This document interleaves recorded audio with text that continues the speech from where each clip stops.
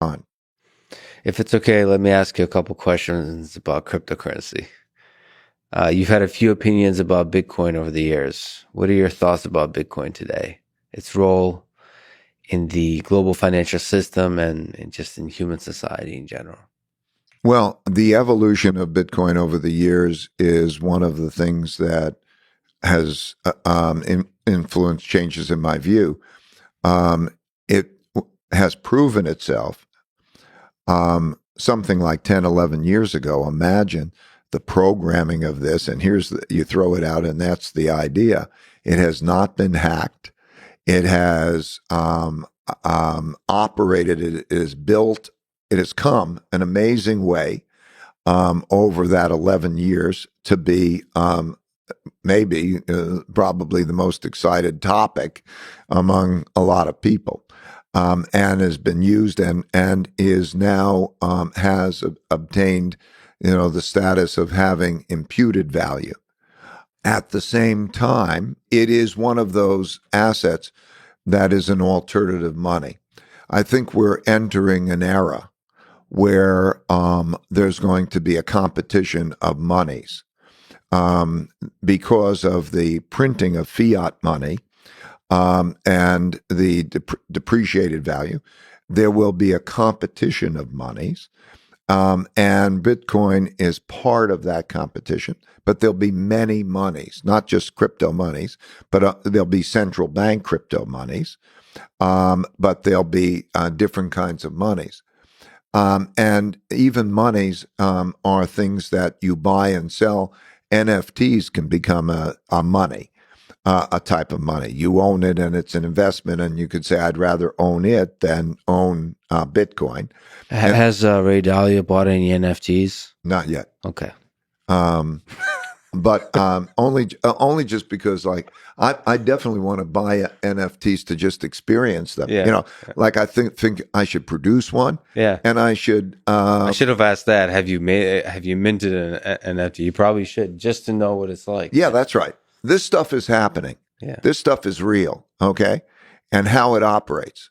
But like all new real things, some are going to go and some are going to, it's like in the internet in the year 2000, pets.com could have been a great, but maybe pets.com doesn't make it. And who knows? That's the beauty of the competitive system, that it'll evolve and some things will be treasured and some things will be trashed.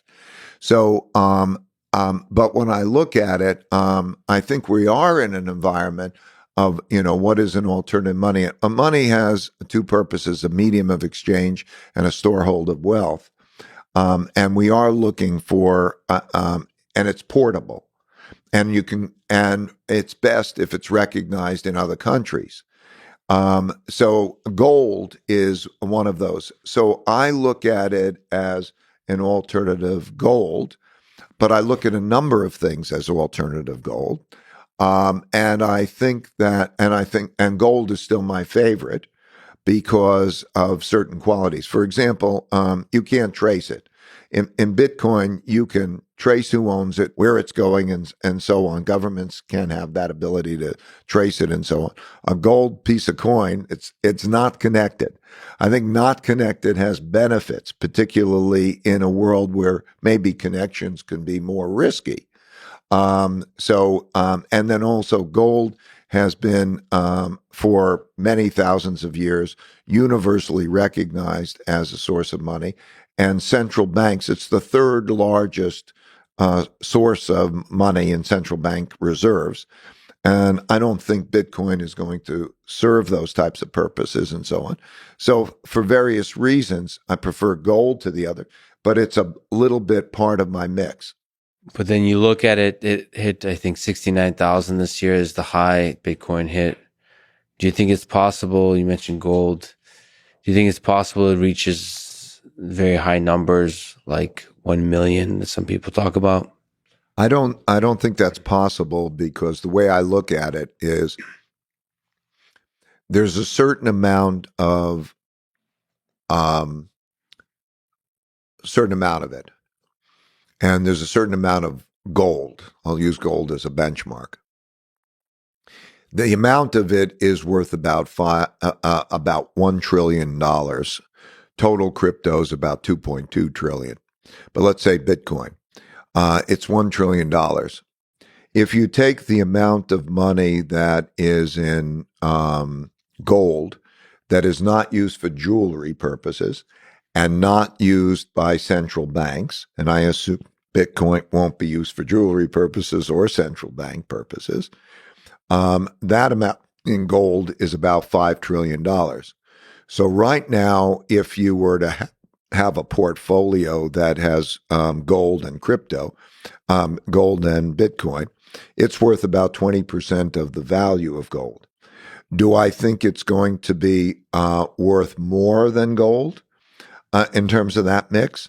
I don't think it'll be worth more than gold, but let's say it became worth as much as gold. I don't believe it will be. I think that 20% sounds kind of about right. I really don't know what the right answer is.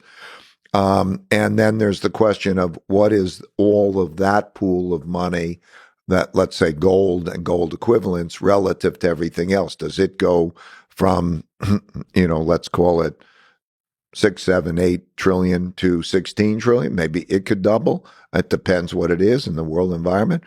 But basically, if you use gold as a measure, it just makes no sense that it's going to be used that much more. Am I sure about that? I'm not sure about anything. But logically, it seems to me that there's a limitation on its price in relationship to other things that are like it. Let me completely shift topics on something that's fascinating. It's all the same topic, but great. Everything is interesting. What do you think about what the hell is money? And the recent excitement around cryptocurrency that brings to the forefront the philosophical discussion of the nature of money. Are you bullish on cryptocurrency? Are you excited about it? What does it make you think about how the nature of money is changing? No one knows what money is. Probably no one ever knew. Go back to medieval times. Bills of exchange. Were they money?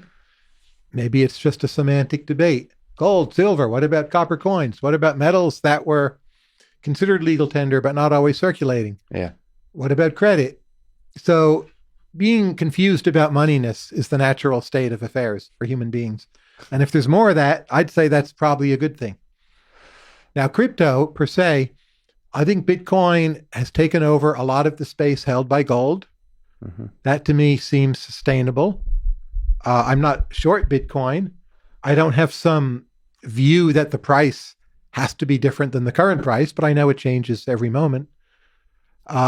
I am deeply uncertain about the less of crypto, which seems connected to ultimate visions of using it for transactions in ways where I'm not sure whether it be, prediction markets or DeFi. I'm not sure the retail demand really is there once it is regulated like everything else is. I would say I'm 40-60 optimistic on those forms of crypto.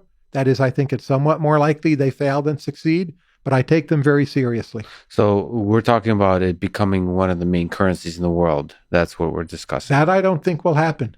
So, but the reality is that Bitcoin used to be in the single digits of $1 and now has crossed $50,000 for a single Bitcoin. Do you think it's possible it reaches something like $1 million?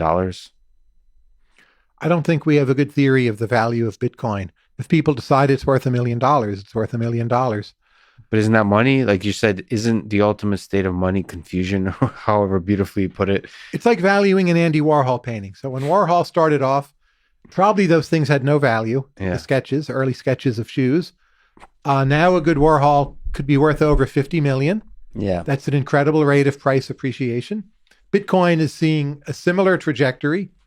I don't pretend to know where it will stop, but it's about trying to figure out, well, what do people think of Andy Warhol? He could be out of fashion in a century. Maybe yes, maybe no. But you don't think about Warhols as money. They perform some money-like functions. You can even use them as collateral for like deals between gangs. but they're not basically money, nor is Bitcoin. And the transactions velocity of Bitcoin, I would think, is likely to fall, if anything. So you don't think there will be some kind of phase shift? Will it become adopted, become mainstream for the trend for one of the main mechanisms of transactions? Bitcoin, no. Now, Ether has some chance at that. I would bet against it, but I wouldn't give you a definitive no. And you would Bitcoin is too costly. It may be fine to hold it like gold, but gold is also costly. You have smart people trying to make, say, Ether much more effective as a currency than Bitcoin. Mm-hmm. And there's certainly a decent chance they will succeed. Yeah, there's a lot of innovation. I mean, with smart contracts, with NFTs as well, there's a lot of interesting innovations that are plugging into the human psyche somehow, just like money does. Money seems to be this viral thing, our ideas of money, right? And if the idea is strong enough, it seems to be able to take hold. Like there's network effects that just take over. And I particularly see that I'd love to get your comment on Dogecoin, which is basically by a single human being. Elon Musk has been created. It's like these celebrities can have a huge ripple effect on the impact of money. Is it possible that in the 21st century, people like Elon Musk and celebrities, I don't know, Donald Trump, The Rock, whoever else, can actually define, the currencies that we use? Maybe can Dogecoin become the primary currency of the world? I think of it as like baseball cards. So right now, every baseball player has a baseball card. Mm-hmm. And the players who are stars, their cards can end up worth a fair amount of money. Yeah. And that's stable. We've had it for many decades. Sort of the player defines the card. They sign a contract with Topps or whatever company. Now, could you imagine celebrities, baseball players, LeBron James, having their own currencies instead of cards? Absolutely. And you're somewhat seeing that right now, as you mentioned, artists with these unique works on the blockchain. But I'm not sure those are macroeconomically important. If it's just a new class of collectibles that people have fun with, again, I say bring it on. But whether there are use cases beyond that challenge fiat monies, which actually work very well. Yeah. Yesterday, I sent money to a family in Ethiopia that I helped support. In less than 24 hours, they got that money. Digitally. Yes. No, not digitally, through my bank, my primitive dinosaur bank, BB&T, Mid-Atlantic Bank, headquartered in North Carolina, chartered by the Fed, regulated by the FDIC and the OCC. Now, you could say, well, the exchange rate was not so great. I don't see crypto as close to beating that once you take into account all of the last mile problems. Fiat currency works really well. People are not sitting around bitching about it. And when you talk to crypto people, the number who have to postulate some out-of-the-blue hyperinflation, where there's no evidence for that whatsoever, that to me is a sign they're not thinking clearly about how hard they have to work to outcompete fiat currency. There's a bunch of different technologies that are really exciting that don't want to address how difficult it is to outcompete the current accepted alternative. So, for example, autonomous vehicles. A lot of people are really excited. Yeah. But it's not trivial to outcompete Uber on the cost and the effectiveness and the user experience and all those kinds of... Correct. Sorry, Uber driven by humans. Yes. And it's not, that's taken for granted, I think. That, look, wouldn't it be amazing? How amazing would the world look when the cars are driving themselves fully? It's going to drive the cost down. You can remove the cost of drivers, all those kinds of things. But it's when you actually get down to it and have to build a business around it, it's actually very difficult to do. And I guess you're saying your sense is similar competition is facing cryptocurrency. Like you have to actually present a killer app reason to switch from fiat currency to Ethereum or to and whatever. The Biden people are going to regulate crypto, and they're going to do it soon. So something like DeFi, I fully get why that is cheaper, or for some can be cheaper than other ways of conducting financial intermediation. But some of that is regulatory arbitrage. It will not be allowed to go on forever, for better or worse. I would rather see it given greater tolerance. But the point is, banking lobby is strong. The government will only let it run so far. There'll be capital requirements, reporting requirements imposed. And it will lose a lot of those advantages. What do you think about El Salvador becoming the first country to approve a cryptocurrency, Bitcoin in this case, as legal currency? And where's this trend going? First of all, this event, if you mentioned the Bitcoin conference, the Bitcoin folks believe that this is a monumental event. Do you think this is a start of something new? Well, they're both right, the critics and the pro people. So the critics are saying this is a nothing burger and it's just a publicity event for El Salvador. And then the people say this is the most monumental event. They may actually be right because there's reciprocal agreements.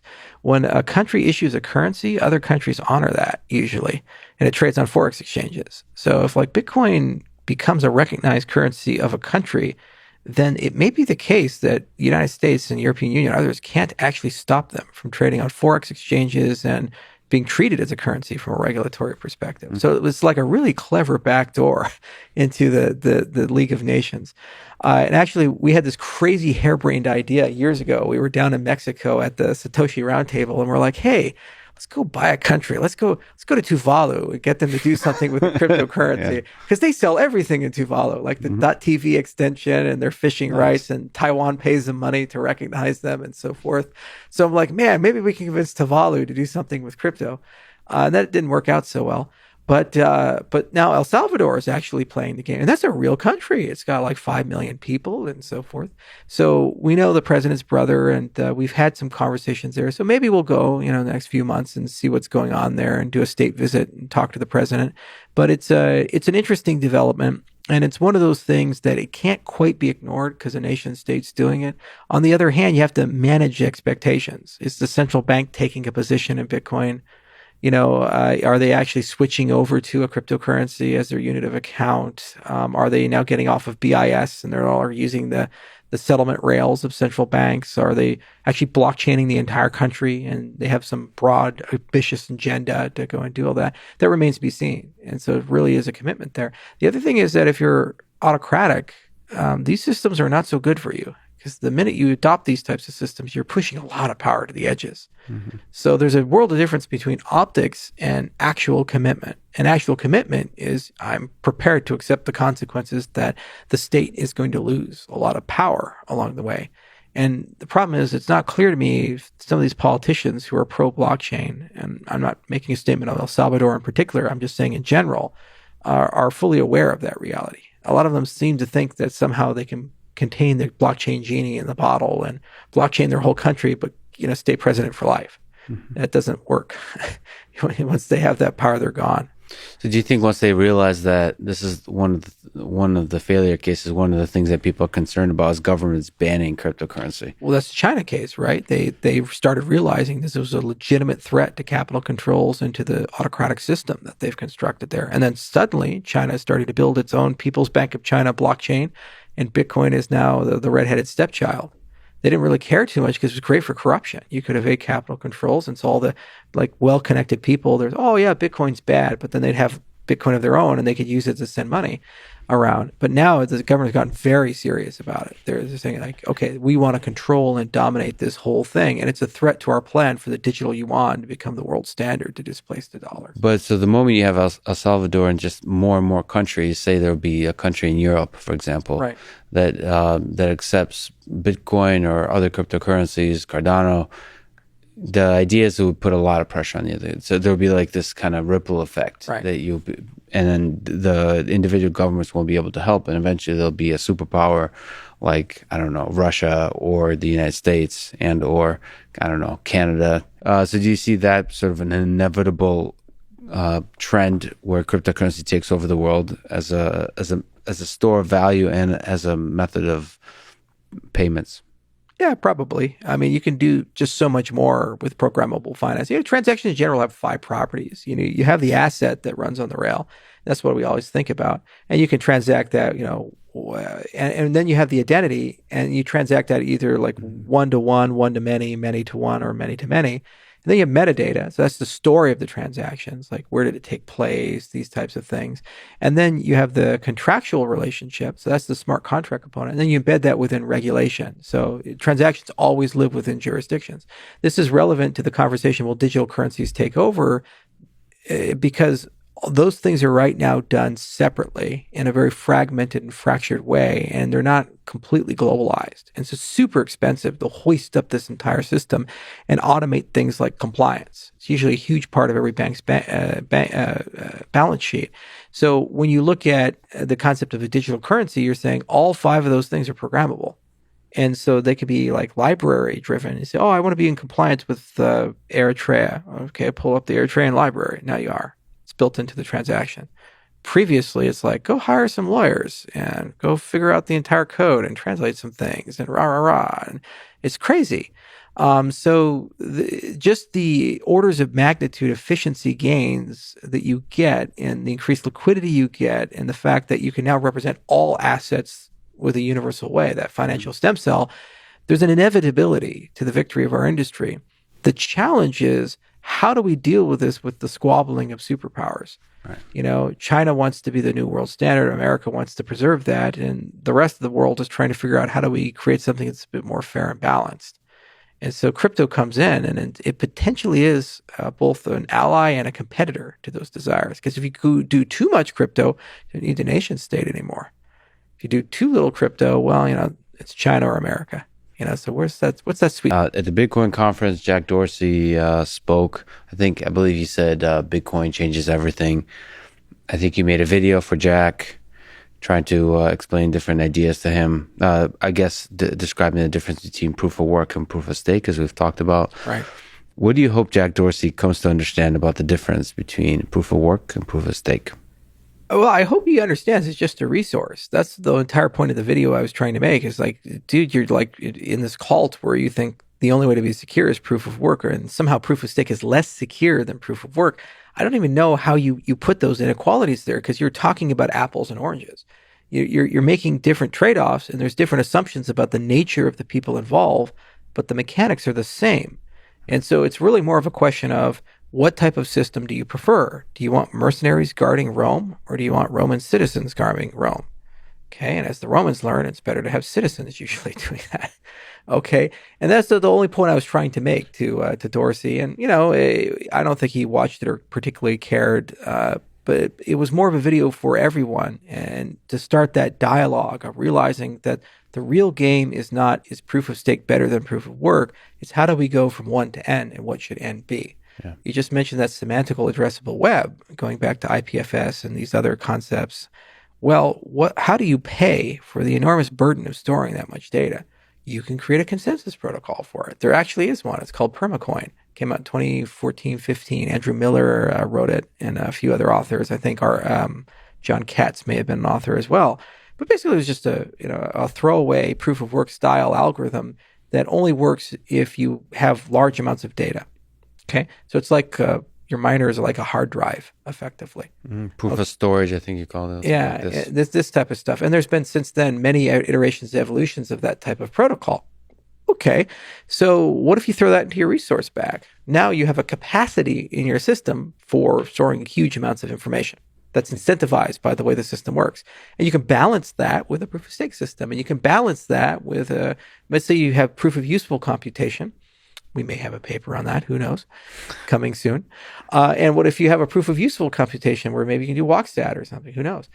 With something like that, okay, well, now you have 3 resources inside your system. And those 3 things keep your system secure. They keep each other balanced. And they just so happen to create the world's largest supercomputer that's programmable. And it just so happens to create the world's largest database that's programmable. In addition to having a shareholder style model for ownership inside of it to kind of balance these things out, so people care about the appreciation of value inside the system.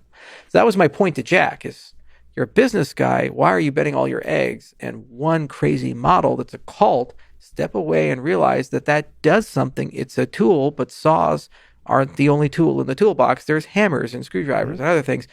Go to N resources, and let's have a real conversation about what would a world computer or a world infrastructure that's useful for your business domain, in his case Twitter, require, and what type of resources would you need for such a thing? Well, in this case, Square, more importantly. Currently, if you look at Square and Cash App, they support Bitcoin.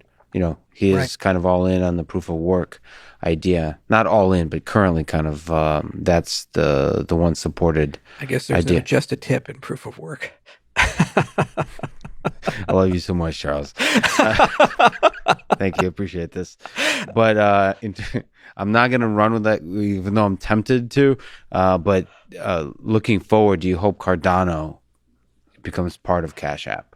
I mean, he's a business guy, or at least I'd hope he is. And it's not about what I want or what he wants. It's about what markets want. You know, when you run a publicly traded company, you have a fiduciary obligation to your shareholders to maximize the utility, sustainability, and value of your company.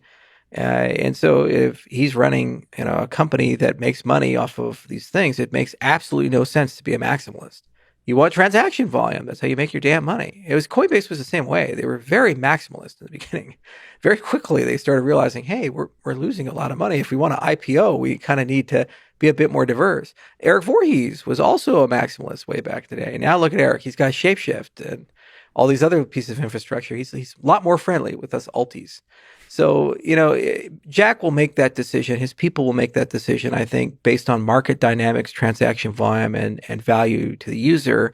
And if the concern is actually legitimately security, then the only question I'd ask their team is, can you please provide me a definition of one?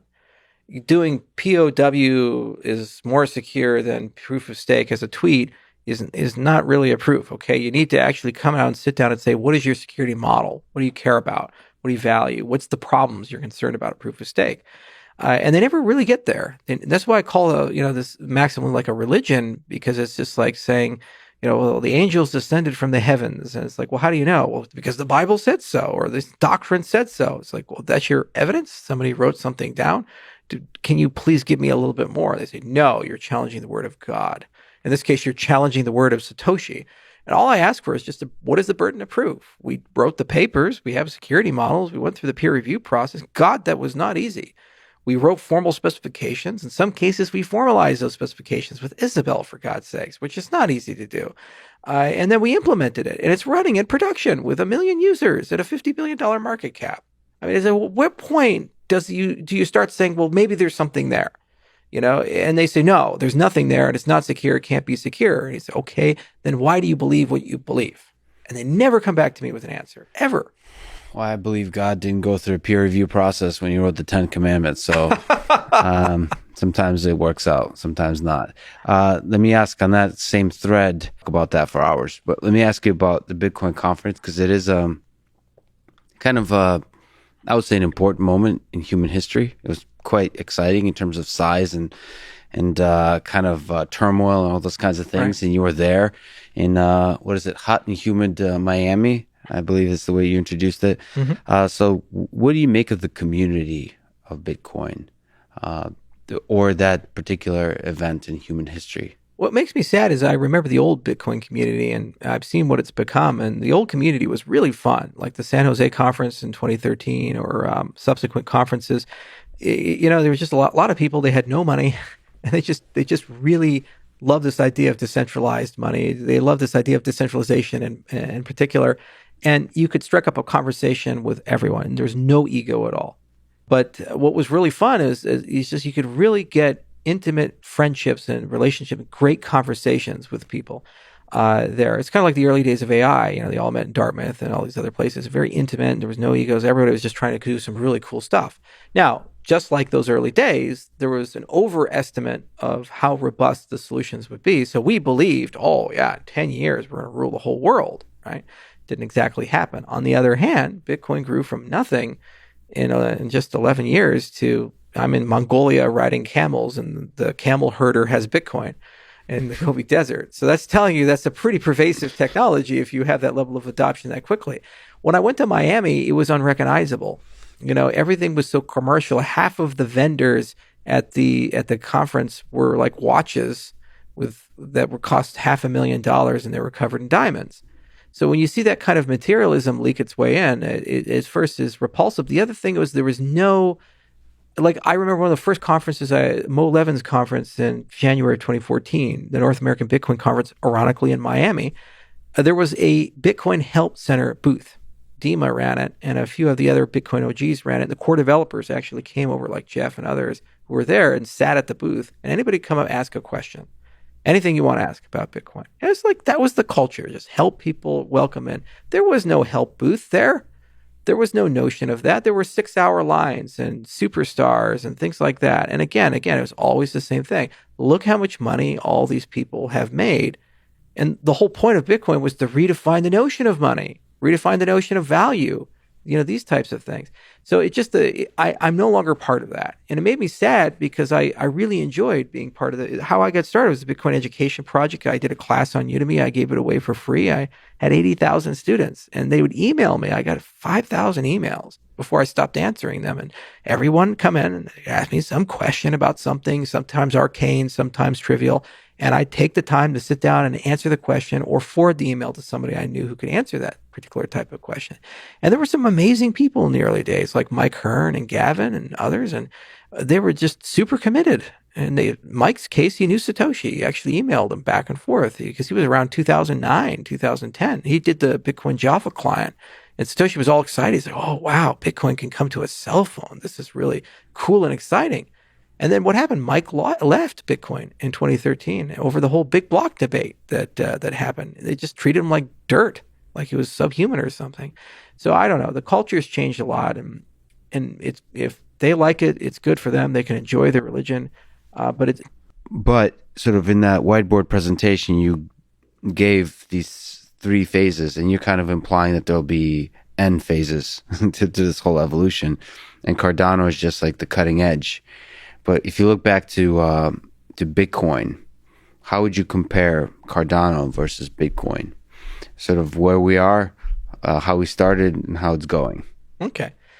So what I did in that video, and I've done in a lot of media interviews, because I think it really helps people understand where we're at in the clock, is face things in terms of generations. And so I said, well, the first generation is Bitcoin. And really the problem Bitcoin was trying to solve is saying, every time we want to represent or move value, we need some sort of trusted third party to facilitate that. So can we build some sort of system where we can create some notion of value that can be teleported around the world and it doesn't require a trusted third party? That's it. And it's done in a beautiful way because it didn't try to be anything else. It just was, you only have Bitcoin. You can only do one type of thing. You can only push it. You can do some things on the encumbrances of like, multi-sig and other things, but that's a one-trick pony as a system. And it wasn't really clear if that was going to work or not for a long time. It took several years to build up enough network effect and for Bitcoins to actually become valuable. And I'd say the inflection point was 2013. And at that point, it became a $1 billion market cap. There were like Silicon Valley startups, real exchanges were forming. And it got to a point where there was legitimacy behind the concept and people started getting, this is a really incredible idea because I can evade capital controls with it. I can like move $10 billion of something from one country to another country in 5 minutes. It's like, I could never do that before. And, this is incredible. Okay. The problem is the minute that people validate the idea, they immediately want something they don't have. So like the minute Elon can land a rocket, there's the next big thing, right? You've landed the Falcon 9, now you're on the Starship. Similarly, you say, okay, I want programmability with this thing. It's kind of like when JavaScript came to the web browser. You went from these static, perhaps pretty, but ultimately static non-interactive pages to YouTube and Google and Facebook and these amazing, rich, incredible experiences because now you can actually interact with the user. You can program things. Stuff runs on their side. Stuff runs on your side. It's a beautiful two-way relationship. So that's what Ethereum effectively did. They bolted a programming language onto a blockchain and they went from a certain use case to whatever your imagination can have, like sunshine and rainbows and unicorns and these types of things. So what you're saying is Bitcoin is HTML and Ethereum is JavaScript? Basically, yeah. It was like when JavaScript came. And with like JavaScript, it has all kinds of problems and issues. I wonder who's Flash in this analogy. That's metaphor, but let's not. Well, actually, there were plenty of ActiveX's and Flashes. NXT was an example of a fail to start, and BitShares was another example. So there were a lot of people who tried to add some notion of programmability in, or a different view of how these things should be done, and they were not as competitive. Ethereum kind of came out as that JavaScript moment. Okay, the minute you have that, then suddenly you have ICOs and DeFi and STOs and NFTs and all these word salads of things. And then people start using it, they get frustrated. Why? Because it's too slow, it's too expensive, it doesn't talk to the things they want it to talk to. And also, it gets too big to manage itself. Mm-hmm. When you're small, you have founders and foundations, and you have trusted actors and core developers, and You can feed them with pizzas. You know them. You can meet them. You can shake their hands at conferences. When you're a multi-billion person system, you're too large to be able to do that. For example, we had the Shelley Summit last year. We invited Vint Cerf to come to the summit. Vint's a brilliant guy, and he had created the internet with Bob and the rest of the gang. And back in those days, it was such a simple, small system that one of their students they said, "Hey, you need to test it." He created a video game just to kind of test the thing. And you could call the guy on the other side and say, "Are you seeing this? Are you getting the signal?" They used to have an actual address book for email addresses. Yeah. So you'd open up the book, and you'd look it up. And now look at the internet. It's like, who's in charge of that? It's this gargantuan, network, and there's no group of people you can bring in, and thus the internet evolves very slowly. You see, and so that's the problem: is that you have this situation where you want to do lots of utility, you want to do a lot of things, you want to be a financial operating system, and be everything to everyone, but then your rate of evolution slows down as your rate of adoption speeds up. So that's one of the other design goals of the third generation. It's not good enough just to do things better, faster, cheaper, and have consistent cost with your population growing, or talk to everything, your Wi-Fi moment. You also need a system that can govern itself at a scale of millions to billions of people who have divergent interests. Some cases, ice pick and eye divergent interests. They really hate each other, and they don't get along. And so that's what we termed a third generation cryptocurrency. And there's a lot of people attempting to compete in that space. There's Tezos and Algorand and ICP and Polkadot and so forth. And each and every one of them kind of brings a different blend of things that they value. So it's not completely equal between scalability, interoperability, and sustainability. Some people were very focused on high throughput, lots of transactions per second. Other people very focused on governance, like Tezos is like the governance chain, and they were one of the first to do a self-amending ledger. And other people are like Aeon or Polkadot. They're really thinking carefully about how do we build a nice interoperable ecosystem. With Cardano, we tried to actually tackle all three at the same time, which was one of the reasons why we were a little slower out of the gate. We had to write a lot more protocols, but we think we've kind of come up with a beautiful interlocking design for all of them. And again, the point is not to get it perfect, but rather get those just right set of evolutionary factors that when you click the domino, it just self-evolves into what you need it to get to. Allow me to stretch the metaphor farther. If Bitcoin is HTML, there's HTML5. If Ethereum is JavaScript with V8 has become quite fast, it runs much of the internet. So the argument could be that eventually everything will be JavaScript, or maybe you could say eventually everything will be HTML, and it just be a bunch of different tools that generate that HTML. So is it possible that just like Rousseau, we eventually return to generation 1, Bitcoin, or we return to generation 2, Ethereum, as we, at the end of this journey? The problem is your tail is wagging the dog there. And it's not, you have a situation where you're so focused on the technology that you're failing to understand that there's still Daisy here. You still have the user. And where's the app store? Where's the one-click install? Where's the use and utility? All these layer 2 protocols and these DeFi applications, in 5 years, they're completely protocol and blockchain agnostic. Because at the end of the day, they care about liquidity, operating cost, and user experience. It's so preposterous and absurd for somebody to say, "Oh, well, I'm going to go build my application, get on the Apple Store, and I am going to use Amazon as my web host. And no matter what happens, I will always use Amazon, even if the operating cost is crazy." I see. You see? And so we're just in a unique period of history where there's a network effect around some initial infrastructure, and people tend to be building around that. But every single one of the top DeFi providers are, if they're getting successful into a certain network effect, they're having the multi-chain conversation. So I don't really believe in a winner-takes-all maximalist view of, well, there's going to be some protocol that becomes the God protocol. First, because they evolve too quickly. Second, the incentives aren't aligned for that. TCP/IP didn't have a token connected to it. There was no financial incentive where if TCP/IP got adopted over something else, they'd make some big company crazy amounts of money. It was a useful piece of infrastructure. So I think that the third generation is going to be as defined by the social components and the usability components as it is by the technological capabilities of the system. Really, what these technological capabilities gave you was the ability to demonstrate a proof of concept and say these things are possible. Kind of like Xerox PARC. When Steve and Bill came in, they said, "Wow, you have networked computers, object-oriented programming, and a GUI. And this is like, what was it, 70s? It's like, wow, it's like incredible. But none of that was an actual product. That wasn't a Macintosh. But it was enough to get the idea, and then it was a race to how do we productize something like that. And in that case, it actually took several decades to roll out that vision that those guys had. And I think that's what Bitcoin and Ethereum did. But what's unique about this is normally you throw away the prior experiments. With these things, these are self-evolving systems. So it's entirely possible to, Joe Rogan quote, to evolve Bitcoin to a point where it could become a third generation system if desired, as some amalgamation of layer 1 and layer 2 protocols. And it's the same for Ethereum. In fact, Vitalik is throwing away Ethereum and replacing it with Ethereum 2 because he recognizes he needs to upgrade and evolve the system. And that's what makes it fun, because the techniques and methodologies that they've chosen to evolve and upgrade this system are distinctly different from the ones that we've chosen. And we have no idea which one's actually going to win, but we learn from each other and we co-evolve from each other. So you're running like all these experiments in real time in a giant marketplace, and maybe they'll consolidate, maybe they'll stay divergent. I mean, look at big tech. You have Google, Apple, Microsoft, Facebook. They all coexist and they're trillion-dollar companies. Some cases with TCP, it consolidates to one standard, and that's what we end up. Tesla, SpaceX, Elon Musk currently invested in Bitcoin, but are openly looking to explore other cryptocurrency investments. What case would you make for Cardano? Well, if they truly care about alternative energy and sustainability, carbon reduction or carbon neutrality, you can't be in a system where there is no built-in mechanism to constrain the energy consumption.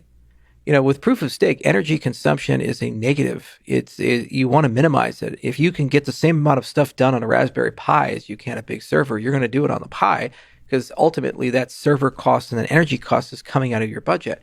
With proof of work, any innovation you come up with to optimize power, you just build more ASICs.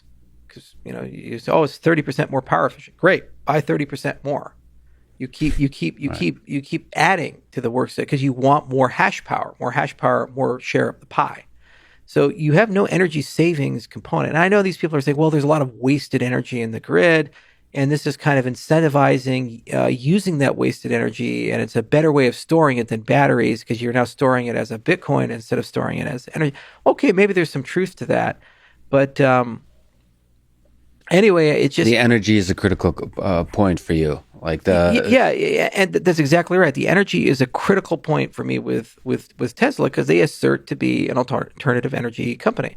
And unless they can make the case that somehow the proliferation of Bitcoin is legitimately going to proliferate batteries, solar, and wind, or other things, then it's probably good for them to just focus on the most efficient, energy efficient cryptocurrency possible. Otherwise, you're exacerbating global warming. You're exacerbating the ecological consequences of it. The other thing is Bitcoin is the least programmable of all the cryptocurrencies. And if you want to do interesting, sexy, unique things, let's say Tesla, for example, they want to start doing V2I and V2V for autonomous vehicles and have the vehicles start talking to each other and connect it to 5G. Well, imagine if you want to build a telco coin or some sort of 5G coin, and you want to build an IoT layer and network. There's just no real way to do that on Bitcoin with the way it's designed. So you'd need fundamentally different infrastructure to create such a token and regulate such a system and have these things autonomously negotiate and do business with each other. You need DEXs and stable coins and all kinds of mechanics to make something like that possible.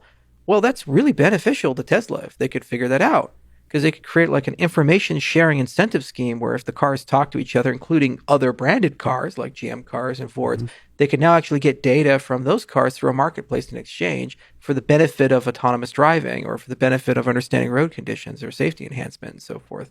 So it's just depending. Are you just here to speculate? Are you here to actually use it as another medium of exchange, or do you actually want to build infrastructure on this thing? The more closely you get to utility, the further down the road you get there, then the more programmability you need. And so it makes a lot more sense to be an Ethereum fan or a Cardano fan than to be a Bitcoin fan. So to be both proof of stake and have the smart contracts capabilities. Yes. And that's why we went over Ethereum, because they're proof of work. Using it. So what's your intuition with Cardano having the proof of stake and then eventually smart contracts versus the Bitcoin with layer 2 technologies, this kind of evolving creature? Again, you said you can't really predict the future, but what's your intuition why one might be more successful than the other?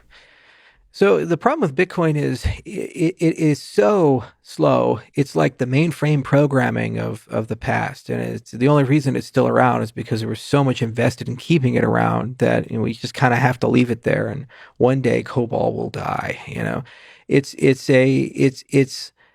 There's nothing about it from a collection of USPs that's particularly desirable. You have extremely long settlement time. You have extremely low programmability. It is not aware of any other system. There's no native way of issuing an asset in that system. You can't even do a pull transaction.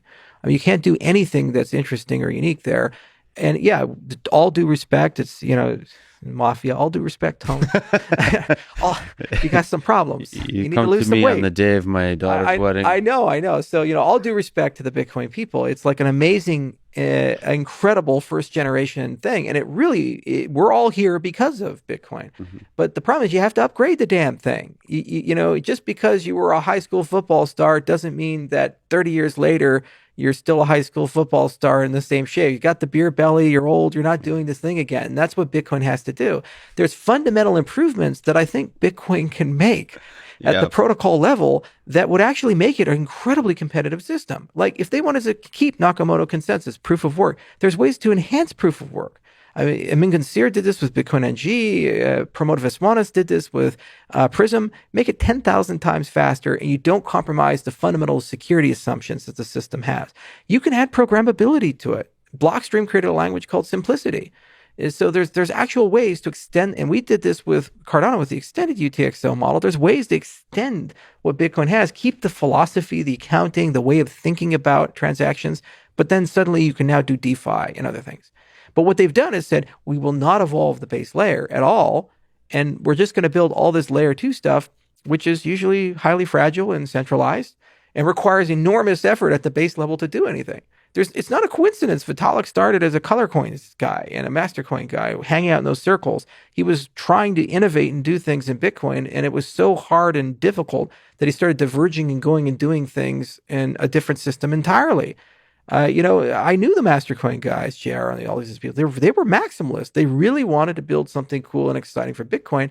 And anything they did, the developers would attack them. It's, you're misusing op return. You're doing this, that. It was a holy war anytime you wanted to evolve. So I think it's its own worst enemy. It has the network effect. It has the brand name. It has the regulatory approval. But there's no way to change the system, even correcting obvious downsides in that system.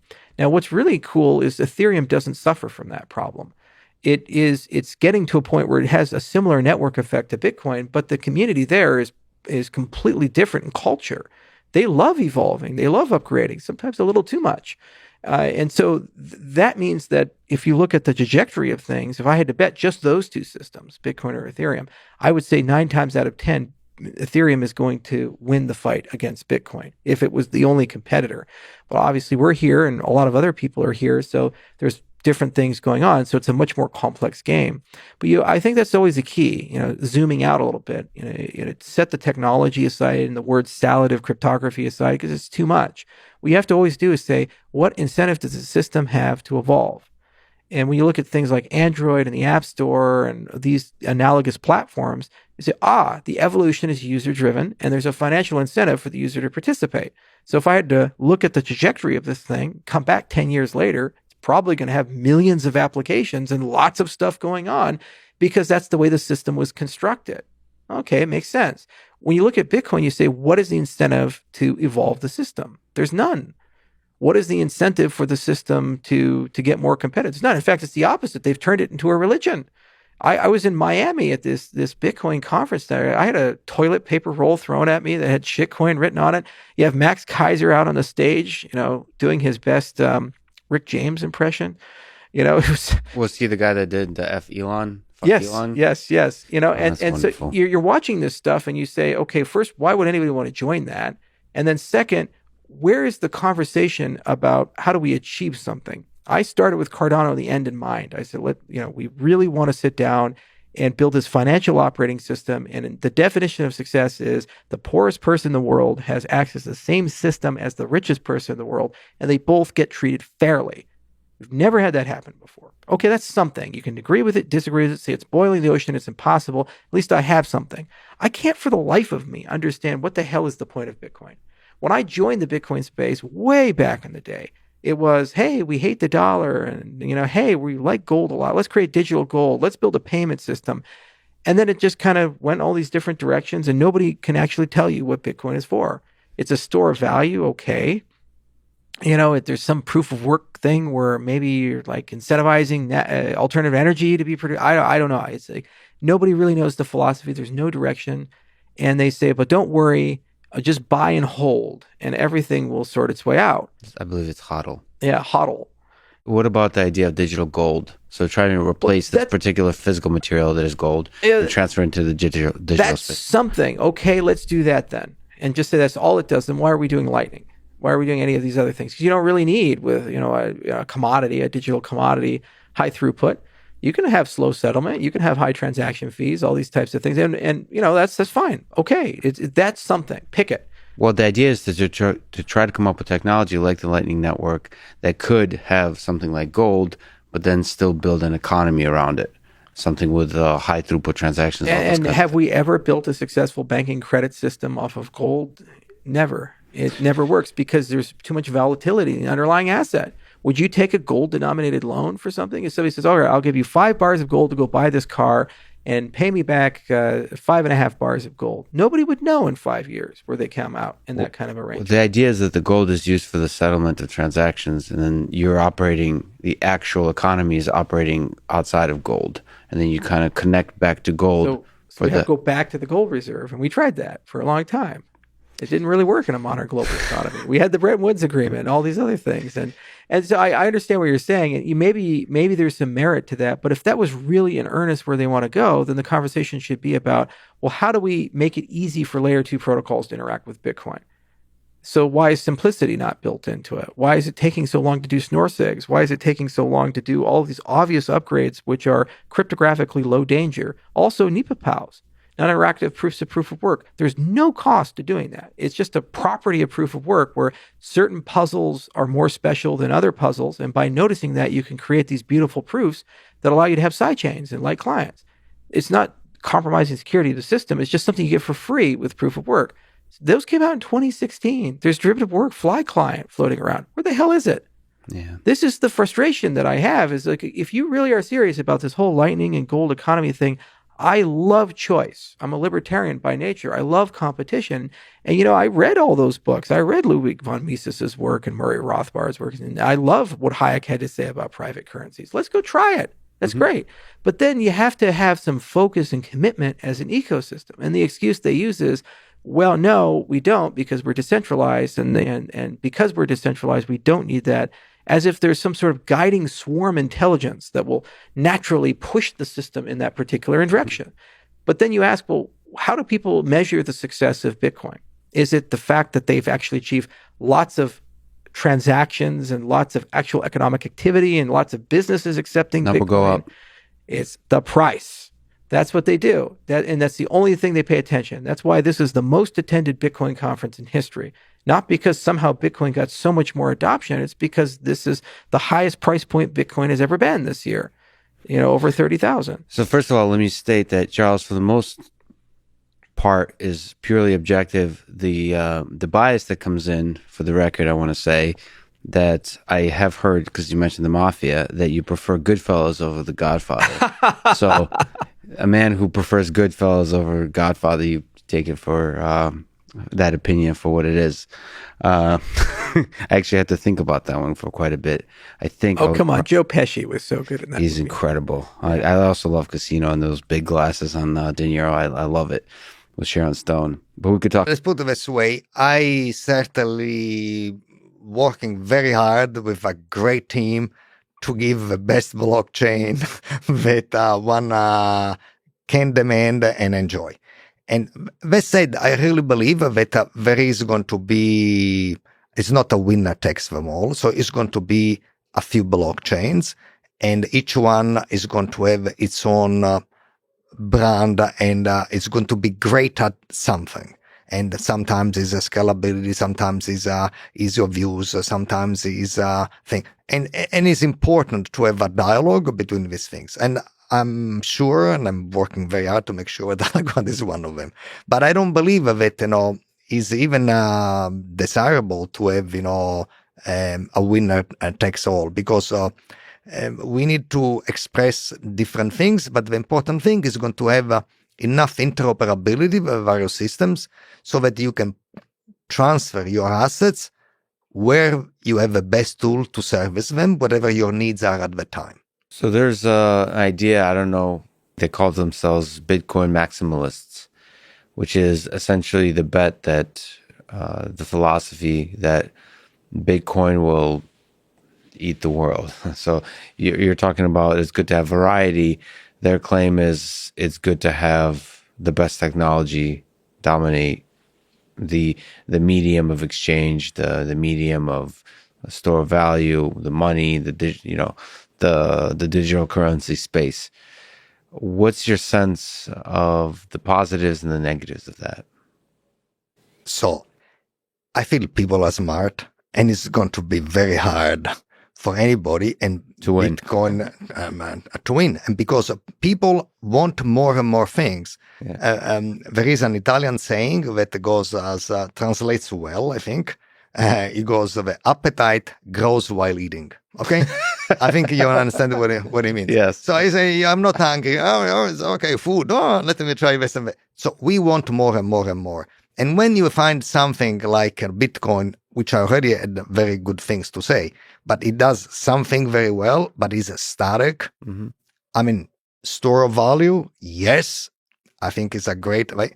For the rest, it would be a sad world if the world in which we are so anchoring down, so defensive, that we want to store value and hide it under the mattress. I long for a world in which it is open, people want to transact, interact with each way, and therefore, when you want to store value, perhaps one chain, you want to have to transact, maybe is another. I'm not saying that, one chain cannot be store of value or other thing, but I really believe that I believe in the ingenuity of people and in the innovation that is intrinsic to the human nature. We want always different things. So how can it be something invented, whatever it is, decades ago, is going to fulfill the needs of our future generations?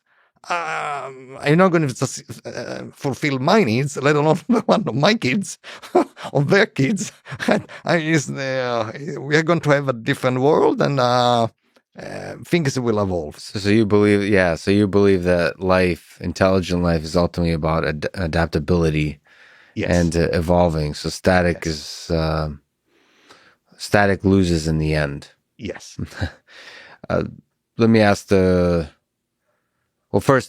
so everything you just described is fascinating, a set of ideas. And, online I've been reading quite a bit and people are really excited about those set of ideas. Nevertheless, it is not the dominating technology today. So Bitcoin, in terms of cryptocurrency, is the most popular cryptocurrency, and then Ethereum and so on. So it's useful to kind of comment. We already talked about proof of work a little bit, but what, in your sense, does Bitcoin get right, and where is it lacking? Okay, so the first thing that Bitcoin got right is to understand that there was the need of a cryptocurrency. And that, in my opinion, trumps they deserve all the success, because they say the time is ripe for this idea. Yes. Because very often it's not enough to be right, you have to be right at the right time. Yes. And somebody got it right there. So hat off to Bitcoin for that. And so what they got right is that it is hard to subvert and change the ledger, to cancel a transaction. It's not impossible, but it's very hard. What they did not get right is somehow that is a great store of value, currency-wise, but money is not only a question that you store it and you put under the mattress. Money wants to be transacted. And the transaction in Bitcoins are very little. So if you want to store value, everybody needs a store value, might as well use a Bitcoin. I mean, it's the brand, but if you don't look at that for a moment, at least it's a great store of value. And everybody needs a store of value. But most of the time, we want to transact, we want to interact. We don't put the money under the mattress, right? So we wanted to, and that, they didn't get it right. That is too slow to transact. Too few transactions. Just the scalability. The scalability issue. Is it possible to build stuff on top of Bitcoin that's sort of fixes the scalability? I mean, this is the thing. You look at, there's a bunch of technologies that kind of hit the right need at the right time, and they have flaws, but we kind of build infrastructures on top of them over time to fix it, as opposed to getting it right from the beginning. Or is it difficult to do?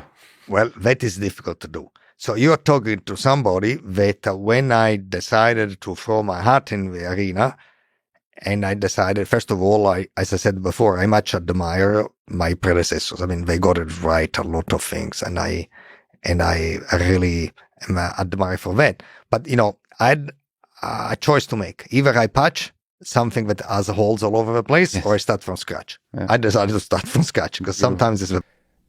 Before maybe we eat, you are in Texas, you brought over some brisket. Before we maybe indulge in that, let me bring up one quick topic, and then we'll take a break. And the topic of what some may term the toxicity of the Bitcoin community. That you've written that Bitcoin toxicity is tough love. Do you want to break that apart a little bit? Sort of the idea, the philosophy of the toxicity that's seems to be present in part in the Bitcoin community.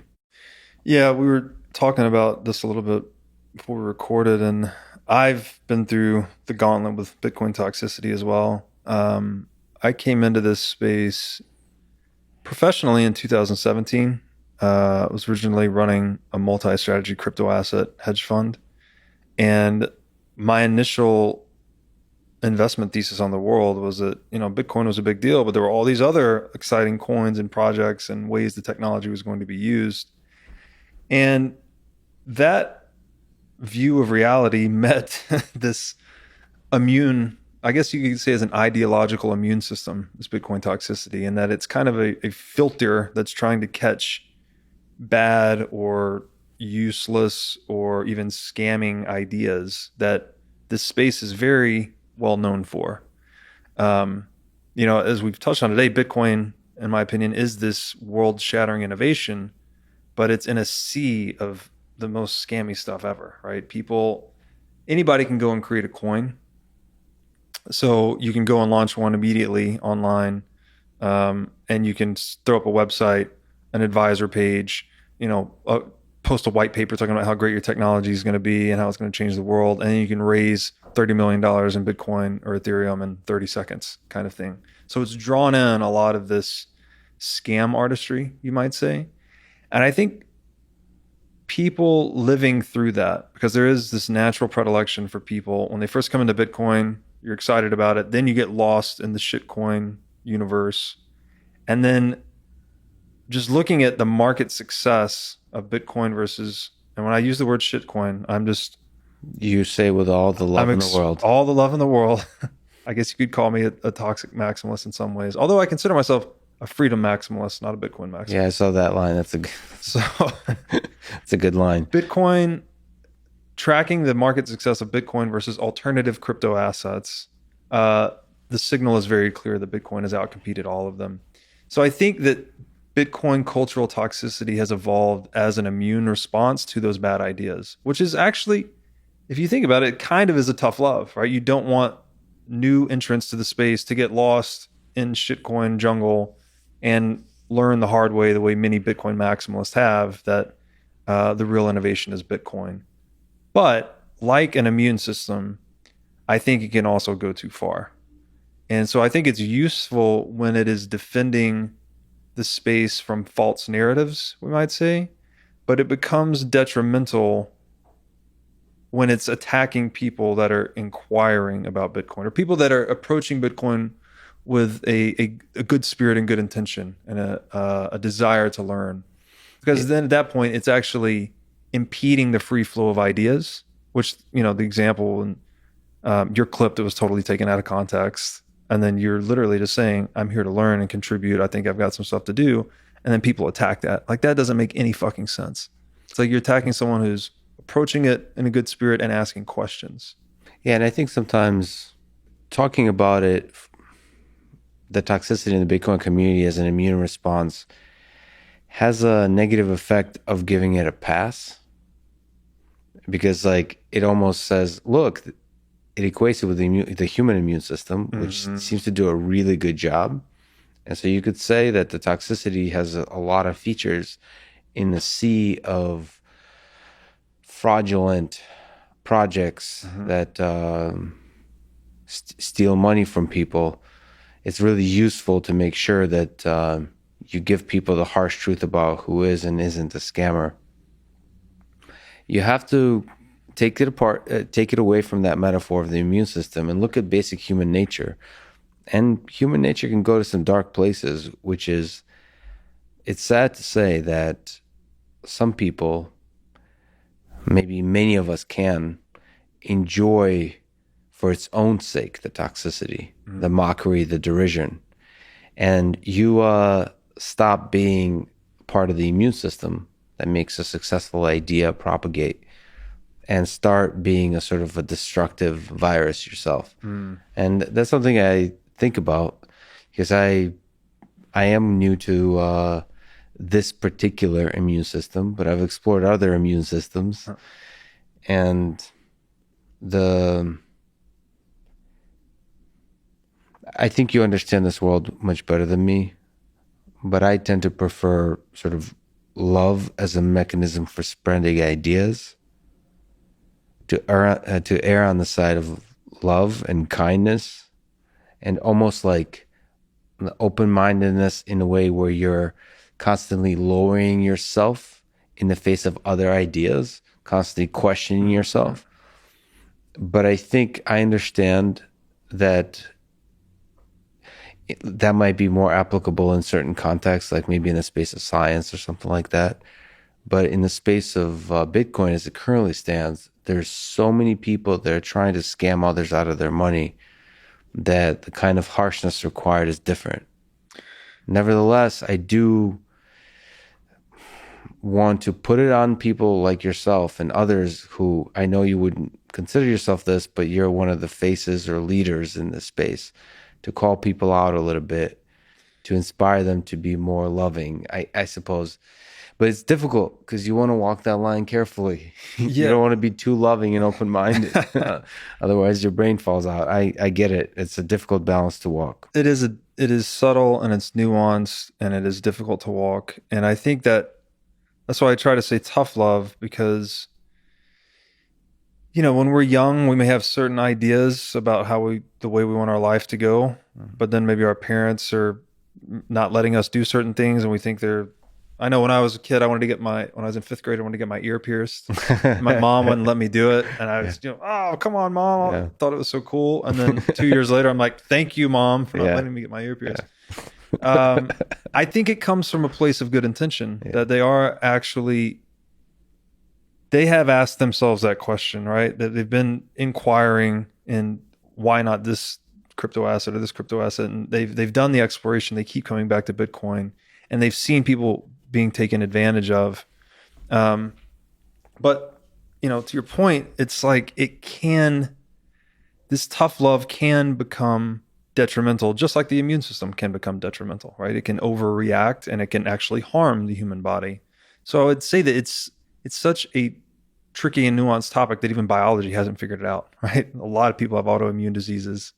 And then there's the other thing that we have this natural, I agree with you about love. I think love is like the deepest value. That's a whole nother philosophical thing, but we're biologically programmed to pay more attention to things that are adversarial or harmful, right? Mm-hmm. That's part of us protecting the meat suit, so to speak. So there is some maybe better delivery method by being a little bit toxic to really get the point across. Mm-hmm. Like, hey, don't get lost over here. These things can hurt you.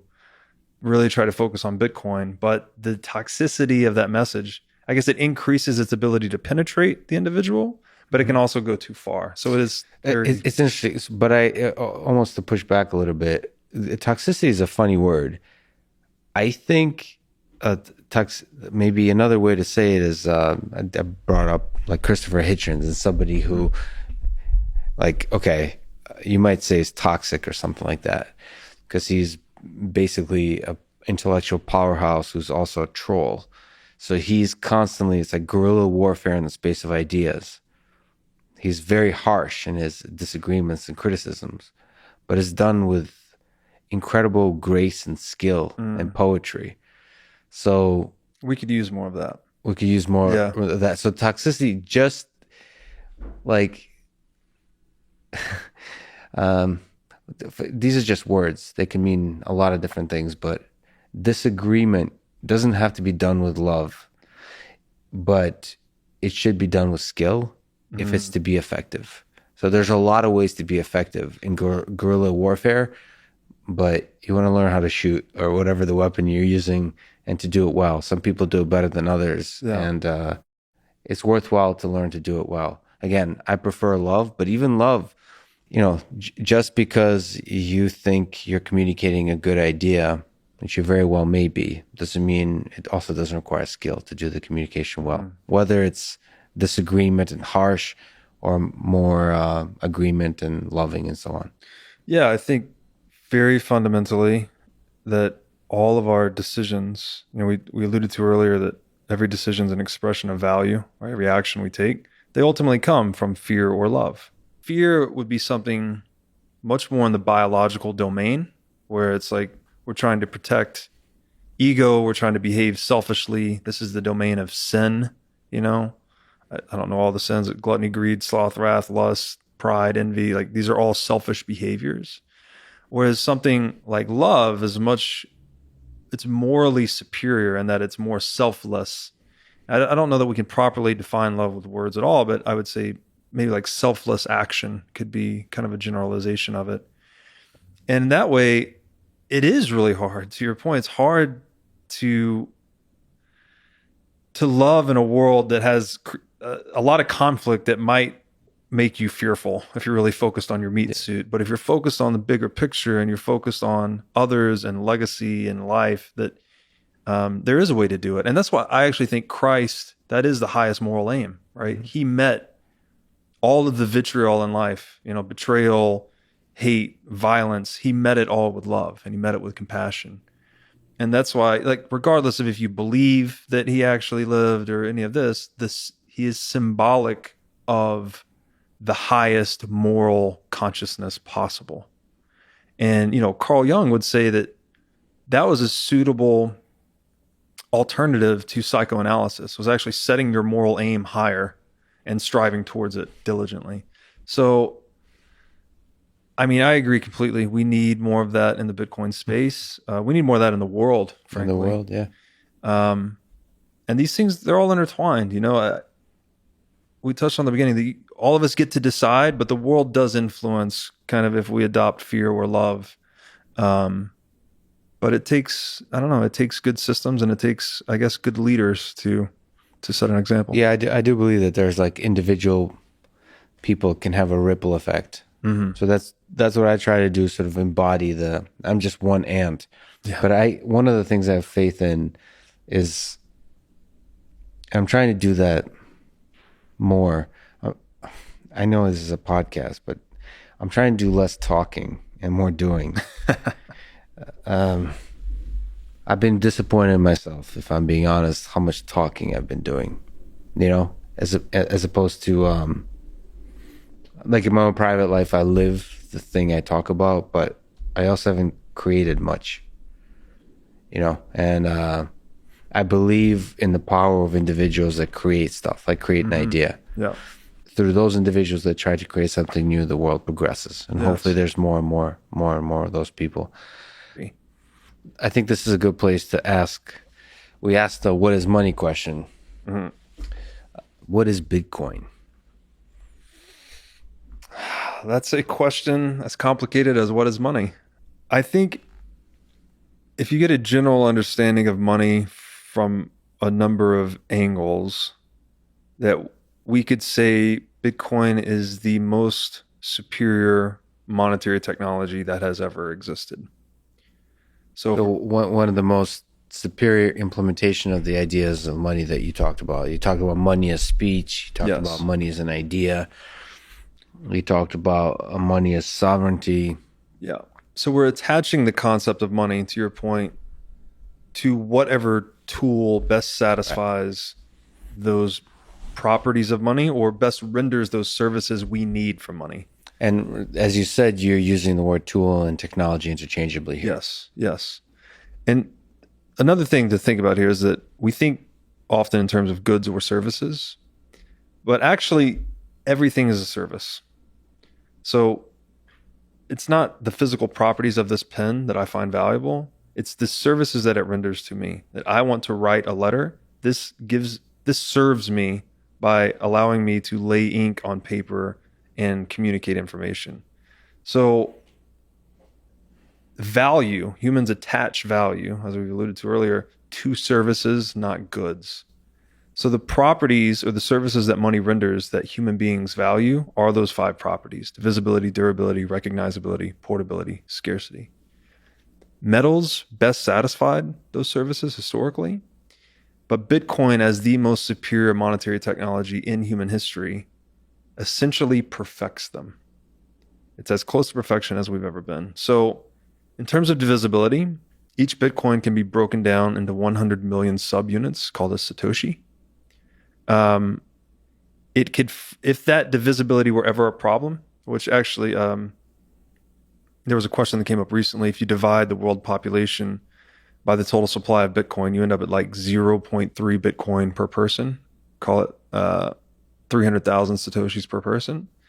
What if that was not enough to facilitate economic activity? And the answer to that is Bitcoin can soft fork into further divisibility. So if Bitcoin ate all the money in the world and the average Bitcoiner wealth was, say, 300,000 Satoshis each, but that wasn't divisible enough maybe to buy coffee and do all these day-to-day transactions, what would happen? Well, we would increase its divisibility. So Bitcoin's perfected divisibility. The divisibility of money lets us transact across scales, right? We can buy coffee or we can buy a house. Durability is an interesting one. So clearly something like gold is very durable. It's resistant to degradation over time. Bitcoin is just pure information, but it's stored in a distributed format. So information stored in a distributed fashion tends to be virtually infinitely durable. The example I like to give here is something like the Bible. The Bible is just distributed information. It's stored everywhere and nowhere, so to speak. And for that reason, it has outlasted empires. And Bitcoin's similar, right? You can't make changes to it unilaterally. But to make explicit, the ways in which it is not durable is the fact that it relies on computing infrastructure. Like it needs computers. So if you were to destroy all the computers in the world, yes, it needs mechanisms that store and transfer information. That's right. And so you could attack it. I mean, you could attack gold in the same kind of way, I suppose, through the physics, but it's probably easier to destroy all the computers in the world than it is to destroy all the gold in the world. Maybe not. I don't know. Anyway. Yeah, you're right. Maybe I'm not sure which one would be harder to destroy, but the other thing is there's a dynamic incentive. So every time you destroy Bitcoin miners, you're creating incentives for anyone else with access to electricity to mine. Right. Because you're making the algorithm easier. Well, so the destruction is difficult because of the decentralized nature of the whole thing. And the difficulty adjustment. Yeah. So you're going to have to use nuclear weapons and cover the whole globe. But anyway. Yeah. And by then, we've got much bigger problems than money, right? That's right. So, okay. So that's durability. So portability, Bitcoin's pure information. It can move at the speed of light. Can't get much faster than that. Recognizability refers to the ability to verify the veracity of the money or its authenticity. So you can actually, when we used to transact gold, there were time-honored techniques for verifying that it was gold and not gold-plated lead, for instance. This is where we get the term sound money. a gold coin made a very particular sound when dropped from a certain height. You've seen people biting coins. These are all techniques for testing the authenticity of gold. And with Bitcoin, we have something unique in that if you're running a full node, you can verify that the Bitcoin is Bitcoin, right? It cannot be tampered with. It cannot be faked. And in addition to that, as a node operator, you can audit the total supply of Bitcoin at any time, which is unlike any money in history. So with full certainty, if you're holding 1,000 Bitcoin, you have 1,000 out of a possible 21 million forever. You have a guaranteed fraction of the total supply. Yeah, so a full node contains information about every transaction that's ever been had, so you can figure out, that's right. All the truth of this money is all right there. Yeah, it's like a fractal constituent of the whole network, right? The whole Bitcoin blockchain is comprised in a node too. Not the proof of work piece, but the entire transaction history. Mm-hmm. And so that's unique as well. And that's what makes Bitcoin the ultimate store of value, is that with certainty what the total supply is and will ever be. And that your share of that supply is fixed. It cannot change. It can only improve, actually. If someone loses, if the Satoshi stash is truly gone forever, the million Bitcoin never moves, then we're talking about 1,000 Bitcoin out of 20 million instead, and so on and so forth. As more people lose access to their Bitcoin, they're basically making a contribution to everyone else. It's anti-dilutive. And there's certain properties of Bitcoin that are sort of a little bit more into the details that ensure that the full nodes, like the size of all the transactions that ever happened, at least currently, can be stored in a single computer, for example. Yes. So it doesn't blow up too quickly. That's right. But there's arguments that that's not necessary. You can make arguments for that to be a very nice property, but you can also say that there's like drawbacks to it. That's hence the block size debates and all those kinds of things. Yeah, that was the Bitcoin Cash civil war, right? Was that particular piece? Yeah, and ostensibly they were saying, "Oh, we need more transaction throughput to buy more coffee and do more transactions," but what they were actually doing was increasing the size, computing power necessary to run a full node, which it would have theoretically compromised decentralization. So yeah, but it would, in theory, and this is in theory, it would allow you to have much more transactions. That's right. But the drawback, it would, because of no longer can be stored in a single personal computer, then it naturally leads to the centralization. Yes. Same kind of thing we see with gold. Which would have compromised its survivability. Right. Yeah. So what else is there? The last one, which leads straight into this one, actually is the most important one of money, which is scarcity. And that you need to know the supply is fixed and safeguarded from counterfeiting and inflation, which counterfeiting and inflation are the same thing, by the way. Counterfeiting is criminalized inflation. Inflation is legalized counterfeiting. So central banks today, when they say they're printing money, they're not. They're counterfeiting currency. That's a very important part. And Bitcoin, as I've argued in some of my writing, is more than just an invention. It's actually the discovery of absolute scarcity, and that we have unveiled a property of money that we will only discover once. And it's got really major ramifications for the world at large. So with gold, for instance, as we've covered, it became money because it was the most relatively scarce monetary metal, right? Its supply was hardest to increase over time. However, if we could somehow flip a switch today and make everyone in the world go out and start mining gold, we could increase the supply much more quickly. We could, its historic inflation rate's about 2%. We could double that pretty quickly.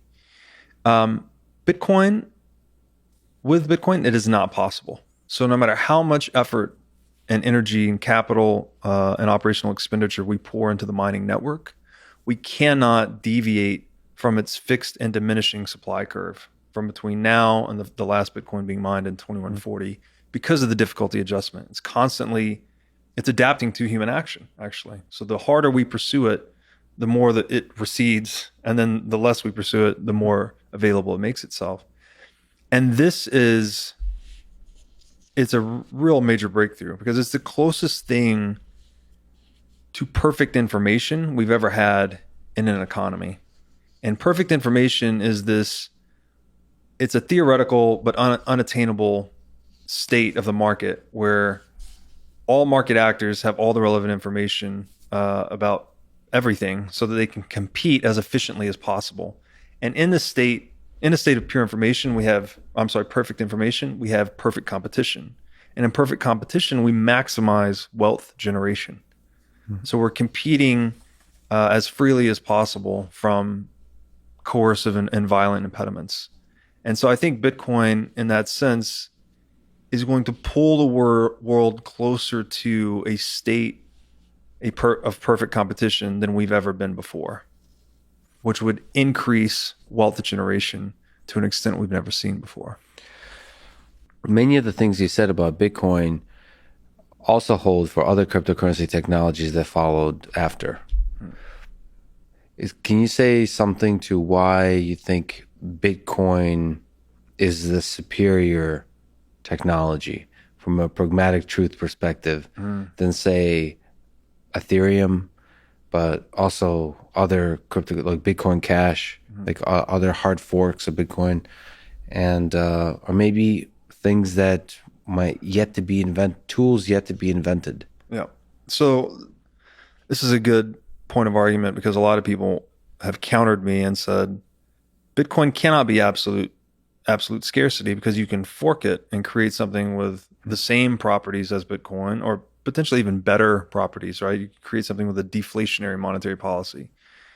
That's what Bitcoin Cash was, actually. It forked Bitcoin with all of the same properties except for the block size that we alluded to earlier. The problem is that money is valued. Again, it's the good with a configuration of demand that is predominantly marketability. So it is valued based on its liquidity. That is, how many other trading partners are there in that monetary network? So it is a network valued because of its liquidity and network effects. So any new entrant into the market for money is incentivized to always choose the money with the deepest liquidity and the most network effects. This is why money has tended to be a winner-take-all market, because it's essentially a single-purpose tool, right? It is a tool for, if we consider that tools are time-saving devices, right? The shovel lets you dig more holes per man hour than you can with your bare hands. Money is a tool, there's yet another definition of money, that lets us calculate, negotiate, and execute trades more quickly. So that function tends to coalesce towards one solution. And so the short answer would be that for the same reasons, quantifiable reasons, right? Like inflation resistance and liquidity and network effects, that we have one analog gold, we're only likely to have one digital gold. And I think the Bitcoin Cash fork proves that out empirically. It's a good case study because it's one case study, right? But okay, so that's really well put. So like gold was sticky. Once it was accepted, the network effects, the winner take all took over. And here's a fundamentally different kind of, like, analog versus digital is a leap in technologies. That's right. And you're suggesting that there's unlikely to be other leaps of that kind into a whole nother kind of space of technologies. I would argue that Bitcoin is kind of like the ideological synthesis of gold, taking the monetary properties of gold and combining them with the internet itself. Right. And in doing so, it has essentially perfected the properties of money, right? You can't get more divisible, durable, recognizable, portable, or scarce than Bitcoin.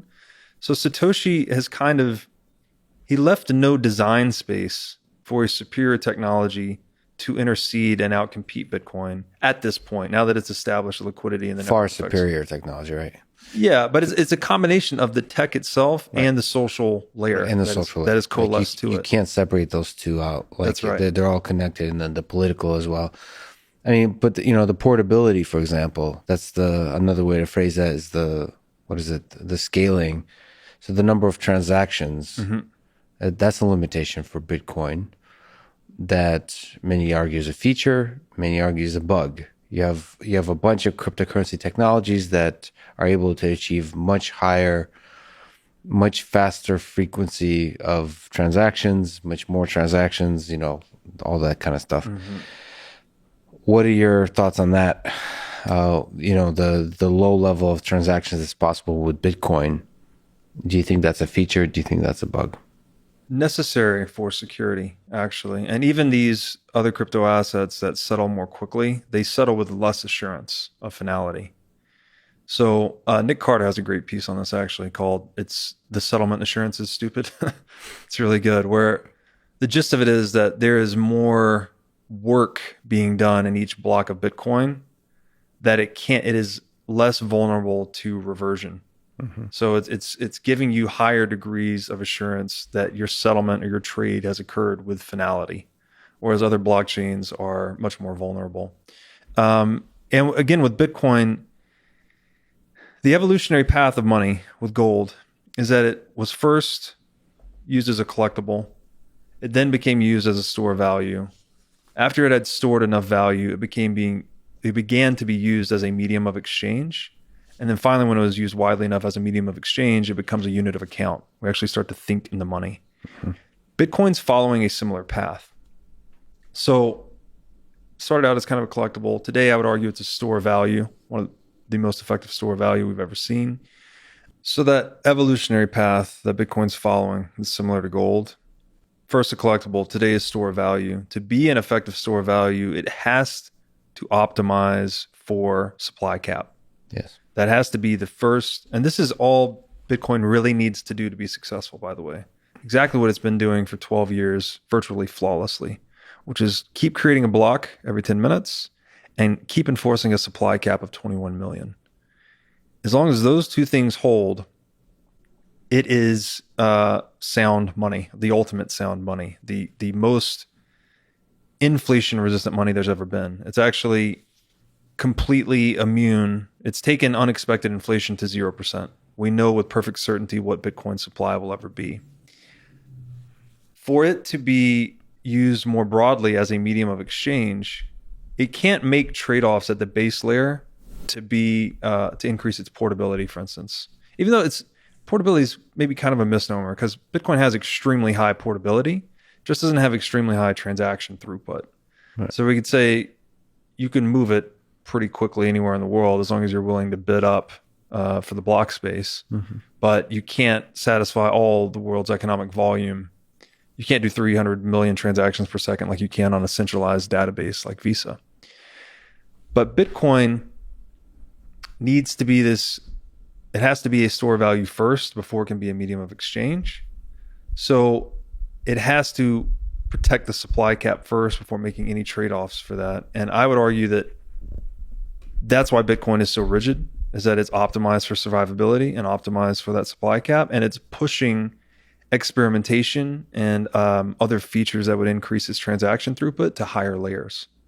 So I think Lightning Network is something that's very interesting. It's still early, but there's a lot of throughput already being used on the Lightning Network. And it makes some slight trade-offs in terms of the trust minimization of Bitcoin. You end up trusting these smart contracts instead to move the Bitcoin, but you pick up nearly unlimited transaction throughput. So that's how biology evolves. That's how the internet evolved. It evolves in layers. So I think Bitcoin, you can sort of conceive of it as the latest layer to the internet, and it's one that preserves this store value property better than any asset we've ever had wrong. But by the way, this does remind me, do you know what Jordan Peterson thinks about Bitcoin and about the future impact of Bitcoin on the society? No, I don't, actually. We're hopefully going to be talking to him soon about that.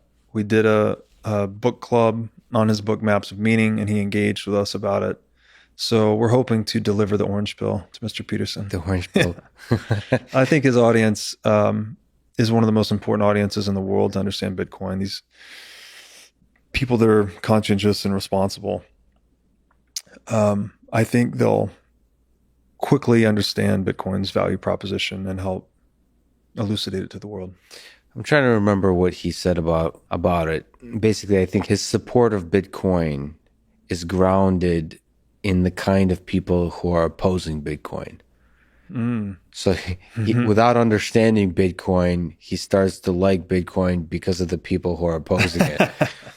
You start to, I mean, that's partially why I am interested in Bitcoin. It's like all the people in power, and all the kind of shady, fraudulent, non-genuine people who are dismissing Bitcoin are making me think, One of Jordan's definitions of God is, he says, God is found in the truthful speech that rectifies pathological hierarchies. And I think that is a beautiful definition of what Bitcoin is doing in the world, and that we have this pathological hierarchy called central banking, by which the rich get richer and the poor get poorer, that is used as a mechanism for perpetual theft and funding warfare at a global scale. Like Ron Paul said, it's no coincidence that the 20th century of total war was also the century of central banking. When you have an institution of currency counterfeiting, which the central bank is, you are no longer bounded by your own balance sheet when you go to war. You don't have to just go to war on your own resources. You can now pillage the Commonwealth and pilfer the savings of society as a whole before you go bankrupt. And indeed, this is what Hitler did, right? Hitler hyperinflated in the Weimar Republic to fund his war efforts.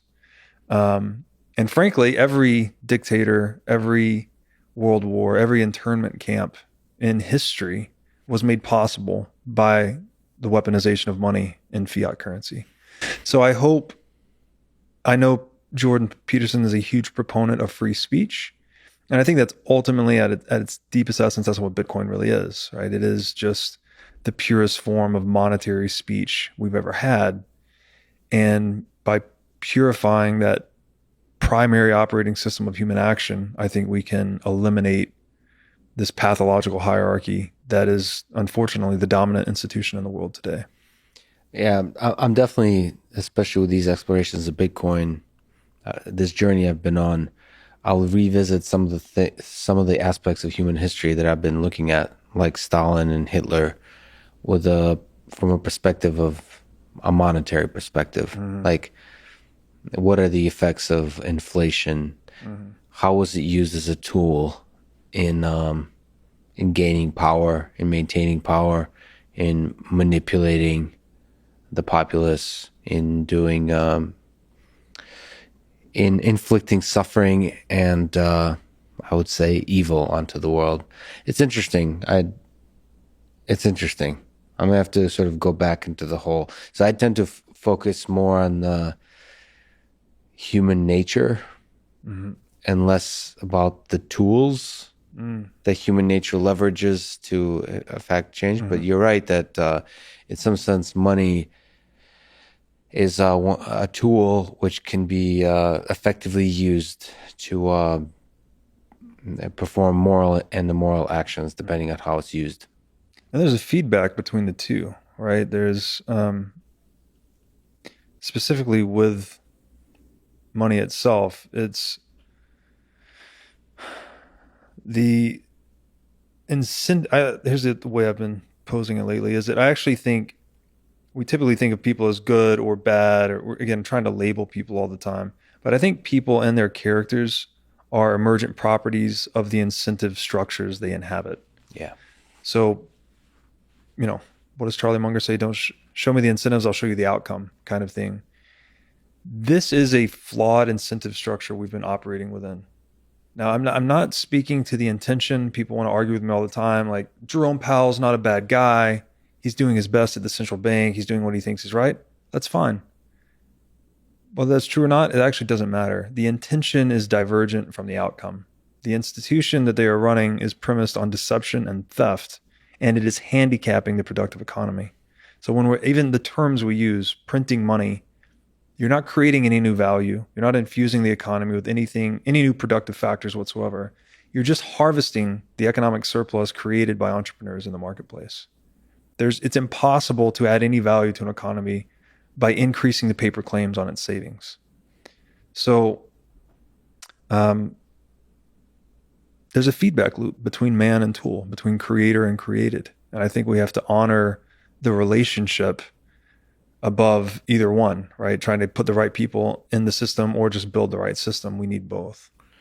Do you think the interesting question of whether the people that are in control of central banks or in positions of power there, if they themselves are malevolent, if they themselves are bad actors, or they're simply like leaves floating along the river, sort of just a cog in the machine, an ant in an ant colony that operates in a certain kind of way. Like, where do you put the blame? Do you put the blame on the way things are operating onto the individuals or onto the system itself, the idea behind the system? And is it useful to place the blame somewhere? Because for me, it might be useful to understand that in order to figure out what the solution is. I tend to not put the blame on the individual. Like, I tend to believe most people are good and want to see themselves as good. And so in that case, it's very difficult to be truly malevolent as you would need to be to control, to gain centralized power at the large scale. But I know a lot of conspiracy theorists and just a lot of people think that there is evil humans in the world that seek power, maintain that power, and then use that power for bad purposes. I think they're just people. And they're just trying to get something for nothing, like all of us do. I like this framework of thought that you have. Yeah. Honestly, yeah. And that's what the central bank is the ultimate institution to get something for nothing. You get a perpetual income stream, the ability to acquire more and more territory in the world through monopolizing the supply of money. And you can literally print money. You can buy your way out of anything and buy your way into anything in the world. So it is, I think, but a group of very intelligent people put this thing together and figured out how to get something for nothing in perpetuity by clouding people's conception of money. And, if we look at the central bank, it's been around for a while, but the latest implementation here in the US is the Fed. It's about 100 years old. It's an analog age institution that I think has lost a lot of its relevance in the modern age. And I don't think it will survive the ever galvanizing gaze of the digital age. There's just too much sunlight, too much transparency today. Ideas move too quickly for something like this to remain relevant. But they are just people. They are just seeking something for nothing. But I think when you concentrate that much power and that much control, that much wealth into the hands of few, it does change. Hayek argued that the nature of power, again, it's something that we all sort of desire. To be completely powerless, you're really unhappy, right? If you're totally powerless, you're a slave. Someone else tells you what to do. You have no autonomy. It's miserable, right? So there's this, it makes the consolidation of power alluring, and that we want to protect ourselves from that slave state, let's say. But like many things, it can be taken too far. And when you concentrate power into too few hands, Hayek argues that it transforms. It becomes something much more intoxicating than it would be if it was held in a more distributed way. And I think that gets into a lot of these, I don't know if they call themselves elites or people call them elites or whatever, let's say shareholders of central banks, people participating in the World Economic Forum, things like this. They come, I guess the incentives, right? The incentive schema they're in is rewarding them constantly, telling them everything they're doing, saying, and thinking is correct because they just keep getting richer all the time. And it leads you closer to this definition of evil, which in the book Paradise Lost, Fridman said, evil is the force which believes its knowledge is complete. So these people become more and more convinced that they have the plan or they have the course of action that will save the world, that if everyone would just listen to them, that they would lead us to the promised land, right? Whether this is Bill Gates saving us from a climate crisis or any of these other economic policies that are targeted at a certain outcome, but almost always diverge almost perfectly from that outcome, creating its opposite effect. I think that's the problem, that we have this mechanism that can concentrate wealth and power into the hands of so few, that it leads to the proliferation of evil, meaning that it convinces people that their knowledge is complete. Whereas something like a Bitcoin almost forces the opposite outcome. In a Bitcoin denominated world, in a pure free market, the consumer is sovereign. So you cannot earn value in the world unless you are serving your fellow man, unless they have expressed through their buy and sell decisions in the marketplace, right? You've created a satisfaction of a particular want that they value so much. They've acquired so much of your good or service that you've become rich. You can only maintain that position of wealth so long as you continue to serve your fellow man. So it changes the incentives such that dominance in the world can no longer be paired with coercion. It has to be paired with competence. And that's how this, when we say Bitcoin fixes this, that's what we mean. Like, it restores that skin in the game, that balance of incentives and disincentives that help us properly navigate reality. And it prevents the buildup of systemic rot like we see with the central bank. As a small aside, maybe you can guide me through it. I don't know if you're paying attention, but there was some chaos around Taleb and the Bitcoin community. I wasn't quite paying attention, but from my outsider's perspective, I thought Nassim Taleb was a supporter of Bitcoin, and then a lot of people were very upset about something. I'm sorry if I don't know the details, but can you pull out some profound philosophical ideas from the disagreement of the chaos? I admittedly don't know too much about it either. I'm a big fan of his writing. Mm-hmm. He's always been a little different in person. Like, he signed one of my books. I met him in person. He's got a very abrasive personality. He's kind of known for it. It's not, I don't think I'm passing any judgment here. He sort of embraces it. Yeah. But he had written the foreword to a really important book in Bitcoin called the Bitcoin Standard for Safety and a Moose. Mm-hmm. And then I think they had a little Twitter beef because Safety is very much against COVID mask and state intervention, whereas Taleb's on the other side of the fence. Right. And then after that beef, Taleb came out against Bitcoiners saying, oh, Bitcoiners are crazy and wrong. I think the great mask debate of the 2020 will probably be the thing that ultimately leads to World War III.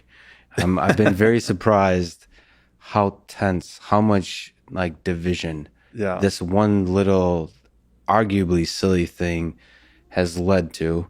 I think a lot of people sort of project their, like, it's almost like not wearing a mask is a statement of sovereignty, of freedom, of like saying fuck you to the man, the government, the centralized power, or the dishonesty, or in the scientific community, all those kinds of things. And then wearing a mask is a sort of kind of signaling of various kind of social aspects. I don't know. I'm not paying attention to it. I actually tuned out.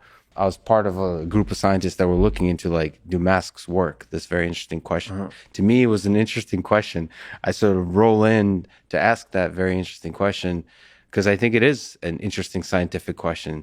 But then I quickly realized that just as I was doing this like scientific exploration of this very interesting question about virion particles, like what kind of things, like from a scientific perspective, how do we prevent the spread of a pandemic? Forget COVID, any pandemic, super deadly or not deadly. Like, there's tools, there's testing, there's masks, there's all these tools. How well do they work? And then I realized, in April or so, it became a tool of politics, a tool of philosophy, and that's when I sort of pulled out. So it's fascinating. I think it's a canvas on which people project their emotions, and I guess Taleb got caught up in that kind of. So there's nothing fundamental, I suppose, to their disagreement. Not that I'm aware of, but he is. He's written some about in his books the problem with centralization. I mean, a lot of his writing addresses that, and he actually points to, I think, Switzerland as the best government in the world because it's decentralized. So there's that. I don't think he has any I'm not to speak for him, but I don't think he's voiced any specific critiques on Bitcoin per se. Could be wrong about that. It's just maybe his flavorful language and the way he likes to communicate. And the other theory is that maybe he's playing 4D chess and having a Twitter boating accident, you know? So I don't believe in Bitcoin. I've sold all my Bitcoin. And oh, I see. Yeah. What?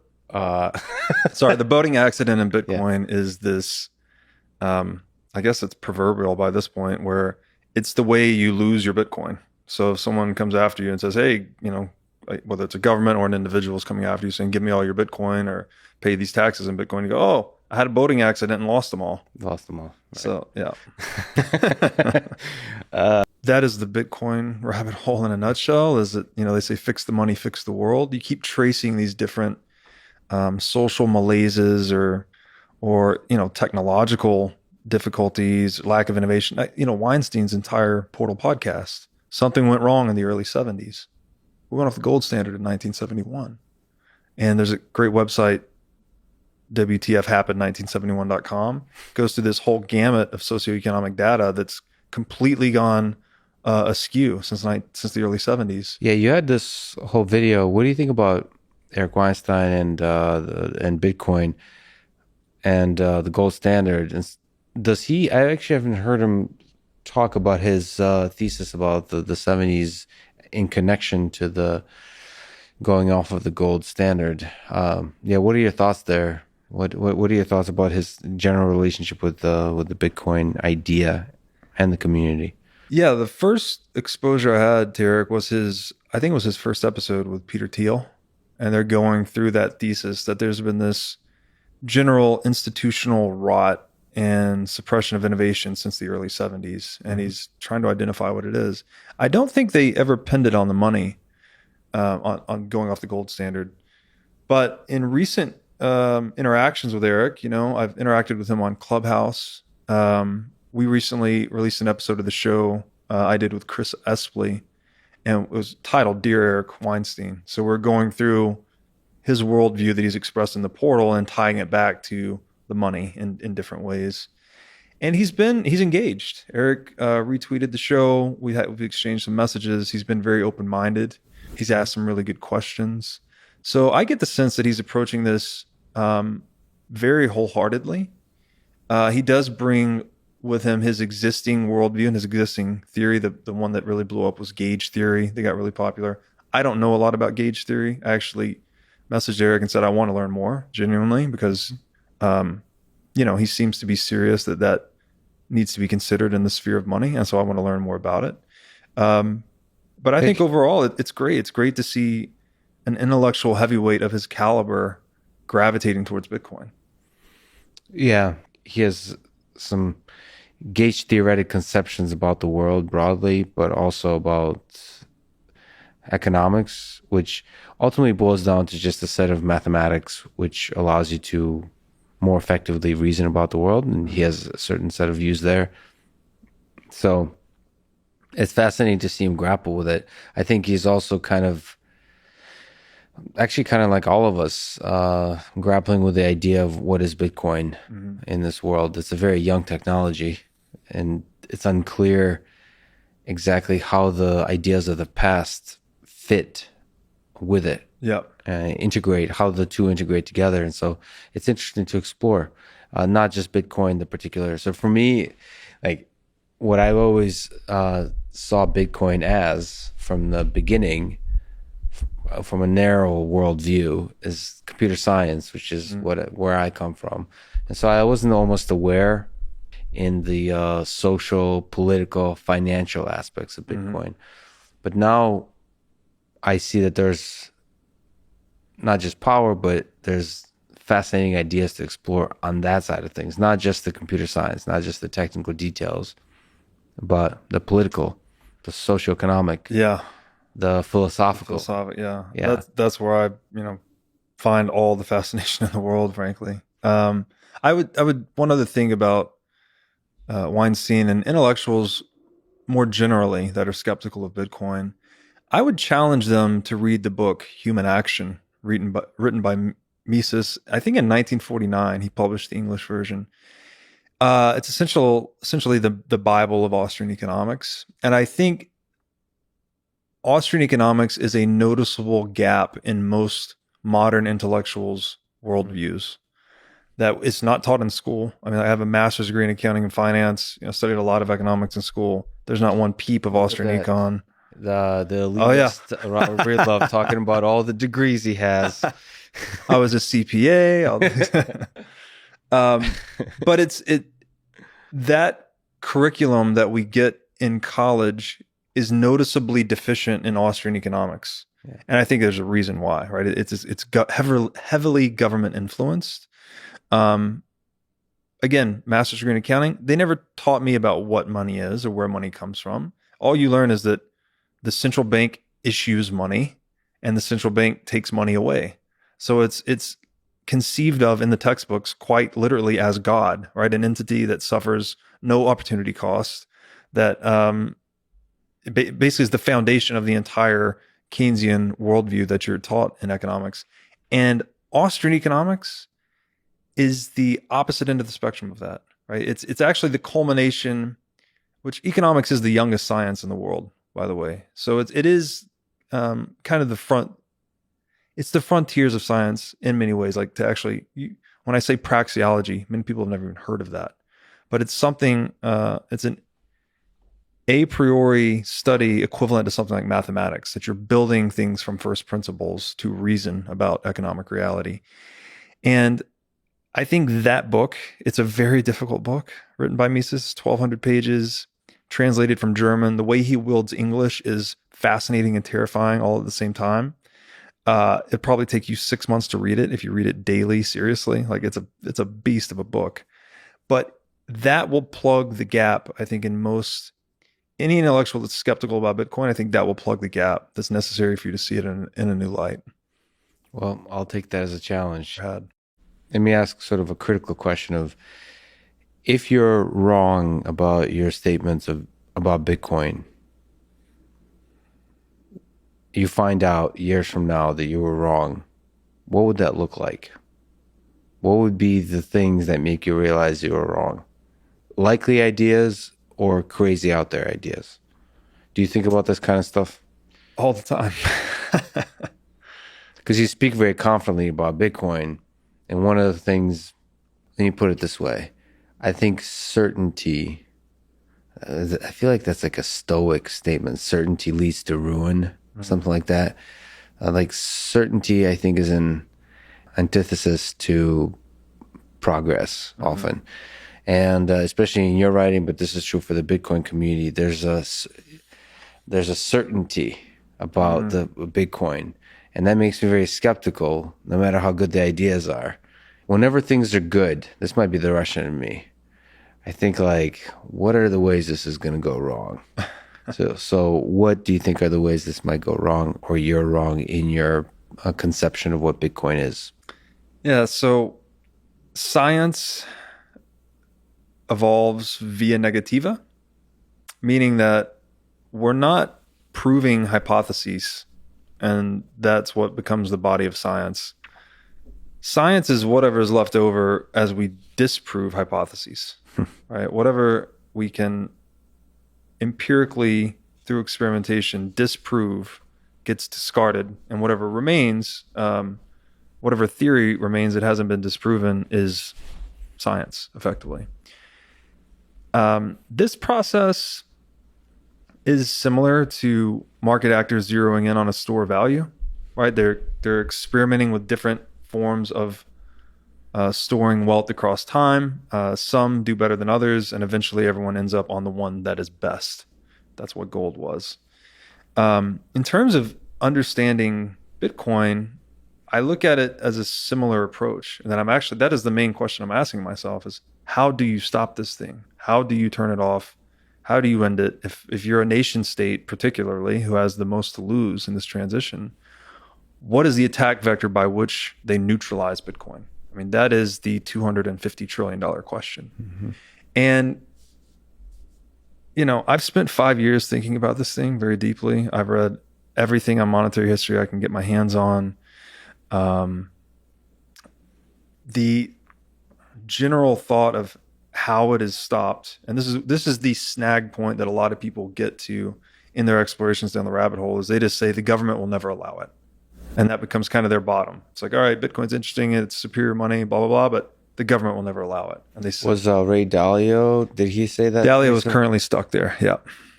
So Ray Dalio said that Bitcoin seems to be too promising. Yeah. If it is in fact as promising as it looks, governments are going to, I don't forget what the exact quote is, but not allow it. Ban it. Yeah. Governments will ban it. So how do you get Ray Dalio unstuck from your perspective? Well, and how do you get unstuck from that idea that how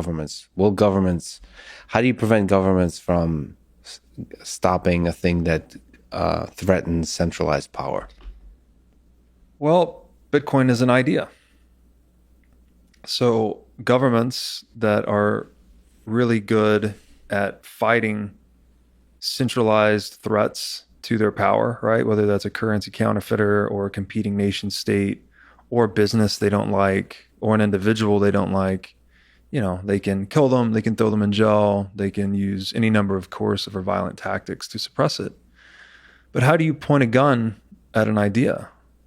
How do you coerce an idea? And that's, there is some anecdotal history here where there's the PGP case, which in the United States, the court was trying to classify it as munitions when we were shipping this pretty good privacy software overseas. Government wanted to classify it as munitions and restrict that exportation. And this was a circuit court case precedent when the PGP attorneys actually printed out the source code on paper and presented it as evidence in the court. All of a sudden it became protected under freedom of speech, and that it's just code is speech, code is language, and therefore, at least in the United States, it's protected under the First Amendment. I think a government ban would be largely unenforceable, frankly, on Bitcoin. Being that it's pure information, if you suppress market actors from using it in one jurisdiction, you're just creating incentives for them to go elsewhere. And you're actually increasing the incentives for other jurisdictions to be favorable towards it, because then they get to benefit from the tax revenue and the businesses and the innovation that's occurring in and around Bitcoin as a result. So you don't think if a particular central bank, like in Europe or United States, bans it, not maybe using those terms, but in some kind of way, you think that provides a really strong incentive for the other big players to enable it? That's right. And that they're more likely, by the way, and governments know this, by the way, too. The other thing that causes the government to shoot itself in the foot is that if they ban something, they draw a lot of attention to it. Yeah. People are smart. I mean, people ask why. Why would a government ban it? Why can't I use this? So that's kind of typically be the last arrow in their quiver. They may try to ban it if Bitcoin, really starts to monetize very quickly, and the power structures that they impose today start to dissolve faster than others might think they will. Then they might try and ban it, but I think that ban will be largely unenforceable. They're more likely to tax it, which they already do tax it. They're likely to increase taxation of it. They're likely to try and make it more white market by actually tracing Bitcoin, seeing who has it, attaching identities to Bitcoin ownership, and making sure that they're getting their pound of flesh on all the transactions it results in. But I don't think, the other thing about this is, so we saw the internet outcompete intranets. In that we could say that open source networks tend to outcompete closed source networks. And there's a really good reason for this. And it's because in a closed source network, there are costs associated with defending the network itself. So the network owners, the owners of the closed source network, have to expend resources protecting it from competitors, and they have to expend resources imposing its rules. because they're not voluntarily adopted rules. So you actually have to impose these rule sets. Whereas an open source network, which is something much more akin to capitalism, in its pure sense, these are voluntarily adopted rules. So all market participants have agreed and consented to this rule set. So there's no enforcement cost and there's no turf protection because anyone can freely enter or exit the open network. For that energetic reason, I think open networks outcompete closed networks typically. And in the digital age, that's why I think that's why internet outcompetes intranet, and that's why open source networks are going to eat closed source networks. So what Bitcoin would be in that lens is the ultimate open source monetary network devouring closed source central bank monetary networks. And I just don't see how there's no possibility of unilaterally stopping Bitcoin or destroying it. So then they're more likely to regulate or tax it. And again, the other fallacy here is that a lot of people tend to think of governments as these singular, indivisible entities, like they just move under one plan. But in reality, it's a lot of people, right? A lot of people with loosely coupled interests and agendas and whatnot. Regulators and others, wearing their citizen hat, they're going to see this thing monetizing. They're going to be on the front lines of trying to regulate it, trying to control it. And I think what's likely to happen is they're going to start to adopt it, to buy some of it, even as an individual, or possibly even ultimately at a central bank or sovereign wealth fund level, as an insurance policy against its success. And once you start to acquire something and then you have a vested economic interest in its monetization, I think it kind of dissolves any of the power structures that are arrayed against it from the inside. Mm-hmm. So I've written a lot about this in a new series called Sovereignism, which is based loosely on a book called The Sovereign Individual. And that's the general thesis, is that microprocessing technology would devour our organizational models, the most important of which is the nation state. So I think we're going into this world where coercion and violence is just much less rewarding. The economics of violence are declining because of the low cost of protecting property, right? You can now protect your monetary property in Bitcoin at orders of magnitude less cost than is necessary to run a banking network. So it changes the way we organize ourselves. And again, if we zooming back to gold as kind of the original governor to governments, where if they manipulated the money, gold would leave their country. Mm-hmm. That's why governments have taken relatively concerted action to go off of the gold standard. There's a great book on this called The Gold Wars that outlines how governments have been waging a cold war against gold for the past 50 years.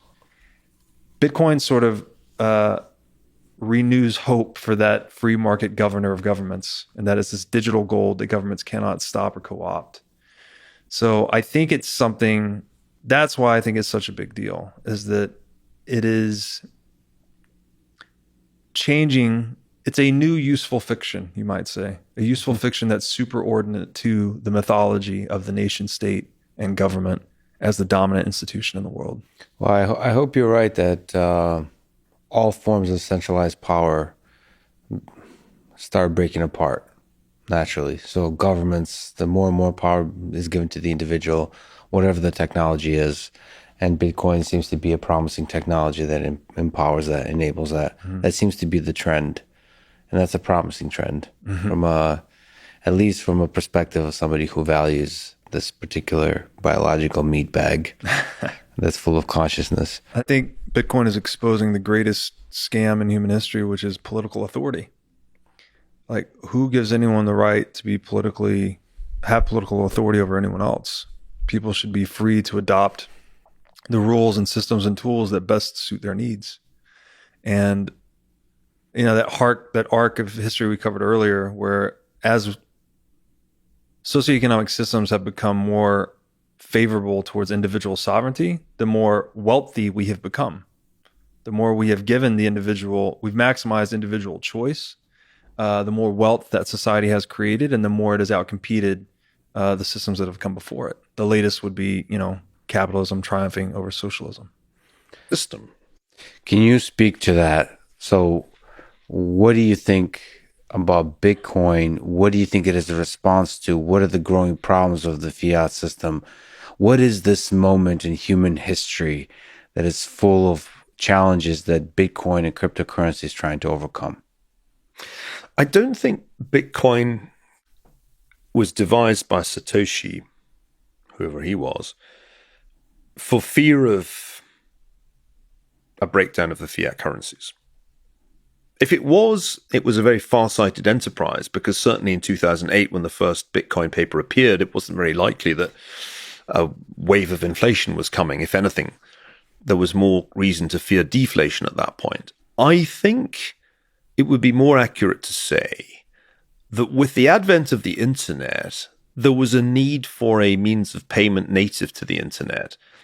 Typing your credit card number into a random website is not the way to pay for things on the internet. And I'd rather think of Bitcoin as the first iteration, the first attempt to solve the problem of how do we pay for things in what we must learn to call the metaverse, but let's just call it the internet for old time's sake. And ever since that initial innovation, the realization that you could use computing power and cryptography to create peer-to-peer payments without third-party verification, a revolution has been gathering momentum that poses a very profound threat to the existing legacy system of banks and fiat currencies. Most money in the world today is made by banks, not central banks, banks. That's what most money is. It's entries in bank accounts. And what Bitcoin represents is an alternative mode of payment that really ought to render banks obsolete. I think this financial revolution has got past the point at which it can be killed. It was vulnerable in the early years, but it now has sufficient adoption and has generated sufficient additional layers. I mean, Ethereum was in many ways the more important innovation because you can build a whole system of payments and ultimately smart contracts on top of Ether. I think we've now reached the point that it's pretty hard to imagine it all being killed.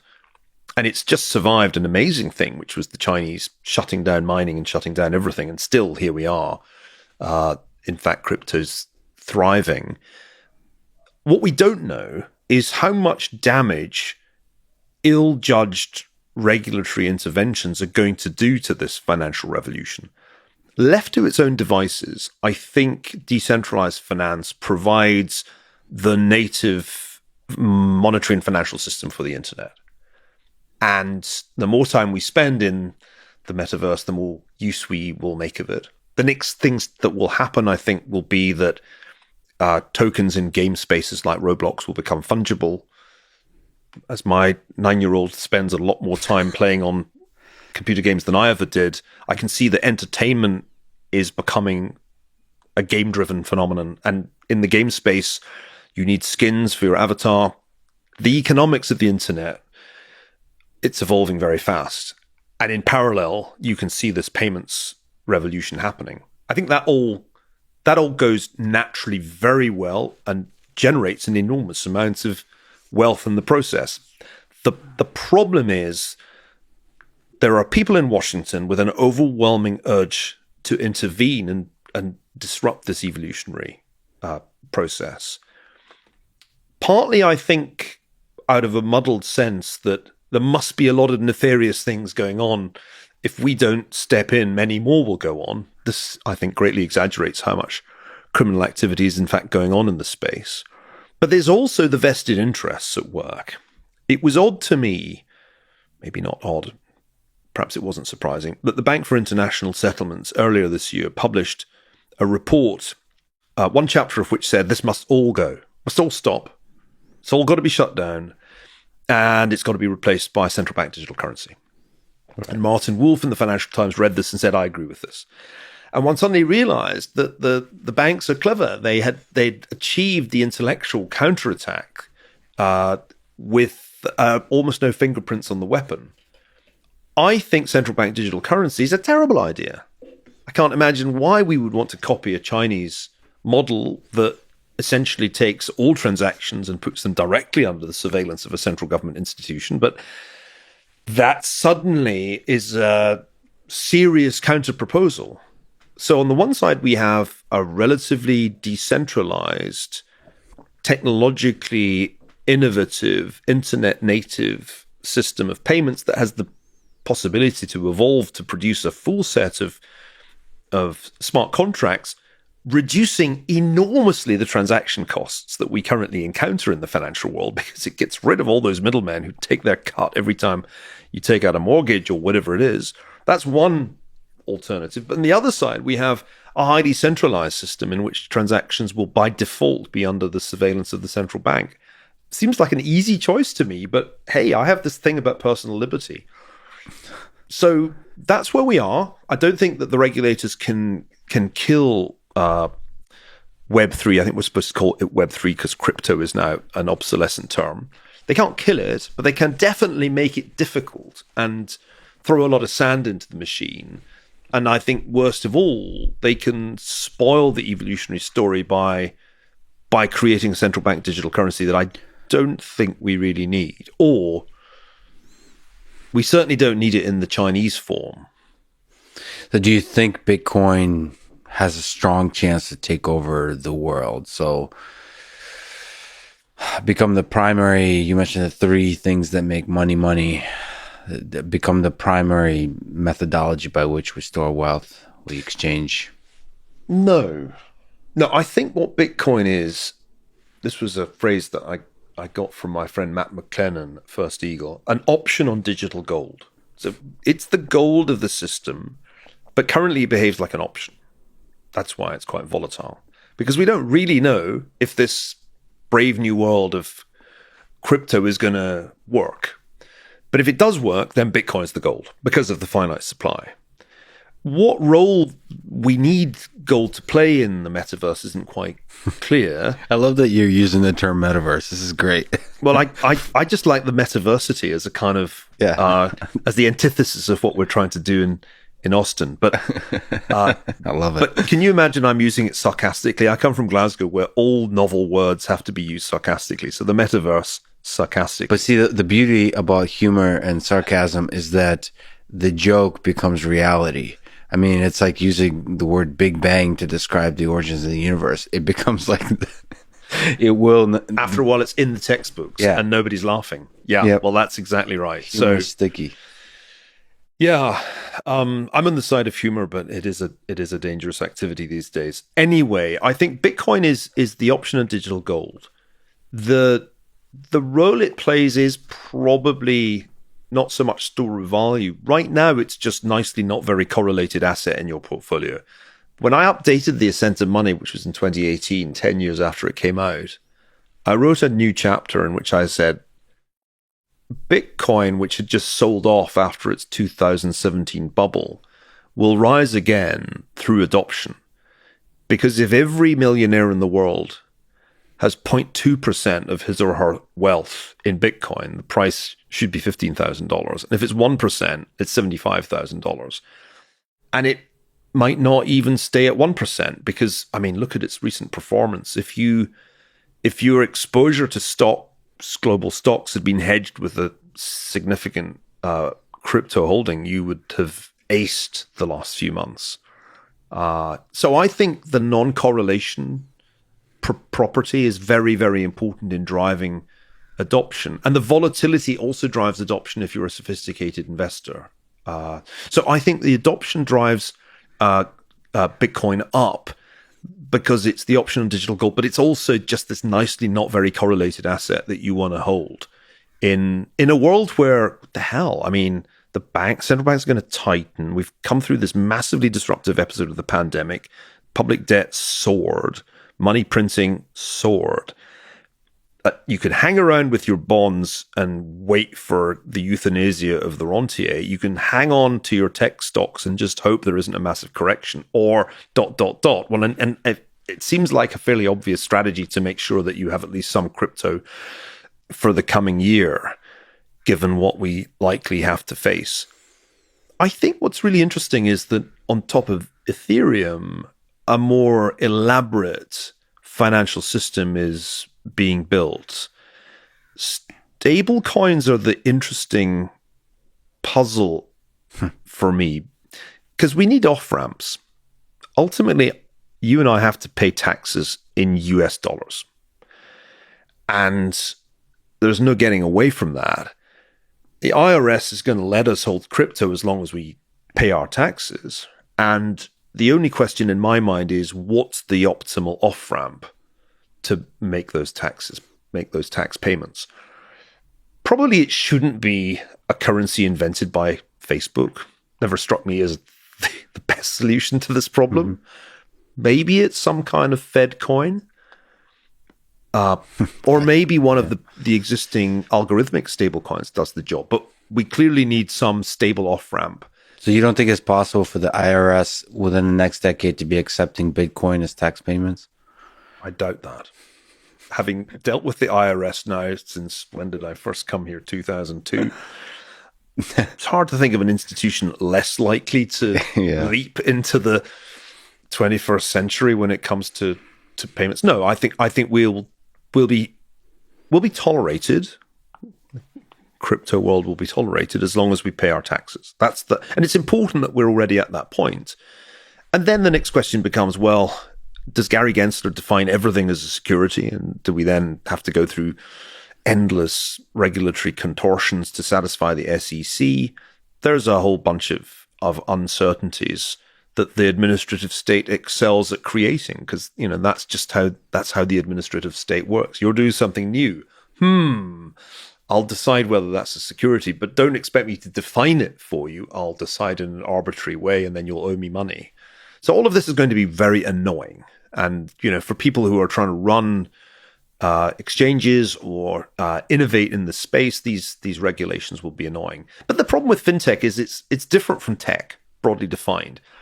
When tech got into e-commerce with Amazon, when it got into social networking with Facebook, there wasn't a huge regulatory jungle to navigate. But welcome to the world of finance, which has always been a jungle of regulation, because the regulation is there to, basically entrench the incumbents. That's what it's for. So it'll be a much tougher fight than the fights we've seen over other aspects of the tech revolution, because the incumbents are there and they see the threat. And in the end, Satoshi said it very explicitly. It's peer-to-peer payment without third-party verification. And all the third parties are going, wait, what? We're the third parties. So there is a connection between power and money. You've mentioned World War I from the perspective of money. So power, money, war, authoritarian regimes. From the perspective of money, do you have hope that cryptocurrency can help resist war, can help resist the negative effects of authoritarian regimes? Or is that a silly hope? Wars happen because the people who have the power to command armed forces miscalculate. That's generally what happens. And we will have a big war in the near future if both the Chinese government and the US government miscalculates and they unleash lethal force on one another. And there's nothing that any financial institution can do to stop that, any more than the Rothschilds could stop World War I. And they were then the biggest bank in the world by far, with massive international financial influence. So let's accept that war is in a different domain. War would impact the financial world massively if it were a war between the United States and China, because there's still a huge China trade on. Wall Street is long China, Europe is long China. So the conflict that I could foresee in the future is one that's highly financially disruptive. Where does crypto fit in? Crypto's obvious utility in the short run is as a store of wealth, of transferable wealth for people who live in dangerous places with failing, not just failing money, but failing rule of law. That's why in Latin America there's so much interest in crypto, because Latin Americans have a lot of monetary history to look back on and not much of it is good. So I think that the short run problem that crypto solves is, and this goes back to the digital gold point, if you are in a dangerous place with weak rule of law and weak property rights, here is a new and better way to have portable wealth. I think the next question to ask is, would you want to be long crypto in the event of World War III? What's interesting about that question is that World War III would likely have a significant cyber dimension to it. And I don't want to be 100% in crypto if they crash the internet, which between them, China and Russia might be able to do.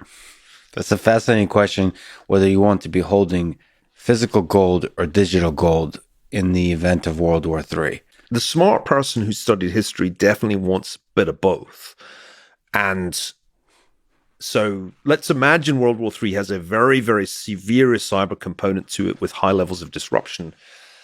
Yeah, you'd be glad of the old shiny stuff at that point. So diversification still seems like the most important truth of financial history. Yeah. And what is crypto? It's just this wonderful new source of diversification. But you would be nuts to be 100% in Bitcoin. I mean, I have some friends who are probably quite close to that. Close to 100%. Yeah. I admire the balls of steel. Yeah. In whatever way that balls of steel takes, so much is being digitized today. And there's these ideas that are based on the blockchain of Bitcoin and so on.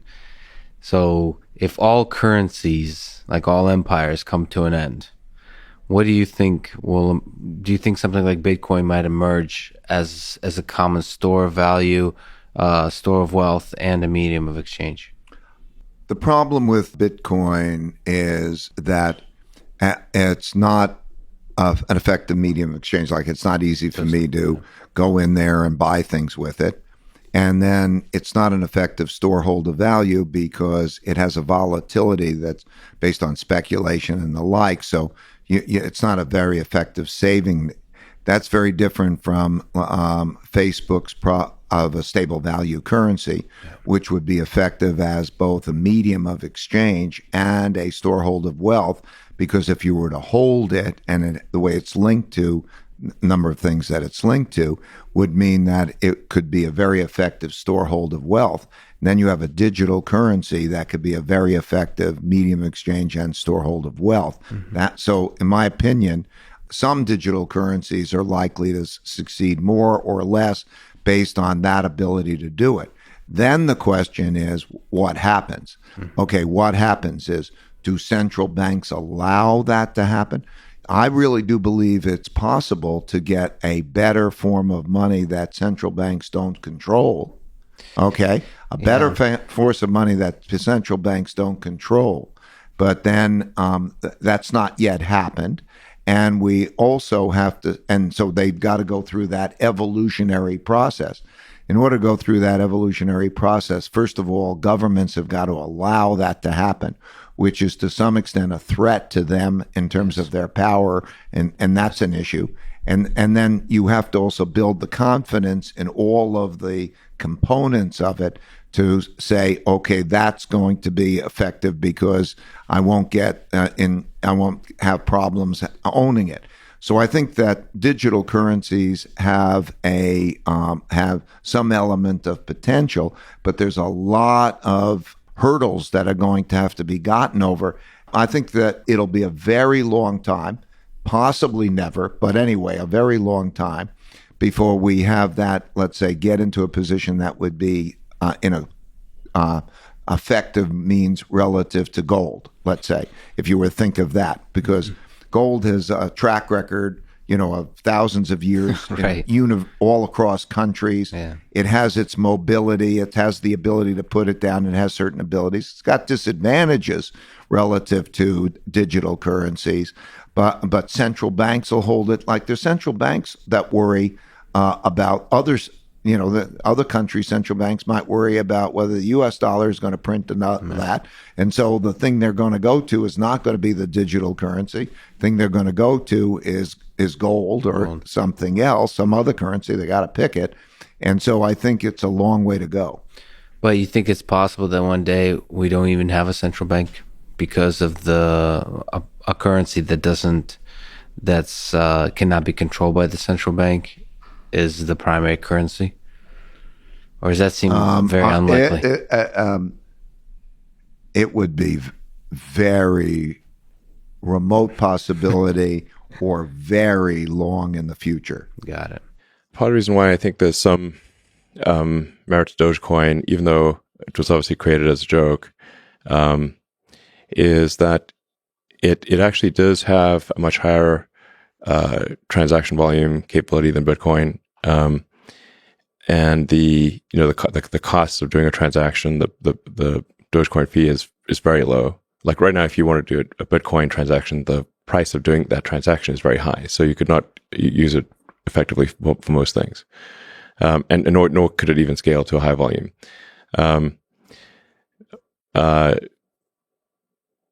And when Bitcoin was, started, I guess around 2008 or something like that, the internet connections were much worse than they are today, like order of magnitude.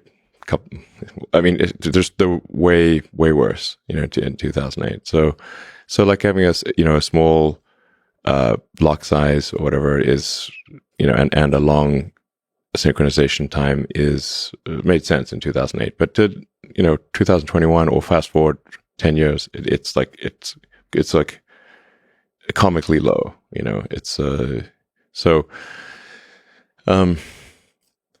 I think there's some value to having a linear increase in the amount of currency that is generated. So because some amount of the currency, if a currency is too deflationary, or should say if a currency is expected to increase in value over time, there's reluctance to spend it because you're like, I'll just hold it and not spend it because its scarcity is increasing with time. So if I spend it now, then I will regret spending it. So I will just hodl it. Mm-hmm. But if there's some dilution of the currency occurring over time, that's more of an incentive to use it as a currency. So Dogecoin, somewhat randomly, has just a fixed number of sort of coins or hash strings that are generated every year. So there's some inflation, but it's not a percentage base. It's a fixed number. So the percentage of inflation will necessarily decline over time. So I'm not saying that it's like the ideal system for a currency, but I think it actually is just fundamentally better than anything else I've seen, just by accident. Let me ask about on the one particular technology that I've been learning a lot about, thinking a lot about, talking about, which is Bitcoin or cryptocurrency in general, but Bitcoin specifically, which a lot of people argue that the Bitcoin, that setting ideas aside, when you look at practical tools that governments use to manipulate its people, is inflation of the monetary within the monetary system. Yes. And so they see Bitcoin as a way for individuals to fight that, to go outside those specific government controlled systems, and thereby sort of decentralizing power. There's a case to be made historically of the 20th century that you couldn't have Stalin, you couldn't have Hitler, you couldn't have much of the evil that you see in the world if they couldn't control the monetary system. You couldn't have had the New Deal. And FDR realized this very quickly. That's where he confiscated all the gold. Everybody knows FDR is going to come into to become president and confiscate the gold. So one of the mythologies, the myths about the Great Depression, is that there were all these bank runs bank runs happened because everybody was afraid that FDR would get elected, confiscate the gold. So everybody ran to the bank and took the gold. Little did they realize that he would confiscate their private holdings in their own backyards. He would force them to dig up the gold from their own backyard. But yes, one of the first things FDR did, in spite of denying it throughout the campaign, right? He was asked about this over and over again and denied it. one of the first things was take over the gold and take the United States, the Federal Reserve, off the gold standard so that they can, in a sense, print money and that he could start spending. What people don't realize, just to clarify what Jaron said, is FDR, this is something that's so crazy to us that we think, okay, I'm misunderstanding it. FDR made it illegal for people to own gold unless it's like a wedding ring. And before that, contracts, because inflation was a concern, I make a contract with Jaron, right? I said, okay, you're either going to pay me in $1,500 for my work or the gold equivalent, because if that $1,500, Weimar Germany, and you have hyperinflation, I don't want that $1,500. Just give me the gold bullion. And FDR said all of those clauses, he broke every contract. No, they don't matter. Yeah. So now, if I say, Jaron says, okay, you owe me 3 feet of drywall, and I go, here's 3 feet of drywall. It's 12 inches. And you go, wait. 3 feet is 36 inches. You go, no, not anymore. It's like, what am I supposed to do? And because you have, when you print more money, the value of every individual dollar matters less, it becomes that much harder to plan anything, either in the government level or in the private level. Because if I'm managing outlays, if I'm trying to pay my workers, I'm trying to build factories, I'm thinking long term, and I don't know what this dollar is going to buy in 10 years, that puts an enormous incentive for me to spend it now and not save it. Because if I save it, it's going to be worth a lot less.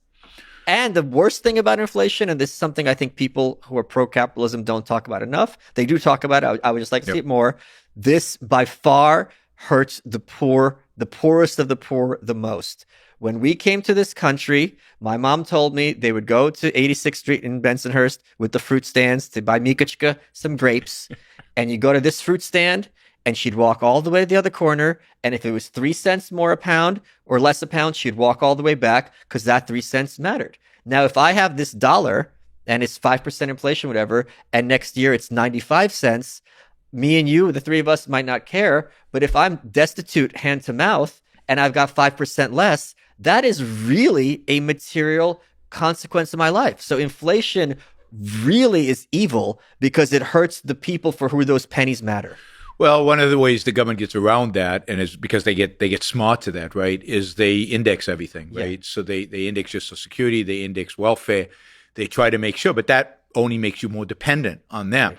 And the people in the modern context that saving hurts the inflation hurts the most are savers, people trying to save money, and Fed policy right now is just horrific if you're a saver, right? Because the Fed is the interest rates are zero, you get nothing on your saving, and cost of living is going up, maybe not at a huge level, but it is going up, and yet you can't even save to keep the value of your dollars. So and here's the other, and the government controls, like, and this has massive perverse effects because it's not just that prices go up, it's that prices don't reflect reality anymore. So some prices go up, some prices might not. Yeah, investments get distorted, things get produced that shouldn't get produced, and then people like Richard Wolff turn around and blame all the distortions and the perversions and the crashes and the financial crisis on capitalism. Not on the fact that the Fed, look at the financial crisis. Financial crisis was caused, you could argue, by inflation. And we could get into that if you wanted, but that's probably a 3-hour show, just that, right? It was caused by the Federal Reserve. And yet who got blamed for the financial crisis? Who would Richard Wolff is going to jump up and down? This is a crisis of capitalism. This was caused by capitalism. But capitalism is the negation of the Fed. Capitalism says there should be no Fed.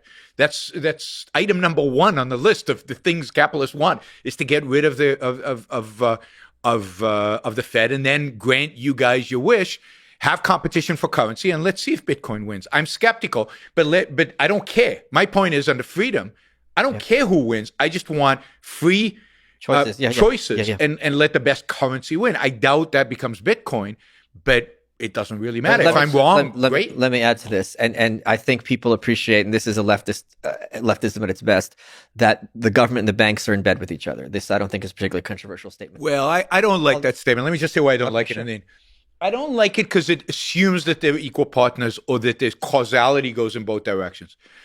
From day one, and this is really from day one of the establishment of the United States, banks have been regulated by the state. And the reason for that is primarily Jefferson and others founders' distrust of finance. So from the beginning, banks have been controlled by the state. Now, over time, if I'm controlling you, you won't have influence over me because I get to. So yes, they get into bed over time. But so I don't like it that they're in bed together. One is dominating over the other, and the other is participating because what choice do they have? I should explain to you how things work when you get to bed in bed. It's not always equal. Well, okay, so So let's talk about safe words. Wait. Which is a very Randian topic. Safe She doesn't words. like those.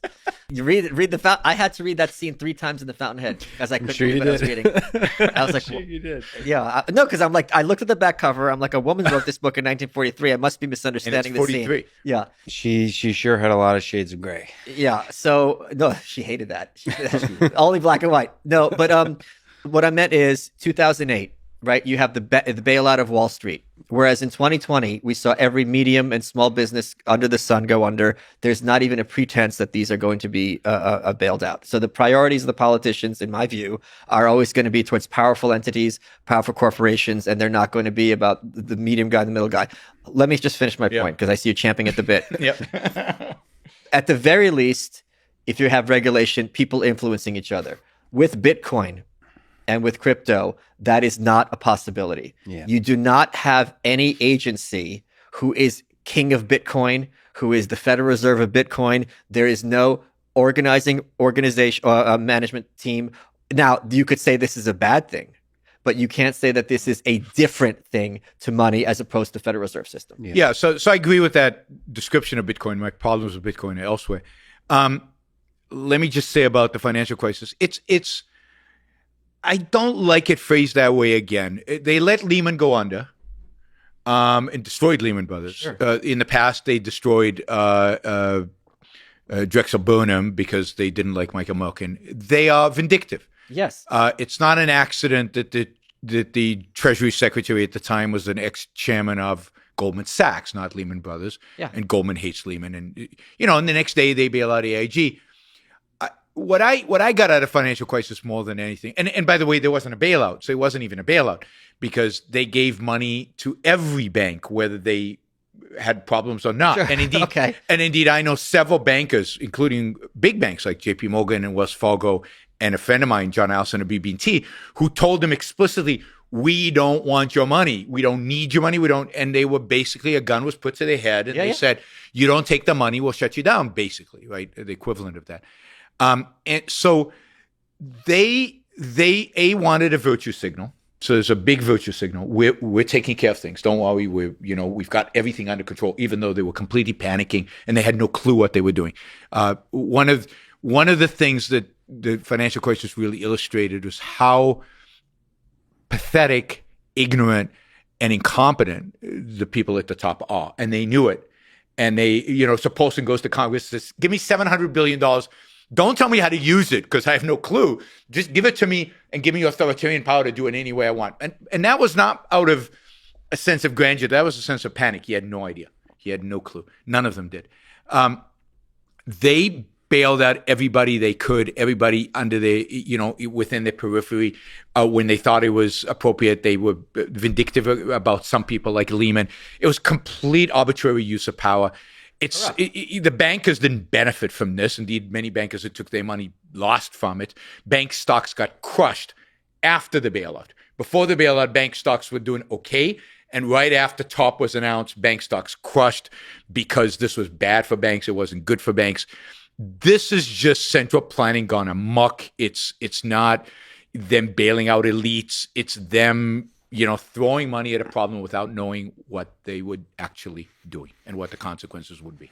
Right, but the point is, Yep. where we agree, the focus will always be on bailing out elites. It's almost but little banks got money too. no. I was saying that last year, there's no talk of saving Ice and Vice, saving Century 21, saving all these other industries. But sure they were. If you look, sure there was. If you look at what the Fed did, the Fed was bailing out third, fourth class businesses in all kinds of areas that you wouldn't consider elitist areas. The whole PPP, You're talking 2008. Yeah, no, I'm talking about now. Okay. I'm talking about COVID last year. What the Fed did was unbelievable. The kind of bonds that they were buying, even 2008, even after 2008, I couldn't believe what they did last year. PPP, the Payroll Protection Program, was targeted at everybody. Everybody got PPP. it's not about, I don't think it's about bailing out elites. It's about securing their power base. And if they believe that securing their power base is Wall Street, then they'll bail out Wall Street. They believe securing their power base is writing checks to restaurant owners all over the country. They'll write checks to restaurant owners all over the country, which is what they did with PPP. It's all about power for them, and it's whatever will achieve power, whatever will result in power. I don't think it's about elites. I didn't see elitism in the bailouts of last year. I agree. I agree. It wasn't last year. I'm saying that's one distinction between 2008 and 2020. And I do think, just one more thing. Yeah. I do think getting in good bed with the elites is a great mechanism in general for maintaining one's power. Oh yeah, yeah. That's not disputed. Depending on how we define. Of course, elites. Yeah, absolutely. You mentioned there's some criticism towards Bitcoin. So there's a lot of excitement about the technology of Bitcoin for the resistance against this kind of central state pursuit of power. So that's part of my criticism, because I don't think it works. So yeah, I can imagine a world. I'd love to see a technology evolve where money is competitive and it's a financial instrument that the government cannot touch. You think the state is too powerful? I think two things. I think right now, and maybe this won't be true in the future. Right now, I think crypto is it cannot function as money right now. It just can't. But it does. No, it doesn't. It functions as a mechanism. It functions as a mechanism to transfer. It's a technology that allows me to transfer fiat money from place to place, but it doesn't function because it's too volatile. Wait. So I've sold things with Bitcoin. No, I know you have, but I can sell things. I can buy things and sell things with my airline miles. There are lots of ways in which you can use things as money, but it doesn't make them money. So if you're using something as money, so let me take something Okay. So let me take something you said before, and it contradicts, I think, Bitcoin. You said one of the things about money is that it's stable. I know what it's going to buy tomorrow, right? This is why we're against inflation, because I know what the dollar today. I can plan, because I can't plan. I don't know what Bitcoin's going to be worth tomorrow, so I can't plan with Bitcoin. So Bitcoin is way too volatile to serve right now as money. Now, the argument from Bitcoin is yes, it's still being adopted. At some point, it'll reach a certain crucial mass. Hyper-Bitcoinization, yeah. Yes, and then it will become money, because at that point it can be used as money, because then it'll have a stable value. Maybe. Right now, it's not useful as money, because I can't predict I can't invest in it knowing what the value will be in 5 years. Right now, it's an asset. It's not a monetary unit. It's much more functions as an asset. Assets value can go up. I agree. It's functioning much more as an asset than as money. That's not in dispute. I agree with that completely. So I don't think it's money. But I think it's still. I think it can compete as a money with something tangible. So I think in a free market, some kind of crypto backed by gold would be more successful. So Bitcoin folks argue that Bitcoin has all the same fundamental properties that does gold. So it's backed by, there's a scarcity to it, and it's backed by proof of work. So it's backed by, physical resources. And so they say that's a very natural replacement of gold. So it doesn't need to be connected to gold. So the two things that gold has that it doesn't have. One is gold is not finite. Gold supply actually grows over time. Bitcoin at some point is truly finite. Yes. At least unless you count the fact that you can split Bitcoins and create coins, but that's a whole other question, right? So that's one. The second is that gold has value beyond its use as a currency, beyond its use as for money. Jewelry and stuff. Yeah, but you minimize that. But jewelry and stuff has been important for the human race for 100,000 years. You can find jewelry in caves. For the cavemen designed jewelry and wore them. So we obviously as human beings value jewelry a lot. And almost all jewelry evolved to be made out of gold, because whatever it is within us is attracted to shiny gold in particular, shiny object generally. So there's something about gold that appeals to human beings. There's some value that gold has beyond its being a currency. It doesn't. It's not that Bitcoin doesn't. Now, it's not enough to use it as money. Lots of things appeal to human beings, but those are two characteristics: one, that it's not finite, and second, that it is a value beyond that Bitcoin doesn't have. Don't you think the finiteness could be framed as a feature, the scarcity of Bitcoin? No, because I think it creates a real problem with scarcity economically. It's the issue of planning. There is a mechanism. There's a beautiful mechanism in markets that as the supply of gold is in a sense the quantity of gold is prices are going down because there's too little gold, right? So the value of gold in a sense in dollar terms, so prices are going down. What happens then is there's an incentive to then go mine for more gold, right? Because it becomes cheaper and cheaper to mine as the price goes down. So you mine for more gold. So it keeps increasing and it keeps increasing, basically very correlated to the rate of increasing productivity. That's the beauty of gold mining, because it's because prices are related to gold. Gold is the dominant money, and it increases at about the same rate as productivity. So it keeps prices relatively stable. You still have bouts of inflation and deflation, but it keeps it relatively stable. With Bitcoin, it's finite, it ends. Now prices will only decline. What rate will they decline at? They decline at the rate of productivity increases. It's hard to predict at the rate to which productivity increases. For example, technological shocks can change that dramatically. You could get bouts of dramatic deflation, dramatic price drops that could be problematic in terms of planning the same problem of inflation, just reversed, that you had before. So again, that it's a technical issue. I'm sure there are ways to get around it. And again, I'm not sure. I don't know if you guys consider Bitcoin the end or the beginning. That is Bitcoin it, or is Bitcoin just the first example of a technology that might evolve? I was just going to say, I don't know. There's the same technological issue with regard to gold, which is we now have the technology, though it's very expensive, to turn elements into different elements. And at a certain, you could fire electrons at it or whatever. You can make gold. They figured out how to do it. It's not cheap, and it's called big process. If gold is the standard, a lot of resources are going to be going toward turning other things into gold, making the production of gold cheaper, and that's going to have a similar consequence that Lawrence talked about. That's kind of the category of security that Bitcoiners talk about, that it's very difficult to do that with Bitcoin. Right. But I would argue that it's exceptionally difficult to do that with gold. It is now, but the thing is, there's not huge incentive. If gold is the basis, and if gold is worth that much, but gold isn't worth that much. Gold is worth, let's say, I'm saying in this world that we're talking about. In the future, gold is not going to be worth more. Let's say right now gold is about $2,000. It's less than $2,000, but let's say it's $2,000. That's its price in terms of in dollars. So you'd have to, it would have to be worth your while to create something of $2,000. How much would be willing to put into it? At some point, you're right. And at that point, I think gold stops being money. Right. Because it's useless. Once I can create it like sand, like silicon, then once I can make artificial gold. So I don't think Bitcoin is the solution. I think, I don't know what the solution is. I wish I was that innovative. But I think you need a solution that has more of the characteristics of gold than Bitcoin currently has. And I guess I'm surprised at a lot of the technologists who view Bitcoin as the end game, where it strikes me as it's the birth of it represents the birth of a new technology. And who the winner in that technology is going to be, we have no clue. Yeah. Bitcoin is one of the players. There are other players. There might be a new technology that is even better than anything we can imagine right now. So Bitcoin doesn't strike me as optimal, and that we should be moving towards something better. Can you please stop shilling Rand coin for 5 minutes?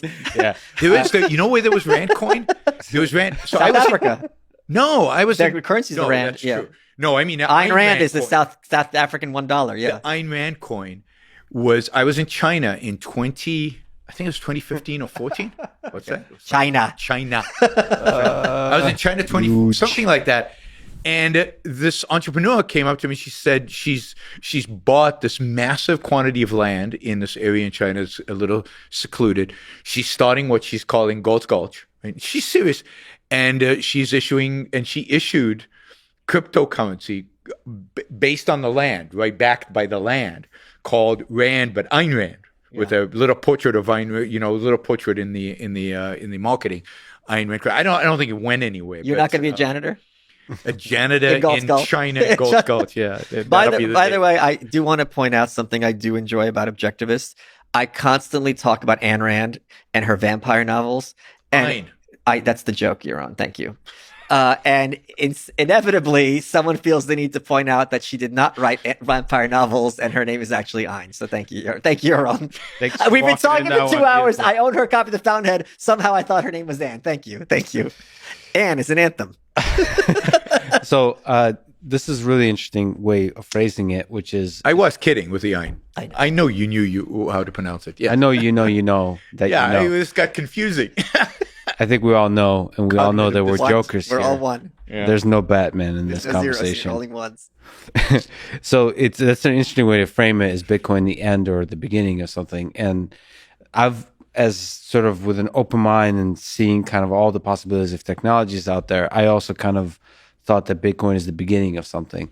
But what the Bitcoin community argues is that Bitcoin is the end of the base layer, meaning all the different innovations will come on top of it. Like, for example, there's something called Lightning Network, where it's basically just like gold is the end. And everything is built, like the monetary systems, like cash and all that is built on top of gold. Bitcoin is the end in that other technologies are built on top of Bitcoin. That's their argument. And I get that, and I hear that all the time, and I don't quite understand that, and I think Bitcoin has limitations that potentially other cryptocurrencies might not have. My attitude towards something like this is, to a large extent, I don't understand the technology. My view is, let it play out. I think I have more fear of the ability of the government to crush these things than I think many in the community. So, for example, I gave a talk, Bitcoin, and they were hyping the acceptance now. A lot of vendors are willing to accept Bitcoin, and this is great. And I said, yeah, it's absolutely great. More options is better than fewer options. But I said, that could be taken away like that. Now, it's true that we could exchange Bitcoin and the government wouldn't know, or I think wouldn't know that we do. But once he's advertising on his website that he accepts Bitcoin, or once he tries to turn his Bitcoin into particular goods, once you manifest it in the physical world, now the government can step in. So the government could say, you can't sell anything to anybody using Bitcoin. They can do that, and you won't be able to sell it. It will have to go into the black market. So, but that is able to sell it. It's just selling in the black market. Yeah, but that's where the government thrives, right? The government thrives on letting you do stuff in the black market so they can decide when to put you in jail or not, right? Yeah. So if I'm buying a sweatshirt from the government, if I'm buying a sweatshirt from somebody using Bitcoin, the government can't monitor my exchange of Bitcoin to him. Yeah. But they can monitor the sweatshirt being sent to me.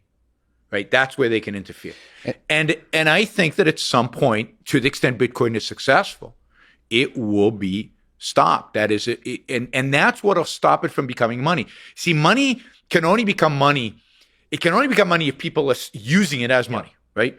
And if the government can stop it being used, if I can't go to the grocery store and use my ATM that charges on Bitcoin or whatever, then it's not money. And I think that the government is going to step in and stop people from doing that, and that's what I have more respect and fear for the power of government today. I don't see that at all. However, I could be wrong, and I'm sure Jaron hopes he's wrong. Absolutely. Yeah.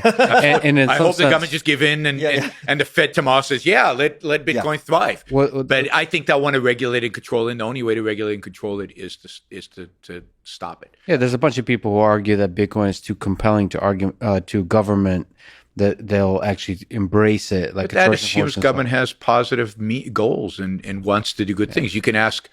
You can... No, it's greedy. They say government is greedy because they, Bitcoiners have this whole lingo. They say number go up. Government is not greedy. Government is not greedy for money. Government is greedy for power. Yeah. Government is greedy for control.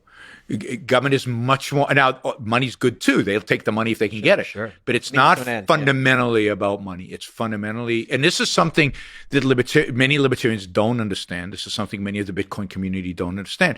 They have far too benevolent a view of politicians and the people in government today. By the way, and I know why he's laughing. I think I know why he's laughing. You know exactly why I'm laughing. And we should get to that issue at some point here.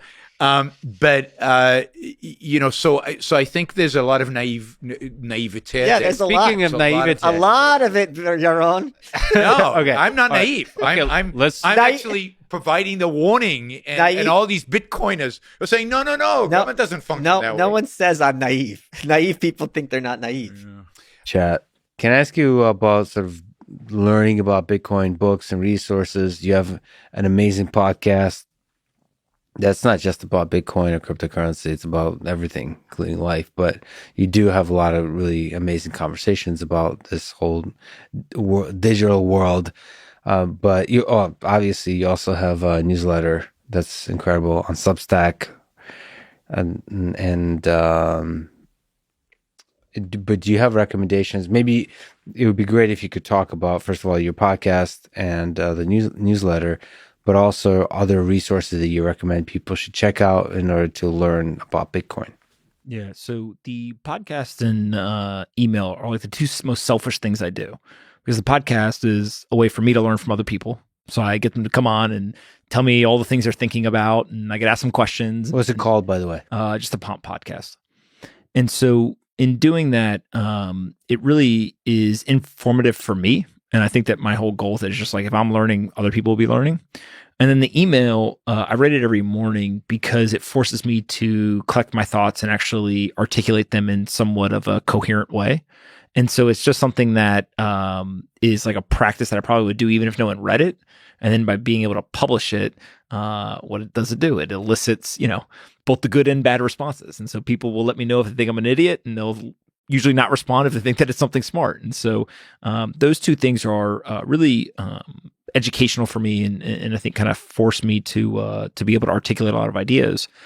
But a lot of what I share or learn on those things come from these other resources. So I'm definitely subscribing. People should subscribe. But what are Bitcoin resources, books that you recommend? I think you got to start with Bitcoin Standard. That one to me feels like it really lays out the picture nicely. There is Bitcoin, Money You Can't Fuck With. It's written by our friend Jason Williams. As you can imagine, it's basically what it talks about. There's another book, Layered Money, that's written by Nic, who's done a great job kind of laying it out.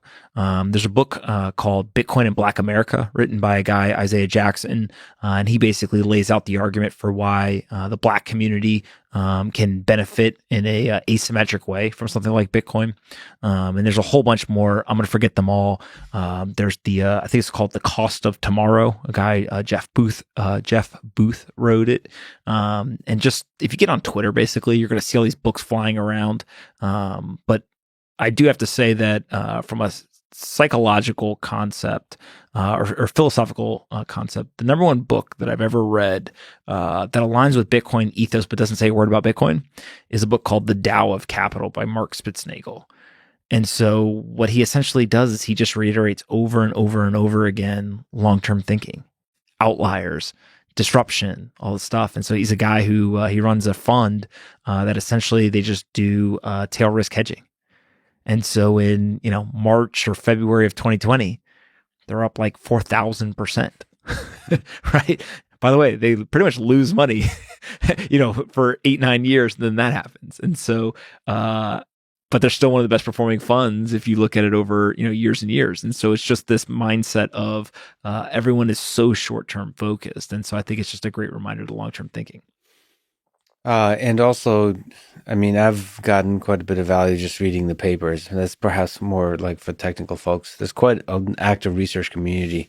And also going back to the original white paper and just original documents, old school is still what a few years ago, it's still really interesting to think about, to look at what people were thinking about, because the principles are carried through with other cryptocurrencies as well. Like it's all there, even in the early documents. So that's kind of fascinating to see that whole history from, if you're more like tech savvy.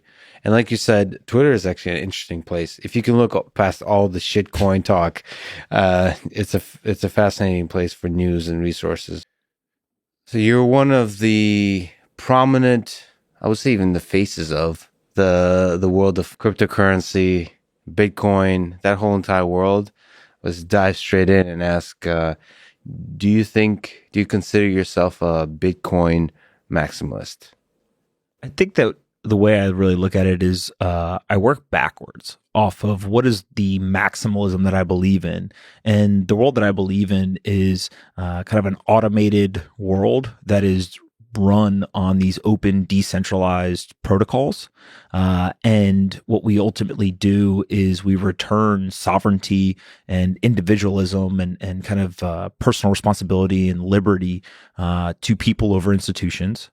And what we end up doing is we end up kind of taking what has historically been a very analog or physical world economy and geographic rule, and we then kind of put it in the cloud. And this digital economy becomes the prevalent way that we all conduct commerce, communicate, etc. And so it's less about any one single technology to me, right? I think that it's pretty stupid for people to almost in a way put an inanimate object up for some sort of obsession. To me, it's much more about the ideals, the ethos, and the most rational and likely path to that kind of end result or that world that I think is at this point just a foregone conclusion. So the distinction there, and maybe if people don't know the terminology, maximalism is basically saying, I really think this is a good idea. Like, if you prefer a certain kind of diet, you could be a keto maximalist, saying like, this is probably, maybe it's not 100%, but probably the diet that's healthiest for humans kind of thing. In the same sense, Bitcoin maximalism is saying, of course we don't know, there's a lot of uncertainty, but this particular technology seems to be the best representations of some set of ideals that defines progress in the future. But you're drawing a distinction between sort of cult-like obsession about an object of any kind, whether it's keto or Bitcoin, and just sort of believing that a technology is the best representation of a particular set of ideals. And you believe that sort of this moving into the cloud, both the distributed nature of it, but also just the digital nature of it, is something that's going to be a positive step for humanity. Yeah, I would even take maximalism a step further. And it's not just the kind of singular viewpoint of this is the best. It's also an element of it's anti everything else. Right. Yeah. So, take keto, for example. The keto diet is not only the best diet, all the other diets are bad. Yeah. Right. And so it's a very binary view of the world. I think that what's probably most misunderstood about, let's take Bitcoin as a specific example, is that most of the people who are labeled Bitcoin maximalist, they would be open-minded if they believed that something else came along that was a superior technology or had a better kind of probability of achieving, again, that ultimate vision. I think where there's this controversy and kind of clashing of ideas is that the Bitcoin community believes Bitcoin is the best way to do that and has very specific arguments as to why the other things are not. Yeah. Right. And so what ultimately ends up happening, which is very weird in the investing world, right? It's unlikely that you and I are going to sit down and you're going to be like, Apple stock is the best stock and there's no other stock that's worth anything. Yeah. Right. And then also it's very weird if you said to me, this stock is worth zero and that's where everything that I own I've put on a short on one single company, right? There's diversification. There's much more kind of probabilistic thinking in finance in general. When it comes to this specific world of cryptocurrency and kind of digital assets, if you will, is there's two main groups of people who are trying to build two very, very different things at the onset. But when you unpack it and you start to spend more and more time on it, you realize they're actually trying to accomplish the same thing in two different ways. So Bitcoin is seen, I think, as a digital currency, right? Kind of the idea that this is going to ascend to become the next global reserve currency. It's a programmatic, kind of transparent money. And it's essentially just 180 degrees difference than the inflationary, non-transparent fiat currencies that exist in the world. Mm-hmm. You then look at kind of everything else, right? And you have a lot of smart contract platforms and various things that they're all going after, right? Ethereum with kind of the world computer approach, and you can kind of go down the line with all their other arguments as to what they're trying to build. I think the big difference just comes down to innovation versus security. And when you simplistically look at it via that lens, you actually understand where both people are coming from. When you say security, sorry to interrupt, do you mean financial security, or do you mean like literally the security of the particular cryptocurrency? the technical security of a blockchain. So when you look at, let's say, Bitcoin versus Ethereum, right? Bitcoin has decided, and that community has decided, security is the number one thing that you have to optimize for. So decentralization over everything else in terms of transaction speeds, cost, anything that you could come up with that is something that would be important for a currency. The number one thing to optimize for is security. And as we have seen with a lot of technologies, right? Facebook's Libra, or now what's known as Diem, is a great example. Not having decentralization is susceptible to the nation state. And so a lot of these other platforms and blockchains, they say security is important, but it's not the most important thing. Right. We believe there's a trade-off between, a little less security and transaction speed or composability or whatever it is. And so take Ethereum as kind of the second largest community in blockchain by market cap. It was created because somebody wanted to, or a group of people wanted to do something on Bitcoin. They felt like they couldn't do it. And so they said, hey, we're going to go create something that has these smart contracts that we can then go do here. Again, this is technology, right? So the tribalism of like, you're right, you're wrong, to me is a little childish, just in the sense of like the market is going to decide what is most valuable. And then when you go inside of that community, like there's a lot of dumb ideas people are trying to build around Bitcoin. There's also a lot of really, really great ideas that people are trying to build around Bitcoin. Same thing in the Ethereum world. And so what you end up getting, I think, is the tribalism really comes out of the idea that there's a ticker price that is attached to all of this, right? If you go back in history of technology, venture capitalists didn't sit around the table and yell and scream at each other in this like religious zealot way, right? Because you bet on one type of cloud computing platform and I bet on another one, right? It's just the market's going to decide we're both going to work on it and try to make ours successful.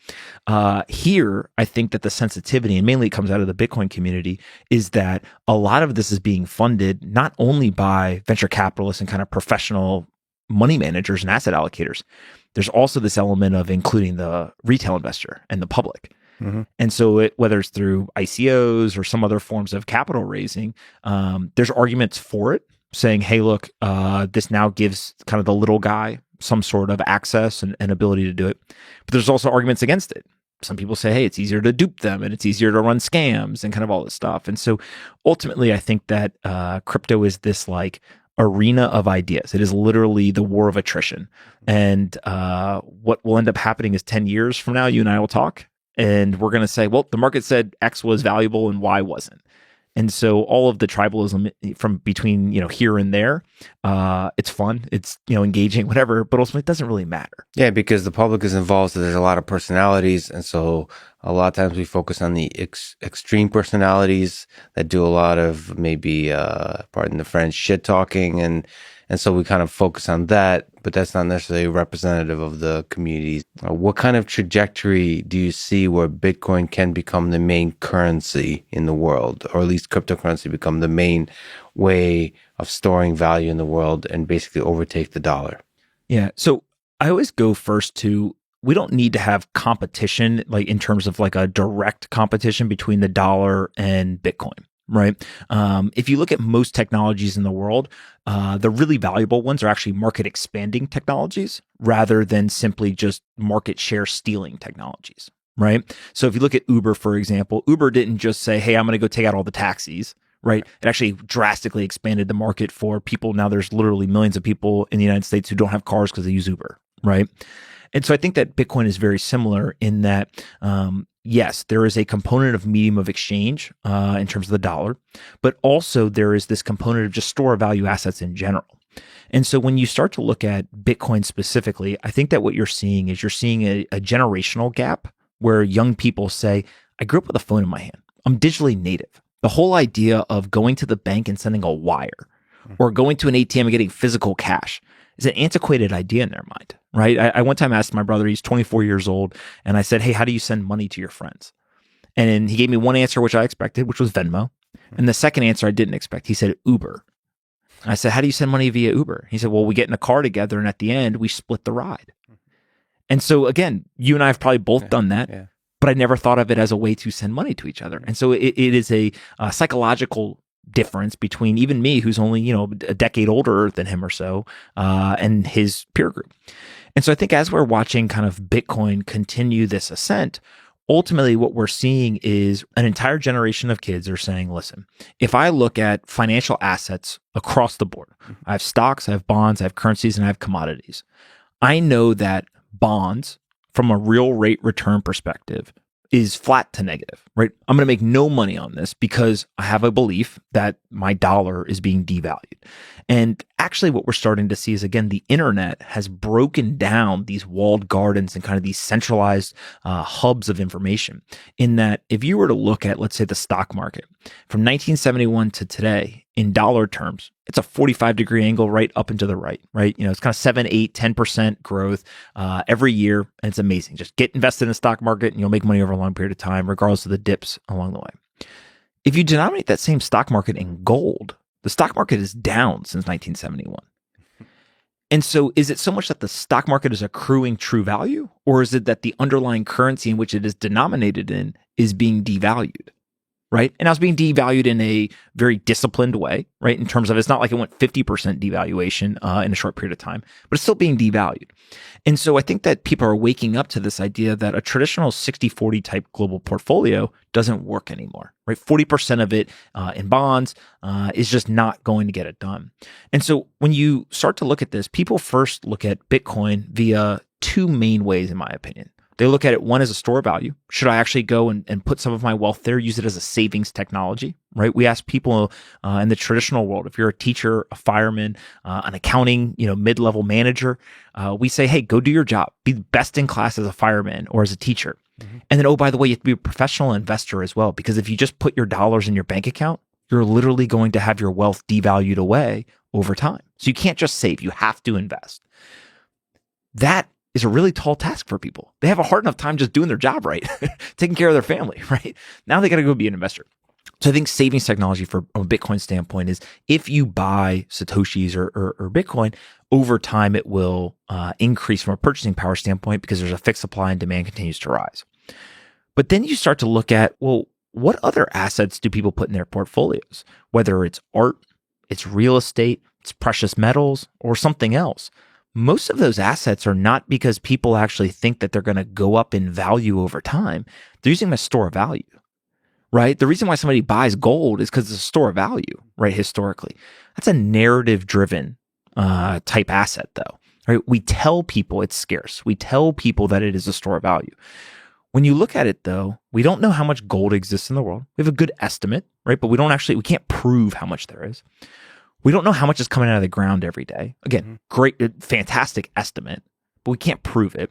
And we don't know what the total supply. And that's what you mean by narrative driven. We can't really prove it, like mathematically. You, I, and everyone else in the world has lived in a narrative driven world for the last couple of decades, right? And what the internet and digital technologies have done is it opened up the possibility and the desire from people to have a world now where I can validate things. So when I see that headline, I want to see you say whatever happened in the news if you're the subject of the news, rather than have somebody else tell me the story. If I see that you say something is scarce, prove to me that it is scarce. And so I think that's kind of a psychological shift that the younger generation is starting to understand, because ultimately you and I probably grew up in a world where our parents could tell us a story and we just believed it. Dad or mom says it, it must be true. Yeah. If my brother heard a story, what does he do? He goes to Google and he looks it up, right? He comes back and usually tells my parents, "Oh, you got the story wrong," right? And so I think that provability or that validation ends up becoming really, really important. And so, look at something like gold. I think that people are drastically underestimating the shift that's underway right now. Gold is down in value since August of 2020. And so in a time frame where central banks have had historic quantitative easing, literally $6 trillion in the United States, the one asset that historically has been the best store of value and has, in 2008 financial crisis, hit an all-time high based on the government response, has actually suffered for a main part of this financial crisis. You then look at central banks around the world who have been very large holders of gold for a long time and net buyers on a monthly basis. For multiple months, over the last 6 months, they've been net sellers of gold. And then you start to look at jewelry demand, so the actual non-monetary value of gold. And that demand for gold jewelry peaked in 2013 and has continued to fall since. And so what you start to say to yourself is take just the asset of gold, which is about $10 trillion market cap. And you say, okay, well, if jewelry demand continues to fall, even if it's at a slight rate, but it continues to contract, you have central banks that now at sometimes are net sellers and sometimes net buyers, right? So, okay, again, contraction there. And then from the investment standpoint, the actual price, the daily price of this continues to fall, which is a signal that there's a contracting demand from an investment perspective. That's 93% of all use of gold. Only 7% of it's used for actual technology and metal conduction and things like that. And so you have a $10 trillion asset that it appears, and again, maybe data changes and I'll change my mind and other people change their mind, but it appears is on the decline. And so if that happens, you're going to get the contraction of a $10 trillion asset. Well, where does all that value go?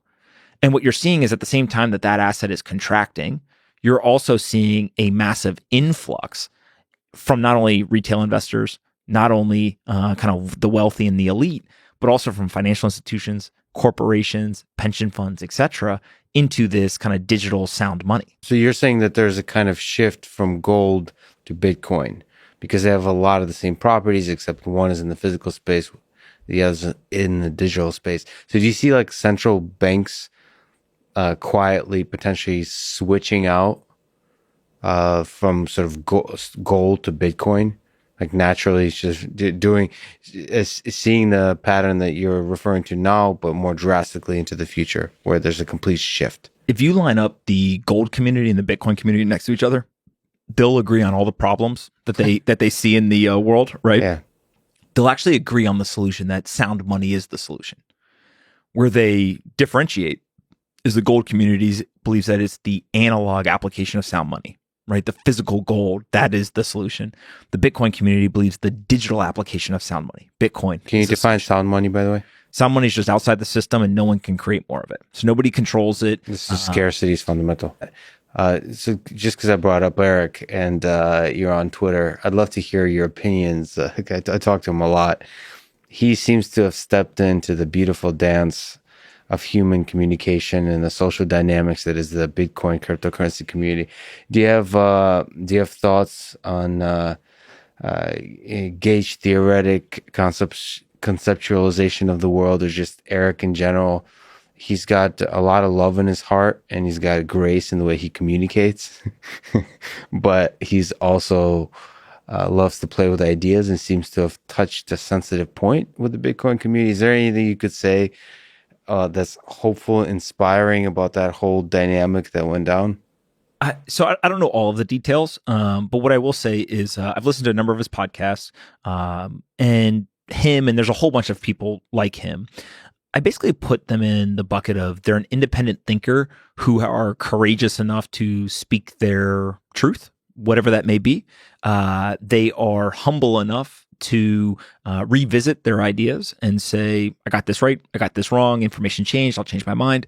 It's obviously a sign of intelligence to be able to do that type of stuff. And I actually think that one of the most scarce things in our society are those independent thinkers who are able to do all this, right? Speaking of scarcity, yeah. And so to me, I put Eric and a whole host of other people kind of, if you look at like the intellectual dark web is kind of a label that's been used, they're actually some of the most important people in our society because they're the people who are willing to stand up against the mass kind of thought process. They're willing to talk about things that others may think are taboo, right? They're willing to change their mind, which all of a sudden has become a bad thing rather than a good thing. And so when I see the exploration of ideas in public, I actually think that those are the people who are most open to the kind of vehement blowback as well. Mm-hmm. Right? Because that's part of what they're doing is that they're eliciting, hey, I'm going to throw an idea into the arena. If it doesn't get attacked, they actually may be more nervous than if there is some level of, kind of war of attrition, if you will. And so what I've seen with a number of the people who have done this, everyone from some of the best, hedge fund managers and kind of money managers in the world, all the way to what I'll consider some of the most intellectual people in the world, is they play with these ideas and they play with the ideas and they play with them and they play with them. Mm-hmm. And they all arrive at the same conclusion. And sometimes it takes a month, sometimes it takes years, but they arrive at this Bitcoin thesis. And what's so interesting about it is it highlights something that many people view as a bug, but I think people in the Bitcoin community view as a feature, which is that community. And so what ends up happening is when you have something that is as ambitious as creating a global reserve currency. Doesn't mean it needs to unseat any of the existing ones, but become the global reserve currency of the internet, right? This digital economy. You need shepherds of it. And so just like a technology company wants to find those loyal fans that are willing to go out and market and word of mouth and kind of not only promote it, but also protect it, this technology that is this decentralized thing, which uses a financial incentive in order to elicit the buy-in, not from a financial perspective, but from a mental energy standpoint, has built one of the most rabid, powerful, and engaged communities on the internet. And what ends up happening is those people have thought more about these ideas and actually challenged those ideas more than anyone else in the world. And so I've got a lot of folks who will just say, there's this guy, Marty Bent, who will talk all the time about the Bitcoin critics haven't done their homework in a lot of cases. So they show up and sometimes it's super intellectual, lazy arguments. Sometimes it's actually very well thought out arguments, on the counter to the Bitcoin thesis. But ultimately what ends up happening is you're talking to somebody who's an expert. They've been thinking about this for 5, 7, 8, 10 years, right? They've gone through every simulation you possibly can. And they show up with data, examples, and responses. Now, they're not always right, but they've just done the work. And so what I actually like about folks like Eric and others is as they're kind of going through this journey, they're incredibly smart, right? And they provide or they apply a lot of intellectual rigor to some of these arguments. And so what it does is, what does it do? It's a marketplace. It keeps people honest. Yeah. So let me sort of make a few comments. It's kind of interesting. So you're exactly right. Maybe the blowback is part of the mechanism that actually develops these ideas and so on. I do want to kind of speak to a little bit of the toxicity that I've experienced in the Bitcoin community. I kind of see it, the Bitcoin community, I think you painted a really nice picture, which I kind of see it as an immune system that protects against sort of the viruses that are bad ideas. That said, the immune system can destroy a body, right? And the thing you mentioned about Eric and maybe about myself, and in general, just people exploring ideas, is there is a Dunning-Kruger effect, which is when you first start exploring ideas deeply, you have overblown level of confidence about like how much you understand. And that's actually the process about learning. Then you realize you don't understand much. What I've noticed with the Bitcoin community is they're not as patient with the basics of the Dunning-Kruger effect. Like if I step in and make declarative statements about Bitcoin, like I read a long time ago the white paper. Like at the cursory level, I felt that I understand the technology. This is basic intuitions. I didn't think about the social dynamics. I didn't think about any like financial implications and a lot of the ongoing innovations and all that kind of stuff. But I thought I understood that technology. And so I step in and make declarative statements. I think those are the first time you say, okay, what's the role of Bitcoin in the world? You start thinking about it deeply and then you make statements. The toxicity that you get in those first few statements is really off-putting to me. I'm somebody that tries to communicate love and live that with everything I do.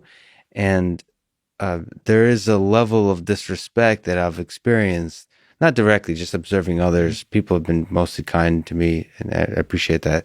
But if you're going to criticize me about my exploration of ideas in Bitcoin, you have to also acknowledge that I'm a human being that got like a PhD in stuff. Like I did some hard shit that it could be in farming or it could be in whatever. Like I've lived life and I've really thought deeply and I really care. Like I know a lot of shit, and it's possible that I actually have a lot of ideas that you can learn from. Now, if it's agriculture, fine, or if it's artificial intelligence, fine. Like I know what I'm talking about certain things, and I could be wrong about a lot of things. And there's like an exchange of ideas that makes that mechanism that you talked about more efficient. Sometimes when the blowback is too strong too early on, the development of ideas is just inefficient. And I'm not sure if there's the way it was explained to me is that for so long, that community was like bombarded with just like bad ideas, like criticisms. They're just overly sensitive now to like to bullshit. They're like triggered by statements. Like they've heard it all before, and they're like, oh, there they go again with the same old arguments. But that doesn't mean that you have to sort of, I guess, develop patience and so on, especially when you feel like, in my case, that the person is coming from a good place, right? Yeah. I don't know if there's something you could say that's positive about the future of this kind of overcoming this toxicity. I think there's a couple of trends that are all kind of coalescing here, right, in these types of experiences. So one is when you look at a community, there's always a spectrum, right? In terms of, there's some people who over-index on kindness and stupidity, right? And there's some people who over-index on intelligence and basically just being an asshole, right? And then you get everyone in between. And so, like, naturally, as we know, the extremist ends of any community end up being the loudest usually, right? The second thing is there is, from the outsider view, at the beginning of the exploration of ideas, it's very much a learning process, right? It's I don't know if I understand this or not, but here's ideas A, B, and C. From the internal perspective, there's $1 trillion of value at stake, and we must protect it with our lives. Yeah. Right? The truth is probably somewhere in between there, right? And again, the world's not black and white. There's this kind of more gray area that I think actually is where most people exist. The other thing that's at play here is I think the Bitcoin community understands the internet and internet culture and narratives better than almost anyone. Yes. And so you see this with kind of the just complete destruction of narratives with memes and just the visceral reaction and the use of things like Reddit and Twitter and YouTube, podcasts, just areas where I think a lot about if you are an upstart, right, and you are going to go challenge the most well-respected, elite kind of establishment institutions in the world. If you walk in a suit and tie and you say, I'm here to debate you with ideas, you're going to get your clock cleaned, right? Because they're going to trot out their lawyers, their regulators, their lobbyists, right? Like all this stuff. If you instead say, I'm going to meme you to death on the internet and I'm going to control the public narrative. You've shifted the power, the asymmetry of power is more symmetrical now. It's the ultimate insurgency, right? If you bring it back to the battlefield. Yes. And so when you think about this, you have to lean into the advantage that you have.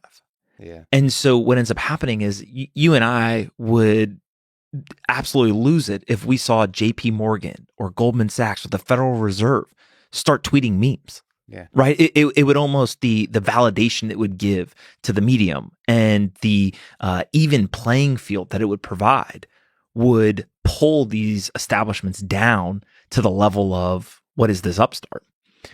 But now what you're starting to see is that the Bitcoin community, even though there's some level of toxicity at times, even though there's this visceral reaction, sometimes there's even what I would call bullying or kind of outward projection of things, right? Even though it may be a small percentage, it'll happen every once in a while. What they do understand, though, is that these establishments are made up of humans. And what you can actually do, one of the best ways to pick apart an institution is to recruit from inside of them one by one. Yes. And so what you're starting to see now is, I get the messages on Twitter and LinkedIn all the time. Yeah. Hey, I'm a banker by trade, but I'm a Bitcoiner at heart, right? And so what you're doing is you're essentially infiltrating the organizations, not in physical, population, but with the ideas and with the philosophies. Banker in the streets, Bitcoiner in the sheets. Yeah. Okay. I like it. That said, in terms of shit posting and memes, I gotta say, bring it on, because I believe, in terms of asymmetry of power, I believe in that love will save the world, not memes, or at least good vibe memes as opposed to shit posting. It's an interesting battleground, though. It's an interesting battleground to think about. The other thing I would say too is one of the elements that's always kind of funny to me is how much of the entertainment is love, right? So when you start to think about how many of the memes that are posted, for example, are for outsiders versus insiders. Yes. Laser eyes, right? Which seems absolutely ridiculous, elementary, and frankly, beneath anyone in any level of power or influence in the world. somehow has congressmen and senators who have done it. Yeah. They're not trying to convince their colleagues in elected positions to become Bitcoiners. Yeah. They're speaking directly internally to the Bitcoin community. Yeah, there's some sense in which, yes, memes is love. Even I keep hearing Bitcoin is love. They're trying to convert me. The one that you have to laugh at, right? Yeah. Probably my favorite one out of all of it is I've seen on multiple occasions. Mark Cuban a couple of years ago, Kevin O'Leary, whoever, wealthy people, billionaires, etc. And you have people on anonymous accounts who knows who they are, telling them have fun staying poor, right? And it's just it's just again part of a community, and I think it's a feature, not a bug. There's bad aspects to it at times, but I do think it's a net positive. Yeah, just like the immune system. That's all. It does a lot of crappy stuff, but overall, it's a major net positive. So, but let me actually drag us back down to something basic. If a person wanted to buy Bitcoin, store Bitcoin, how do they actually do it? Yeah. So there's a couple of different ways to kind of acquire Bitcoin. And in every way, you've got to exchange some form of value for Bitcoin, right? Which is part of why it has value, because you're giving up value. So in one way is to exchange energy and computational power for Bitcoin. So you can mine it. You can literally take computer power that you have, you can rent it to the network and run that software, and then it will pay you a portion of the kind of daily revenue off that system. And you can acquire Bitcoin in exchange for your power and your computational kind of contribution. And that's the fundamental principle behind Bitcoin, is the proof of work. So I got $100. Like I use Cash App. There's Coinbase, there's all these exchanges. Like, how do I convert my $100 to Bitcoin? Is there something? Disclaimer: this is not financial advice, and this is just us talking, and it's just your opinions. Do not use this to invest or take as financial expertise. That said, is there something you recommend that's an easy entry point for somebody that's like, I wonder if I can convert this $100 into whatever amount of Bitcoin? What do you recommend? What are the options? So there's a lot of options. I'm heavily biased. I went out and I scoured the market, looked at all of them. I've invested a lot of money in a company called BlockFi that basically has financial products for crypto investors. So you can take dollars or other currency you have, you can convert it through an exchange. You can leave it on these interest-bearing accounts. You can earn interest just like you would earn in a traditional account, but it's higher levels of interest because it's this new thing. Or you can withdraw it and you can put it into cold storage on a hardware device. You can leave it in a software wallet. There's kind of all these storage options. So BlockFi is, kind of the one that I'm biased towards because So BlockFi, sorry to interrupt. So BlockFi is Bitcoin only, or is it an exchange with other cryptocurrencies? It's got a bunch of different ones. Yeah, they basically are agnostic to what it is, but they provide kind of financial products to crypto investors. Okay, so you mentioned a few interesting ideas that'd be nice for people who would not be familiar with it. Cold storage, hot storage. What does that mean? So like, I go to a website and I convert dollars to Bitcoin. That's a kind of storage. That's like online banking, right? What else is there? So there's a couple of different things that you can do, right? And let's use a legacy system as kind of an example. So if I want to get currency and I put it in my bank account, it sits there. I have to trust that the bank doesn't go under, nobody steals it, all this kind of stuff. There's insurance for it, right? There's all these kind of benefits in the legacy system to make sure that as long as I don't have, millions and millions of dollars there, I'm going to be protected pretty much if anything happens through FDIC insurance. If I want to do that, I'm taking that counterparty risk though. So it's mitigated, but there's still counterparty risk. I'm counting on that bank. But it is easier to move it around, right? If all of a sudden you call me up and say, hey, send me some money, I can press a couple buttons on my computer and it'll send it to you.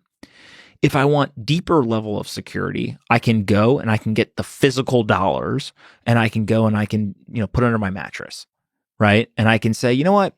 It's not going to be as easy to send it to you immediately, but if I really want to, I can go underneath my mattress pretty quickly. I can grab it, I can get it back to the bank, and then I can send you the money. The third thing I could do is I could basically take those physical dollars out of the bank, and then I could go put it literally, in a vault somewhere that I don't have control over, that's behind 10 passwords and biometric scanning, and it's really difficult to even get to it, right? So if you can almost look at it as like there's 3 stages of security that you could have in the traditional world. The same thing is true in Bitcoin. So you could buy Bitcoin on any exchange. You can do it on BlockFi, but you also can do it on places like Coinbase, Gemini, Kraken, etc. Also, Cash App. Cash App. You can do it on Cash App. I think they're still sponsoring this podcast. I'm not biased at all. So once you get Bitcoin on any of these venues, you can leave it there on that venue. Now, the trade-off is you're taking counterparty risk. So somebody else is responsible for the security and the protection of it. In many cases, big, well-known companies who have billions and billions of dollars of assets, they have higher levels of security. That's why they're well-known. That's why people trust them, whatever. But you are taking counterparty risk. It is easier to quickly send to somebody. So the trade-off of ease of use, but counterparty risk is big. And in the Bitcoin community specifically, this is a huge thing of they really, really advocate for not leaving the Bitcoin there, right? For the obvious counterparty. The second thing you can do is you can basically get it off of an exchange and you can put it in some level of kind of what I'll call a second layer of storage. That second layer of storage could be a hardware device that you can quickly just grab off your desk and plug into your computer and immediately use. That's what they call like a hardware wallet. Hardware wallet, yep. Or you can have some sort of software wallet, right? Where it's not on an exchange, but there is some level of in between the hardware wallet and the exchange and the software wallet. But the software wallet is connected to the internet. Yeah. And so if you kind of think of it as like the exchange, software wallet, hardware wallet, and then there's something called deep storage, right, or cold storage. And this is, literally there was a company called Zappo that would put things in deep cold storage, and it was literally buried in a mountain. Right. So the odds that somebody's physically going to go there's armed guards, there's, kind of all of this type of stuff. But again, you're taking some level of counterparty risk because they have your Bitcoin. And so the saying or the phrase is not your keys, not your coins. Or as my buddy Isaiah Jackson came up with, he said, not your keys, not your cheese. Right, in terms of sovereignty is important, right? And ultimately, this goes back to kind of the beginning of our conversation around Bitcoin's ethos. Sovereignty, right? Giving the power back to people. You don't have to rely on this infrastructure in order to be able to participate in this monetary kind of economy. What you are now able to do is you're able to use digital sound money. You're able to keep control of it. You and you alone are responsible for it. So the idea of personal responsibility. And then also you and you alone make the decisions as to whether you hold on to it or you use it without censorship, right? No one can tell you what you can do with it or can't do with it. And so the purchase and the storage, what I find is depending on who you are, there's varying degrees of kind of concern or decisions that get made there. And a lot of it comes down to personal preference. The Bitcoin community, though, absolutely will over-optimize for sovereignty and kind of hardware or cold storage. I wonder if you can sort of comment on that, because you have both sort of Cash App and the BlockFi and Coinbase. Like you can store it there, you can purchase and trade it there and store it there and so on. But ultimately, they're saying you want to keep some of it there, but you want to move it to the hardware wallet. And the cold storage of the hardware wallet is like you can disconnect it from the computer, because ultimately stuff that's connected to the internet can be compromised, can be controlled by governments and other parties and so on. What are your thoughts about, sort of practically speaking, for maybe like a regular citizen, what should be the role of the hardware wallet in their lives?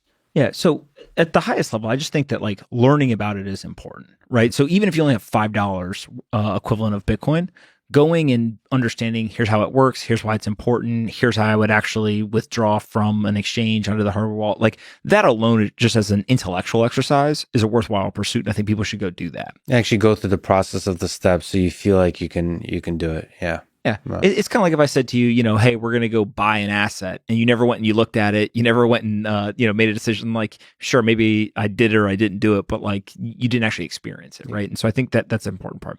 The second thing is each person is different from how they view this asset. So there are some people who are speculating, right? There's 3 use cases for Bitcoin. There's store of value, medium of exchange, and speculation. And the people who are speculating, they can't put it in deep cold storage because they need to be able to trade it. Right. So what ends up happening is they fall in the bucket of like high risk, high reward. Mm-hmm. They're trying to trade, they're trying to do all these things. And sure, maybe there are profits that they can generate if they're good at it, but also they're introducing a lot of risk. And so that person is very different than the person who says, hey, I bought 1 Bitcoin and I'm going to save it for my child, right? And I'm going to give it to them on their 18th birthday. Yeah. And so when you start to look at this, what you end up saying is, what are you actually purchasing this for? Kind of like, why are you doing it? And then what's your time horizon? And what ends up happening is more and more people in the Bitcoin community have longer time horizons. One of the advantages to this community, right? If you look at the on-chain metrics, 60% of Bitcoin haven't moved from the digital wallet in which they sit in the last 12 months. Mm-hmm. So even though it's appreciated hundreds of percent on the upside, there's been lots of volatility, a 50% drop in a single day in terms of the US dollar price, still doesn't move. And so these are kind of the long-term holders, right? These are the iron fists or as recently has become popular, the diamond hands, right? Diamond hands. They're not going anywhere. And so I think that those people are much more likely to not have their Bitcoin on exchanges or in software wallets. They've got it in some sort of like highly secure environment, and one in which they have deep sovereignty or kind of prevalent sovereignty. And the reason for that is because they have that long time horizon. They don't want to be kind of convicted around Bitcoin, sound money, macro environment, all stuff. And then they make a mistake because they trusted, ABCD company, and that counterparty risk ends up actually being, fatal or detrimental. And so when you look into the Bitcoin world, I think that when you look at the optimization for security, it's similar to gold. Store value, people hold it. Purchasing power has gone up a lot year over year. It's like a 200% year over year compounded annual growth for over a decade, right? And so you measure this in kind of the US dollar exchange price, et cetera. But there's still a lot of people who will yell and scream about it's slow, it's costly, right? All the things around those transactions that are obstacles or challenges. And so there's basically 2 schools of thought. And this is where we kind of get into the bifurcation. Some people just said, hey, this technology is antiquated. We can't use it. It doesn't make sense. And so what we're going to do is we're going to go build something new. And so you go get, kind of all of the various versions there. The Bitcoin community says, no, just like gold had paper claims and other things built on top in layer 2, 3, 4, 5, we're going to do that here. And so they've already started to build kind of this layer 2 where it's easier to transact. It's cheaper, it's faster, et cetera. And so I actually think that both of those worlds are going to coexist in the future. Mm-hmm. The big question is just which one has more importance, right? So again, get out of binary. It's just probabilistically. And so my personal belief is that the security, the store of value component as the bedrock for a monetary system is essential, right? Like that is the most important thing because you can always improve the other components, but you can't go back and fix that kind of core piece. So if money's an idea that it's like an emergent idea that we believe in, you're saying that security is one of the most fundamental catalysts or fuels for that idea to sort of take hold and be stable and sort of take over the world. The other stuff is really nice to have, but if you don't have the security, you're not going to it's not going to spread in a viral sense in our human brains. Well, and especially in light of the kind of the macro economy, right? So like what's so fascinating about the last 12 months is in investing in general, the best returns, right? I kind of put that in air quotes a little bit, is something that is different than everything else and right. Mm-hmm. So being different and wrong just means you're an idiot, right? Being different and right means that that's where kind of the outsized returns are. And so if you look around the world at currencies today, they're all the same. They're all inflationary, unlimited supply controlled by a government, done and decisions made in a very non-transparent process. And what we've watched is the manipulation of all of those currencies over the last 12 months. In direct contrast to that is this thing, Bitcoin, which is outside of the system, has a finite supply, transparent and programmatic monetary policy. And so when you see those two systems kind of in comparison to each other, in the United States, there's a lot of people who say the dollar works great for me. I can go to the ATM, I can get out physical cash. If I want to swipe a card, I could do that. My money in my bank doesn't lose 50% of its value in a day in terms of purchasing power. Like, the dollar's pretty good. When you go to other countries, that might not be the case. And so I do think that there's kind of a relative analysis that goes on here. If you compare Bitcoin to the dollar, there's all kinds of arguments to make that the dollar is better as a medium of exchange today. But if I go and I tell you, well, what about in these kind of extreme examples of Venezuela, Zimbabwe, Turkey, etc. And so I think that that's kind of one perspective to view this through, is security versus all of the innovative components of a medium of exchange, etc. Scams. Like, what makes me really sad? And just a tiny little tangent. There's been recently, I guess with the growing platform or something, there's been a bunch of fake Lex Fridman accounts. Yeah. And must have 1 million. But not only do they do stupid stuff, but they've been messaging people to get the Bitcoin and stuff on like LinkedIn. That. Totally. And people write to me and they're saying, like, it's tough, man. I think it gets people. I think they click on stuff. I think they were not sure. And it makes me think, like, people are gullible, or not gullible, but like, they're just like I am, which is they're like hopeful about the world. They're optimistic about the world. They're almost like naive about the evil that's out there. This is what goes wrong with Bitcoin, and I've seen it. People fall for these, like in these different countries. I'm trying to like talk to different people about Bitcoin, and like the amount of like MLM schemes, pyramid schemes, Ponzi schemes. There're just so many of them, and there's plenty here too. But like in Zimbabwe, I was talking to this guy who is a reporter who studies the FX, like the foreign currency exchange markets. He's just saying one of the main reasons people don't want to get into Bitcoin is because they've been scammed so hard by all these other things. So I would say that that's one way it could go wrong, is that like people just continue to be like afraid of it because of things that are like that in the past. Well, it's not just the volatility; it's just having. If you think it's a pyramid scheme, you're not going to want to get involved. And in some sense, if I were to speak to the Bitcoin maximalist community, is to maybe ease up on the certainty, because that gives me the signal that it's a scam, to be honest. So whenever there's a lot of people being cultishly excited about something, I start being very skeptical. It's like, I used to like Green Day before they became really popular. And then the moment they became really popular, I'm like, I don't know. And he started wearing mascara, and it's like, I don't like him anymore. So like, I'm very skeptical about evangelists of an idea, because I think Bitcoin on its own is just a powerful idea that stands. But I also understand that in a world of a lot of competing ideas, where there's a lot of scams and a lot of money to be made through those scams, that you have to be innovative in the kind of mechanisms you use to break through the scam, the ocean of scams. I took this personality test, and I'm a 99 skepticism. So I was first, sadly, because I was first introduced to Bitcoin in 2013, and I was like, whatever. And it took me 4 years to actually get into it, to go down the rabbit hole. I didn't really start to grasp it and start getting excited about it until 2017. So I was regrettably very, very skeptical for a long time. And I just thought it was like, whatever. So I appreciate that. And you should be skeptical. But ultimately, you got to believe in things like, I believe in democracy. I believe it's good for people. I believe it's better than tyranny. I believe in the internet. I know that we've had issues with centralization of the internet, but I still believe it's better to be connected than to have bridges between us. And I believe in Bitcoin. And to me, it's like a very similar progressive force that we're encountering. But I be skeptical. Nothing will befall you that's bad if you're like cautious and skeptical. That's like a good mentality to have. One thing we haven't talked about, all the violations of the human rights that authoritarian regimes do. There's not a positive, but there is a... People would enjoy. Do you think, are you seriously concerned about this kind of thing, where the ideas of sovereignty and that Bitcoin espouses would actually one day be tested? Do you have a legitimate concern? Because you said like one day very well might.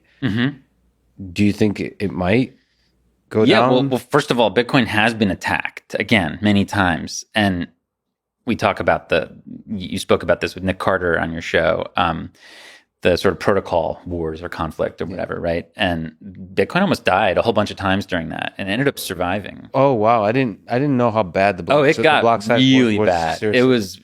It was a sort of a very existential threat, and Bitcoin survived, and that's why I'm so intrigued by it. Is that it basically survived an attack in an environment several years ago when Bitcoin was much more vulnerable than it is today.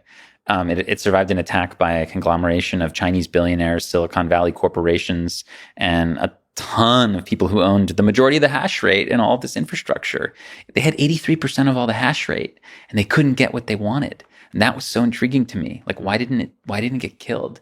So as Nic said, I think you should read The Block Size War, which is a book that you can get on Amazon by Jonathan Beer. Really good, kind of like really important to understand the scaling conflict and the different visions of what Bitcoin should be. And, again, people like me believe it should be a freedom tool, not like a payments technology for retail. And I'm glad it worked out the way it did, because it almost didn't. If you're wrong about Bitcoin, what would that look like? What kind of thing that in 10, 20 years that you're not wrong, right? But it doesn't pan out. It doesn't pan out, but other things that actually make you feel good about all the hard work you've done do pan out. Something you haven't expected. What might that be? Well, as we've talked about, my career started in human rights and in promoting individual freedom and fighting authoritarianism. That fight will continue on, no matter what happens with Bitcoin. I think it would be a massive failure and a tragedy if this project didn't work. Bitcoin project. Yes, if the Bitcoin project didn't work, it would honestly, it's one of the only things that gives me hope, because it is an effective way to push back against creeping centralized control. If for whatever reason, and I can't really see, one of the reasons I'm so into it is I can't really see how it's not going to work. Again, I think the Trojan horse allegory is too powerful. These big centralized actors are going to be too greedy, and they're going to want some, as opposed to banning it. It's way easier for them to buy it than to ban it. I think that's just what's going to happen. But if for whatever reason it failed, I would have very little hope left, because really, I mean, the Chinese model of centralizing all of your data and controlling it, I mean, ultimately is a very, very powerful sort of arch force. And I would be concerned that would be all of our sort of destiny. I do have to sort of push back at a style of communication, and you're not doing it today. You're being exceptionally eloquent in arguing these ideas. But me, especially just from studying history and being very skeptical from growing up in the Soviet Union, I'm very skeptical and cautious when I see a community of people being very sure of an idea. Doesn't matter what that idea is. And there's a huge amount of certainty around Bitcoin. Part of it is an important feature because its number go up. So far. Number go up is a really important part of the mechanism to make sure that it grows in impact, network effects, because I mean, it's really important to get excited about an idea for it to take hold. That's the way human nature works and so on. But I also get even something that you mentioned that, others may not, if you mention blockchain, you're sensitive to the attacks that have been mounted where the word blockchain have been used. People have been fooled. I mean, fooled, yeah. And people in the humanitarian sector have been fooled into thinking that some centralized blockchain project is going to help some refugee. All collapsed. There's a huge. It makes me sad that there's a huge number of. So there's going to be a moment if Bitcoin continues to grow in its impact, when governments are going to seriously contend with, what do we do with this? Do you think about those moments? Is Bitcoin, is the cryptocurrency world in general going to be able to withstand the serious legal pushback from countries, from nations, especially authoritarian nations? Yeah, so it's been interesting. It's been 12 years, okay? More than 12 years since Satoshi Nakamoto created Bitcoin. And they haven't been able to stop it. They have tried. They have tried a lot. I wrote a long essay for Quillette on this. Like, why haven't governments been able to stop Bitcoin? And my thesis is essentially that there's been this mix of different kind of technical, social, and economic and political incentives and disincentives that make it very difficult. And I think to me, the best way to think about it is that Bitcoin's like a Trojan horse. So just to actually tell that story just a little bit, because I think it's important to understand the classical mythology tale. I find this very interesting. Of the actual Trojan horse, yeah, which was told in the Aeneid actually by Virgil, right? And the idea was the Greeks had been like trying to take the city of Troy for like a decade at these like impregnable walls, and they couldn't do it. And Ulysses and the rest of the Greek army were like, we don't know what to do. So Minerva, the god of strategy and war, kind of like they get this idea from her, I guess, to actually try to use subterfuge and trickery to take over the city. So the idea is and this was sort of hatched by Ulysses, right, to put this horse together that would kind of be like a gift. So the idea was the Greeks just like pretended to leave, right? They deserted. They left behind one soldier and this horse. And the Trojans looked at it and they were like, what's going on here? And they brought in the soldier, and the soldier's like, look, they left. They're so sorry for all of the desecration and blood spill. This is their gift to you. It's, honoring Minerva. It's like this, trophy for you guys. Yeah. And there were actually people inside Troy, Cassandra, a prophet, as well as Laocoon, who was like a priest, who said, no, this is obviously a trick. This is obviously a trick. But they were like dispatched and ignored because the horse was like, it was just like so badass. So the Trojans were like, bring it in the city. So they brought it in themselves. No blood spilled at all, right? In the middle of the night, of course, what you realize is the horse was packed with Greek soldiers, and they come out and they let the army in, which was like hiding behind an island. So this idea that like something could be so attractive that you really can't say no, even if you know what's inside of it, is at play in Bitcoin. So like in Bitcoin has this number go up technology, right? It is what we call it in sort of shorthand, NGU, right? But what people don't realize is that NGU is like the Trojan horse. Inside the Trojan horse is FGU, freedom go up technology.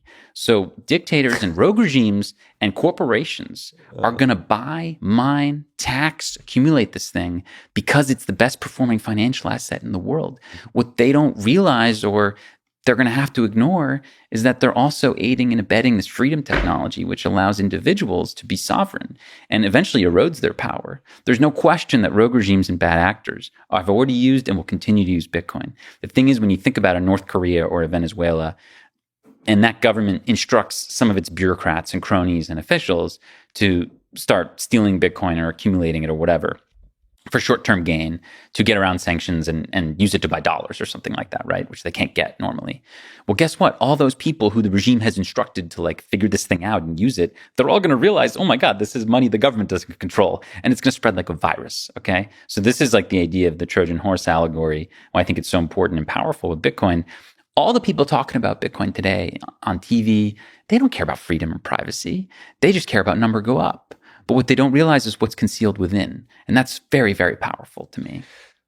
So the people talking about Bitcoin on TV are maybe investor types. Professional investors, corporations, and soon governments. I mean, you just had today, this morning on CNBC, the leader of the Republican leader of the House of Representatives, a congressman, saying like we need to be pro-Bitcoin as a country. And the other day, Peter Thiel had a very interesting comment where he was basically like, let's not fall behind China in this race. So you have influential people in our government, like sort of posturing for this like, Bitcoin race that's going to happen in the next 10 years. You're going to see this.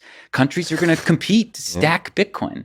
Absolutely. So you believe the thing that's shiny and sexy, like the Trojan horse, is the number go up? It's too hard to ignore. And for to to define that a little further, meaning is, it does seem like the more people get excited and start using Bitcoin, the more its value grows. So it's just a good feedback loop. Yeah, it's a feedback loop. And then the reason you're excited about it, especially, is the freedom go up. Freedom go up, which is it ultimately gives power to the individuals to decentralize. Yeah, I mean, like system. When Tesla stacks Bitcoin, they're just doing that out of self-interest. They think it's going to be a good inflation hedge. Fine. But what they maybe don't care about, don't realize, or they don't need to care. I mean, Bitcoin's power is it like co-opts people into promoting a freedom tool, even if they don't care about, or even if they hate freedom. It doesn't matter. So when Tesla stacks Bitcoin and the price goes up and more interest goes up and more people around the world are like, wow, Bitcoin, then more people get involved. Again, more adoption, more price, more developers, better user interface, more privacy tools, more mining, more network security. It's just this like positive feedback loop that continues to grow, and it will grow intensely in the next decade as we go through the adoption cycle. And the reason why I'm so excited about this is the human rights world, again, to get back to our previous conversation, it is very hard to find people who have, the empathy or the altruism to actually make a difference abroad in places like China or Saudi Arabia or North Korea.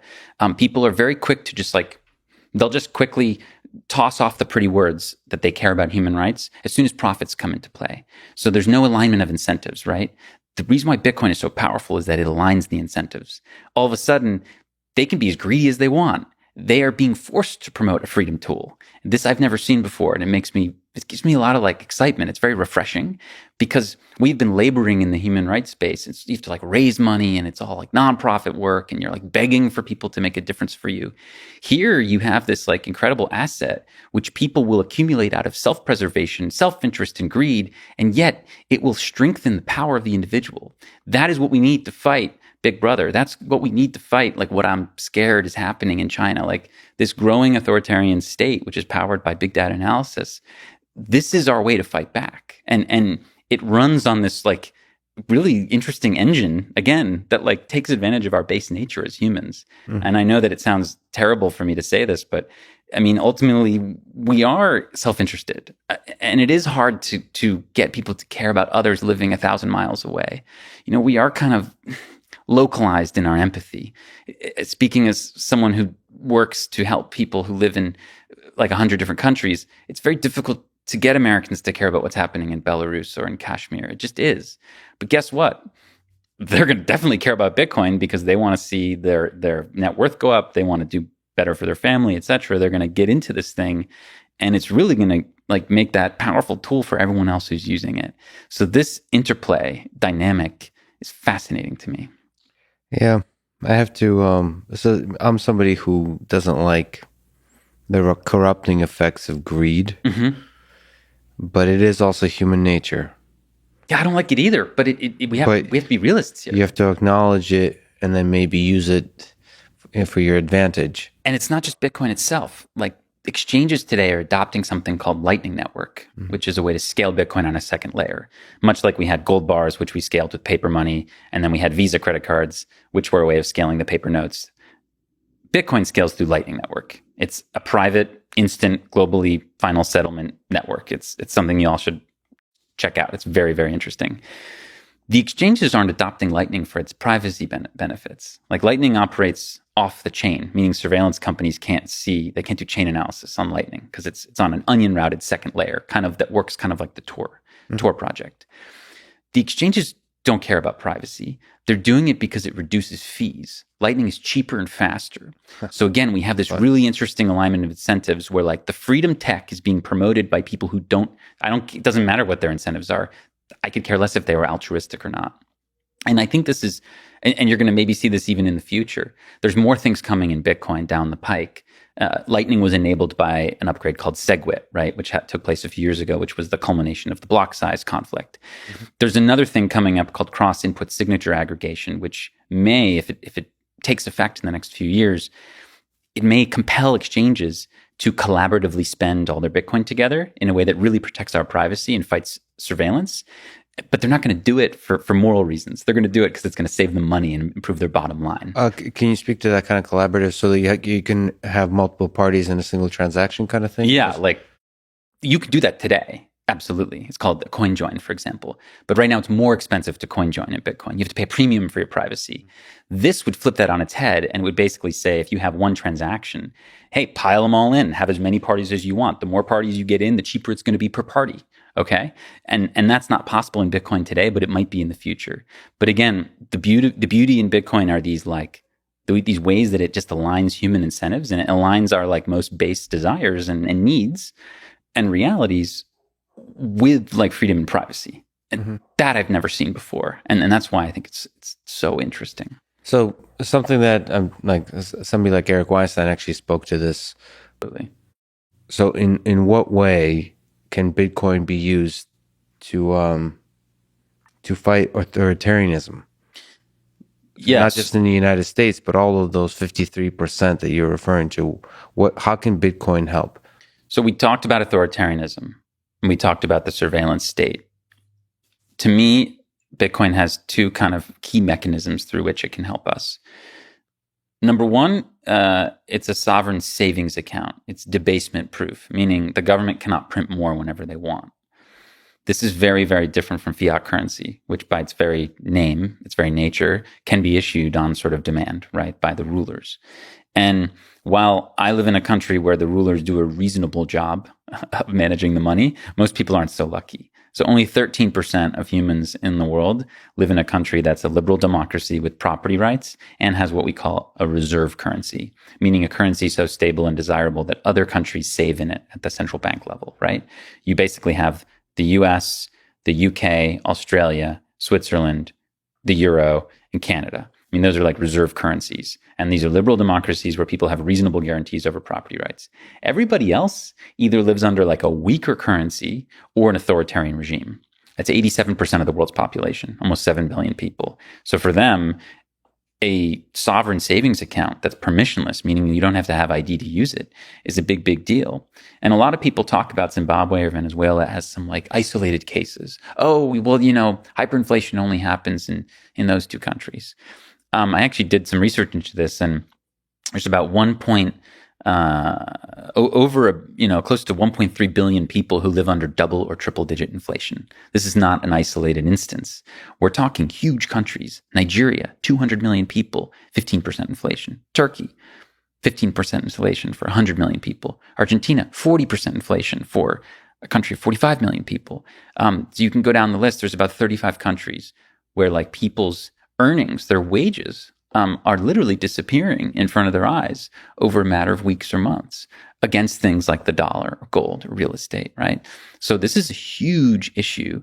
It absolutely is a human rights issue for me. I mean, when it comes to your time and energy, having control over that or having it stolen from you, I think this is pretty clear. And Bitcoin is like an immediate, low cost, easily accessible solution for people. And I've learned this not from my own assumptions, but by talking to people, by interviewing dozens of people, whether it's in Sudan, which currently has triple digit inflation, or people who've escaped from Syria, who have used Bitcoin to get their wealth out of the country and then also to make payments back to people inside, or Venezuela or elsewhere. It's very, very powerful. I think some very small percentage of people have owned Bitcoin. What's something like 1%, right, of the world? Whatever that number is small. Call it 2% for the purposes of our calc. Okay. About a little under 200 million people. Wow. Yeah. At most right now. So if we look at Zimbabwe, Sudan, if we look at... small percentages of people. Do you think the technology is mature enough? Because it's not just about the idea, it's also about the implementation of it. Like, you know, Bitcoin, for the most part, requires access to the internet. Yeah. And what do you think about accessibility of this technology now as a method of activism in the worst parts of the world? We often think like all the conversations we've had about Bitcoin is essentially middle class, like wealthy people relative to the rest of the world. They're kind of talking sort of investment and high concept ideas. Then there's also the people in the world who are suffering, who are living through hyperinflation. They may not have a computer or access to the internet. Mm-hmm. Like, how do you think Bitcoin can help there? Yeah. So again, we have one clear use case, which is a sovereign savings account that you can control, right? The other use case is an unstoppable payments network. This is very important for people who live behind, for example, sanctions. Like the US, like basically weaponizes the dollar and it like sanctions different countries. And instead of sanctioning like a handful of rulers, for example, which I would support, this is like a Magnitsky or smart sanctions. Mm-hmm. Sometimes we'll just say, we're just going to shut off this whole country. So the people suffer. Cuba or Iran are good examples. Yeah. Average people suffer, right? So people in those two countries I just mentioned, Cuba, Iran, or even Palestine, which is also sort of like blockaded by the Israelis. So you have Cuba, Iran, Palestine are three good examples where people inside all three of those countries now are using Bitcoin to do commerce, do their business, send money back and forth to their sanction families. resistant. Sanctions resistant. It does not get stopped by sanctions, right? And also it's, again, remittances are extortionate. I mean, the average remittance, costs has a high fee, takes several days. If your family is in Ghana or something like that, or Nigeria, and you live in the United States, it can take time to use Western Union. Sometimes, it gets paused, it gets lost, there's issues, you have to deal with customer service. Screw that. I mean, if the person has a cell phone, which increasingly is the case. I mean, by the end of next year, more than 5 or 6 billion people, depending on different estimates, will have smartphones basically by the end of 2022. We're talking like the vast majority of humans will have access to smartphones. They can all have sovereign Bitcoin wallets. And there's even ways to access Bitcoin without the internet. But I mean, we can get into that. There's like hardware wallets and so on. What do you mean by sovereign Bitcoin wallet?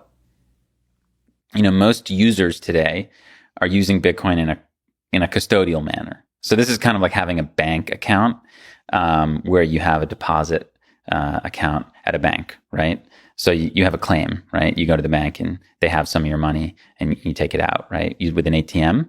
So what I would call non-custodial Bitcoin use would be similar to withdrawing cash from an ATM. You have it. It's a bearer instrument, okay?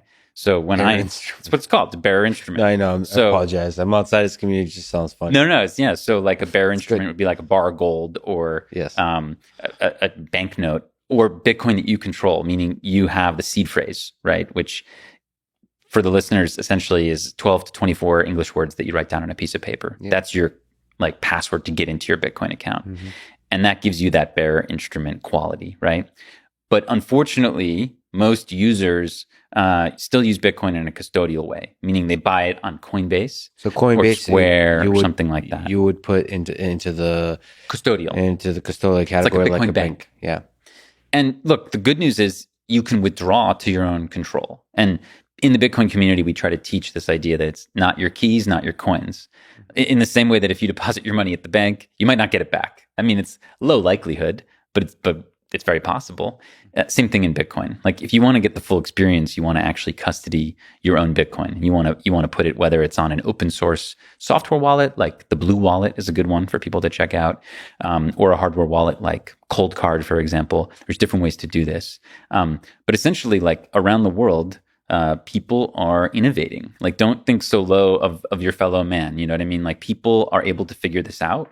I get a lot of flack from people saying, oh, Bitcoin's so hard to use. I read this article in the New York Times saying this guy in Silicon Valley lost all of his Bitcoin. That's because he was a moron and didn't care about it. This guy lost all this Bitcoin because it wasn't worth much 10 years ago. And he forgot the password. But if you're like receiving your remittance from a family member, you're not going to lose the password. Right. And you trust in the basic intelligence of people to figure this out and to innovate and so on and figure out. We're watching it, man. Yeah. It's kind of funny but people in the United States are not very savvy with money. It's exactly the way you're describing. It's like when you have very little money, mm-hmm. you're going to be savvy with money. You're going to understand exactly the mechanisms that work, that are resistant to the corruption that's around you. I mean, I remember sort of growing up in the Soviet Union, mm-hmm. the general bureaucracy and the corruption of everything around you, you figure out ways around that. You figure out ways how to function within that kind of system to survive under inflation, under hyperinflation, under all like basically being unable to trust any kind of, even the police force and all those kinds of things. You figure it out.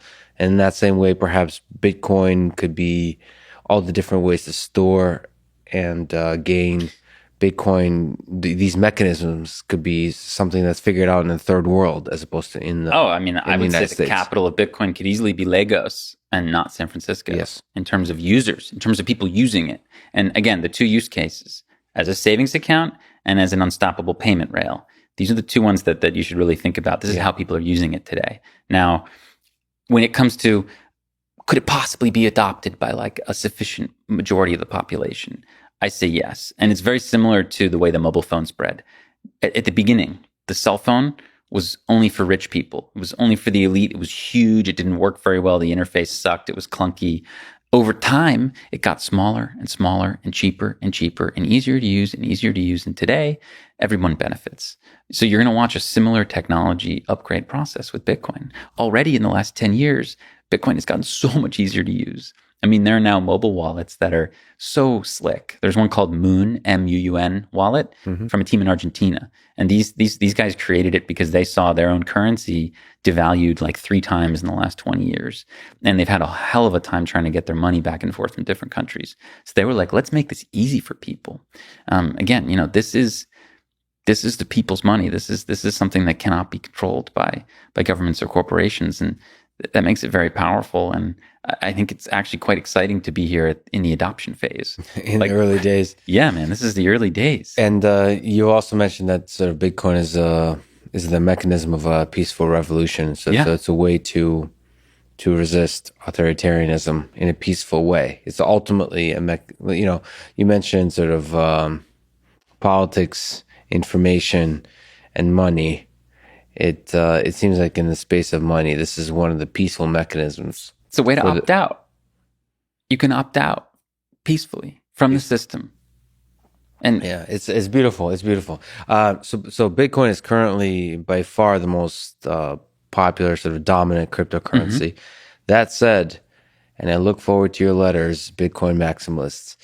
That said, Internet Explorer was the most popular browser for quite a long time, and then other browsers came along that outcompeted it, like Chrome, Firefox. People should check out Brave. It's a great browser. I think it's my favorite browser at this point. Anyway, so why Bitcoin? Why not another cryptocurrency? If you look in the next 10, 20, 50, 100 years, do you think it's possible for another cryptocurrency like Ethereum or something that's not even here yet to overtake Bitcoin as a mechanism? When you say overtake, what do you mean? What do you mean overtake? Do you mean number of users? Do you mean a price per coin? The number of users, because we're talking about 1%, 2%. Yeah. And if we are serious about this being in the space of money as a way to give individuals power, fight the centralized powers that use the money system and so on, how do we get from 2% to 50%, right? To 60% to 80%? That jump, is it obvious to you? Not obvious, but do you think Bitcoin is the way to get from 2% to 50%, or are there going to be other cryptocurrencies that may emerge that get us to 50%? No, I mean, Bitcoin is the innovation. The innovation is in having the decentralized mint. No one can change the monetary policy. Everything else is downstream from there. In Bitcoin, the mean would be 21 million. There's never going to be any more than 21 million. Every other cryptocurrency either has an inflationary policy, meaning there's going to continue to be more and more of it over time, or its monetary policy can be changed by a small group of people. This is vividly on display in Ethereum, which is like the second largest and second most robust cryptocurrency, right? I've talked to senior Ethereum engineers over the last couple of weeks trying to figure out, what is the monetary policy of Ethereum? No one can tell me. No one knows how much ETH is going to be minted in 2022 and 2023 after they shift to proof of stake. I've seen estimates that range from 100,000 to 2 million. So at the end of the day, you're going to be trusting a small group of people to make those decisions. That is what we are escaping with Bitcoin. So all these other cryptocurrencies, they might have their use cases. Virtually all of them are not. It's very important for people to know that if you take like the 4,500 cryptocurrencies on CoinMarketCap, almost all of them are scams, straight up. Even the ones that have like noble intentions, I just don't think are going to add that much value. Ultimately, I think Bitcoin to me is the innovation, and that's because it has a monetary policy and an issuance schedule that cannot be changed. And that's what gets me so excited about it. I mean, that's why it's such an important tool for human rights. Yeah, it's interesting because when you grow from 2%, when you grow in the number of people using it at the scale they're using it, it's going to need to be resistant to governments and institutions 100%. messing with it. So it's interesting to see what kind of cryptocurrency would be resistant to that. Obviously, Dogecoin is going to win. Let's be honest.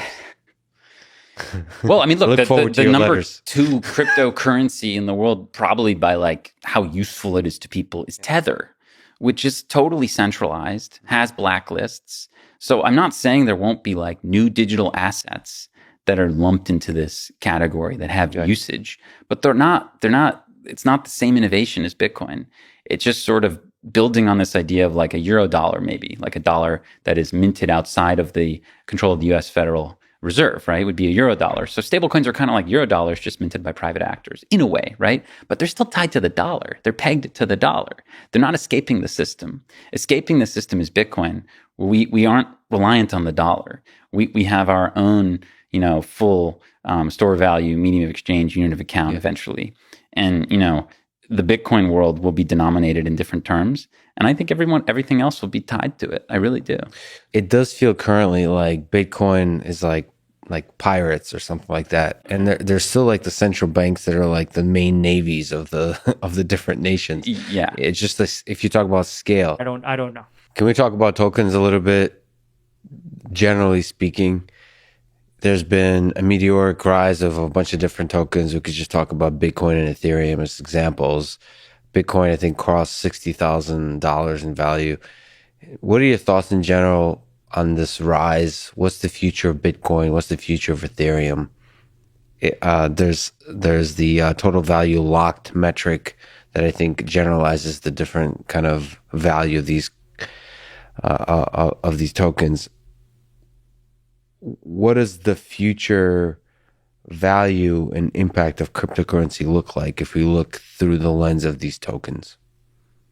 I think valuing all these tokens and determining that isn't something I'm particularly great at. I haven't spent a lot of time on that. I've spent the vast majority of my time on building these systems and architecting them and getting them to fruition and getting them to a place where they operate properly on both the technical and the cryptoeconomic and in every other sense. I think with Bitcoin, there is a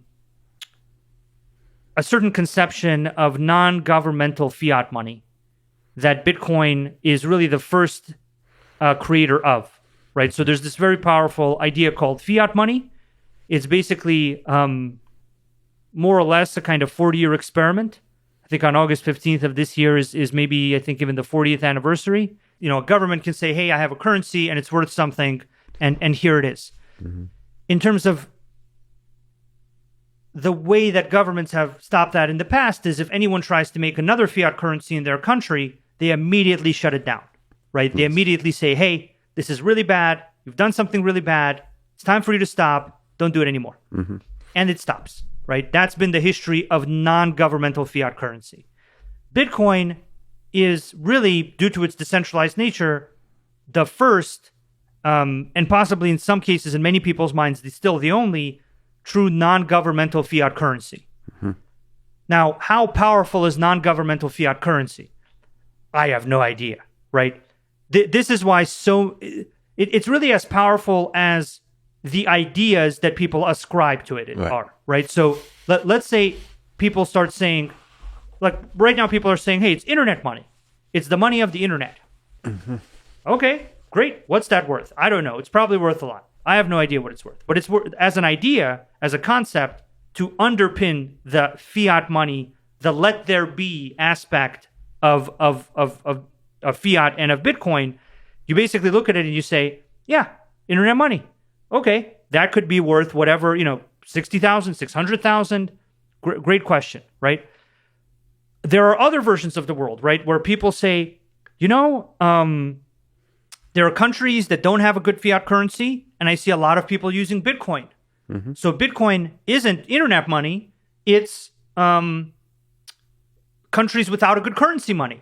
So all the countries without a good currency now use Bitcoin, and let there be Bitcoin as this, right? As this conception of Bitcoin. What's the value of that?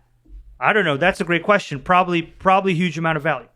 Then there's a further conception of Bitcoin as some, digital gold. There's a scarcity dynamic. There's all these other kinds of dynamics. What is a portable version of digital gold with some kind of built-in scarcity worth? Kind of artificially created scarcity. What's that worth? I don't know. That's a great question. I haven't done the analysis on that. Is the point? Might be worth a lot. What is it all worth if all three of these things, flow into the same fiat kind of let there be Bitcoin as these three things conception of Bitcoin? I don't know what that's worth. I also don't know what that's worth, but could be worth a huge amount. So I think it's not, I personally don't think it's super important what I think it's worth or what many other people think it's worth. I don't think that's really that important. I think what's probably important is understanding what the societal conception of Bitcoin is. And how does that societal conception evolve over time? And that, interestingly enough, doesn't just depend on you or me or the people who made Bitcoin or anything else. It actually depends on current events. So, for example, if people suddenly say, I'm more and more worried about fiat currency, I'm more and more worried that governmental fiat, even if it's the most reliable version of that, is not as good as I thought it was, maybe I should go on the PayPal app and maybe I should get some Bitcoin just in case. Mm-hmm. What's the world where Bitcoin is a certain percentage of everyone's ownership as a hedge against governmental fiat money not being so good? Haven't done the analysis, but another example, right? Here's this conception. That's the conception. So when I look at Bitcoin, what I see is a lot of these fascinating conceptions of what the fiat let there be value of Bitcoin is. By the way, all of them could be true. Maybe some of them are true, maybe some of them aren't true. And the fascinating thing is that I've seen this conception change, right? So when I started in the Bitcoin space, the conception was micropayments. The cost of Bitcoin is low, we'll have micropayments. Micropayments are wonderful for machine-to-machine transactions. Micropayments are wonderful in the emerging market. And that's fine, right? And that was one conception of Bitcoin as, let there be Bitcoin as micropayments platform, right? Mm-hmm. But then the value rose and things changed. There was enough expansion in certain ways. And now the conception has evolved into this other conception. But at the end of the day, I think governments have a very clear set of steps for directing the public's conception of their fiat, right? They say our fiat is worth this for these reasons. Mm-hmm. Bitcoin doesn't have that. Bitcoin doesn't have an official Bitcoin spokesperson that goes out and says, the non-governmental money called Bitcoin, the non-governmental fiat money called Bitcoin has value on the basis of this, and this. Right. Here's our fiscal budget. Here's our future plans. Our money will continue to be safe and secure and reliable. And so it's what that hole creates is a hole that we all fill, right? We all basically come to some vague kind of group understanding that Bitcoin is worth this because it is tied to let's say all non-governmental fiat money comes into question. Everybody doubts it, possibly due to inflation. Mm-hmm. And everybody says, this is nice, but I'd like to keep 10-20% of my wealth in non-governmental fiat just in case. What are those numbers? I mean, if that happens, I'm guessing you can add a few zeros. I like how you say, I haven't done the analysis, as if I'm sure a lot of people have done quote unquote analysis, but it's still speculation. Nobody can predict the future, especially when so much of it has to do with a large number of people holding an idea in their mind as to the importance of a particular technology like Bitcoin. There's a lot of excitement about its possibilities, but the number of zeros you add is an open question, and nobody can do a perfect analysis except whoever created this simulation. So do you think Bitcoin might reach $1 million in value? It's having a current resurgence, a crazy one in 2021 in the recent months of over 60,000, I guess it is now. Do you think it's possible it goes over 100,000? Do you think it's possible it goes to 1 million? You can't rule anything out with Bitcoin. So, I mean, I'm not, one to put price targets on it, but one way it could reach $1 million is Bitcoin's value stays unchanged in real terms. The dollar crashes. The dollar depreciates against it. Not that I expect hyperinflation, but yeah, I mean, look, Bitcoin is worth about 1/10, slightly under 1/10 the value of all the gold in the world. And, gold is worth 10 trillion, $11 trillion in the aggregate. Do I think Bitcoin can be more culturally and economically salient than gold? in 2 decades' time? 100%. Bitcoin was unknown 12 years ago, and today 100 million people worldwide own Bitcoin. So just extrapolate that. What is the level of penetration you think we'll get? 500 million, a billion? You know, you can easily tune these adoption curves however you like. I don't think it's done, you know, monetizing and being adopted globally. Do you think it can become like the base layer for a lot of our financial operation, like to become the main base layer for all our transactions? So like even banks will use Bitcoin essentially, and like Visa would use Bitcoin as the base layer. Like it would actually operate very similarly at the surface layer, but at the base layer would all be Bitcoin. That's precisely what I expect. And banks and Visa are already using Bitcoin. So Visa has embraced Bitcoin in a really big way, actually. And it's always funny to the people saying Bitcoin has to change in a certain way so it can compete with Visa. No, Visa adopted Bitcoin, right? PayPal adopted Bitcoin. Square adopted Bitcoin. Obviously, they're not tearing out all of their existing infrastructure, but they're totally engaging with this thing. Banks have now begun, they got the green light to provide custody for Bitcoin for their depositors. That's the first step. Eventually, it'll happen one of two ways. Either Bitcoin native financial institutions will become banks. That's already happening. There's Bitcoin exchanges that have gotten banking licenses, or banks themselves will start to engage with Bitcoin as a reserve asset. It'll converge either way. That's totally happening. And yes, I mean, I don't think Bitcoin is going to power every financial transaction. I think it'll coexist alongside sovereign currencies, but I think it's a great reserve asset. It's a very powerful asset to build a financial system on top of, because it's highly, highly auditable. It's something that you can take physical delivery of very cheaply. And those are great qualities. If you're a depositor in a bank, they can prove to you how much Bitcoin they have. They can't really easily prove, in the old system, how much gold they held on deposit. And you can easily conduct a run on the bank. You can hold them accountable because you can withdraw it because, making a Bitcoin transaction is pretty easy at the end of the day. Unlike fiat currency, it's like you can't really withdraw all your dollars from the bank. I mean, you sort of can, but you're not going to want to take delivery of pounds of cash or anything like that. So it's a good modern asset upon which to build a financial system, basically. You also wrote a blog post recently giving a shout out to the new book, The Block Size Wars.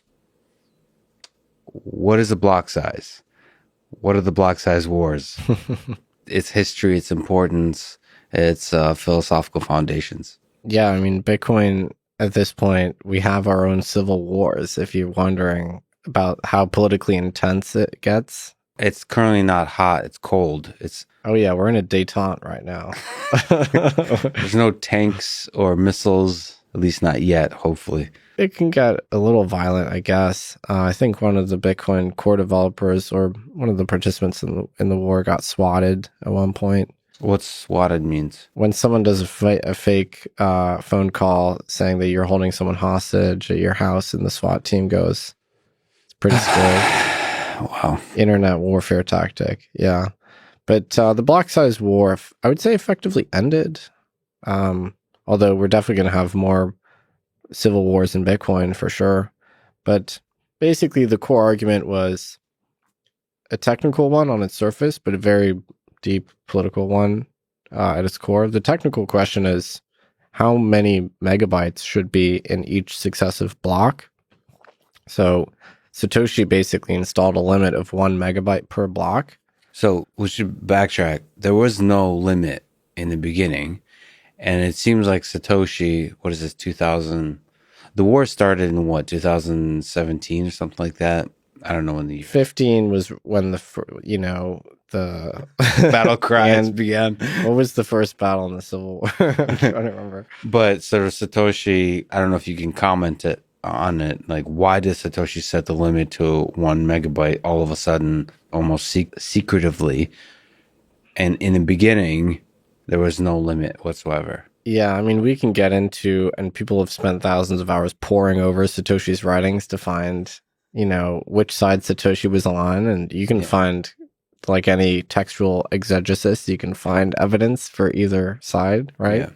But effectively when Bitcoin was launched, there was a block size, because if you made a block over a certain size with the first edition of the code, it would have crashed nodes. But then, in 2010, Satoshi added the 1 megabyte limit in a covert way with no comments or anything. And that stuck, basically. And then Bitcoin blocks filled up, and people that had been socialized into this vision of Bitcoin as an effectively free transactional network were like, why pay a transaction fee if you're not at congestion? If the block isn't full, the miner will mine your transaction for free, right? People that had been brought up in that status quo from 2009 to kind of 2015, they noticed the blocks started to fill up, and they're like, okay, well, let's just remove this arbitrary limit, right? What could possibly be the harm? Right. And then a whole other faction said, no, you need to cap the data throughput of the system, because if you increase it, it's going to be highly exclusionary, and ultimately regular folks are not going to be able to run a full node. So there's a fixed number, there's a fixed frequency of blocks. And so if you want to increase the number of transactions per second, you want to increase the size of the block. So huge blocks allow you to shove in a lot of transactions. Right. Small blocks don't. So that's what you mean, like constraining the system. So what's the benefit of a small block size where transactions, when you can squeeze in only a small number of transactions? And what's the benefit of a huge block size where you can squeeze in a lot of transactions? Well, it really comes down to the way that you think about the system. So a lot of people wanted Bitcoin to be Visa scale. So to have blocks sufficiently large that you could accommodate a Visa level scale of transactions. So, which is many orders of magnitude more transactions. That's right. I mean, preposterously larger in terms of data throughput than, Bitcoin offers up, or at least it used to, 144 megabytes of space per day, and your average transaction's 350 bytes. So, you could, at a push, do 400,000 or 500,000 transactions a day, which is not many. So if you wanted to get to Visa scale, you'd have to increase blocks obnoxiously large. The small blockers claimed that this would overwhelm the ability of any regular person to ingest that data and stay current at the state of the ledger, to replay all those transactions to ensure that the protocol rules were valid. So basically, the small blocker contention is that you eliminate the trustlessness of the system by pushing a ton of data through the system, because only one or two industrial heavy-duty nodes would ever be able to run the protocol at that point. So, by the way, in the Civil War, the two sides, as you're calling them, the small blocker and the big blocker sides. Yeah. And so that takes us back to the thing that you mentioned, that a regular computer could be a node. And with big blocks, that's no longer going to be the case. So just the number of transactions is going to blow up the size of the blockchain that every full node has to store. And so then, as opposed to a regular mom and pop type of node, you're going to have data centers. So they're going to have to be owned by large organizations. There's going to have to be very few of them. And that's how you centralize the control over this whole operation. So the big blocker, yes, it allows you to be Visa and do a huge number of transactions, but it becomes centralized. And then the small blocker is, you cannot actually do kind of merchant style transactions, but you get the decentralized benefit. Well, I don't even think the big block approach would allow you to be Visa, frankly, because there's effectively one node in the Visa network, right? So you don't really need to maintain this peer-to-peer architecture at all. And the amount of data you'd have to push through the network to reach Visa scale is a really preposterous amount. I mean, and we have now evidence for what happens when you try and scale up as a blockchain and do 10 million transactions a day, which is still not Visa scale, right? I've seen what it's like to operate those nodes, and it's not pretty. So there are totally genuine computer science, physical limits, because it's a broadcast network. Everyone has to be aware of every transaction, and that model, which gives you the trustlessness, the nice guarantees, where everyone's an equal peer on the network, everyone has audited the full history of the transactions. That model falls apart under stress. So the small blocker vision is that ultimately you would scale in a layered approach, with the base layer transactions being settlement style transactions and, payments happening at the other layers, basically. Is that universally agreed upon, or like to a large degree agreed upon, that the small blockers have won in this debate? Well, where would you put the current state of affairs? There was a wave of competing Bitcoin implementations starting in 2015 with Bitcoin XT. Actually, Gavin Anderson, who was the guy that Satoshi handed the reins to when Satoshi left, Gavin supported this large block proposal. And so that didn't achieve consensus. And then there was Bitcoin Unlimited. And then later on, there was a genuine hard fork where the small blockers the large blockers couldn't push through their proposals on Bitcoin itself, so they just created a competing version of Bitcoin. So, by the way, so maybe you can comment on, but sort of hard fork versus a soft fork. A hard fork is when it's no longer compatible. What's the right way to put it? They can't operate on the same blockchain, with the same protocol. Yeah, so there's a few ways to define them, and it gets controversial as well. But one way to define it as a hard fork is a expansion of protocol rules, and a soft fork is a shrinking of protocol rules. That's an interesting way to define it. It's not very intuitive, so I don't like that way. Another way is that a hard fork is backwards incompatible, whereas soft fork is, in theory, backwards compatible. So in August 2017, basically the large blockers had enough, and they said, we're going to hard fork Bitcoin. We're going to create a clone, an alternative version of Bitcoin, which has a shared history as Bitcoin itself, but you completely fork it and you create a new future. And but everybody that had a balance on Bitcoin at the time also had a balance on the alternative coin, Bitcoin Cash. And so that's what it's called. Bitcoin Cash is the hard fork. That was one of them. There were more, actually. I mean, what the heck is Bitcoin Satoshi's Vision BSV, Bitcoin SV? So this is all talking about increasing the limit of the block size more and more and more. Yeah, that was one of the changes they wanted to push through. But BSV was a fork of Bitcoin Cash, so hard fork of Bitcoin Cash. Yeah. So now there's multiple big blocker blockchains floating around. It's like, what are your thoughts about them? Well, because they're pretty popular. Sorry to interrupt.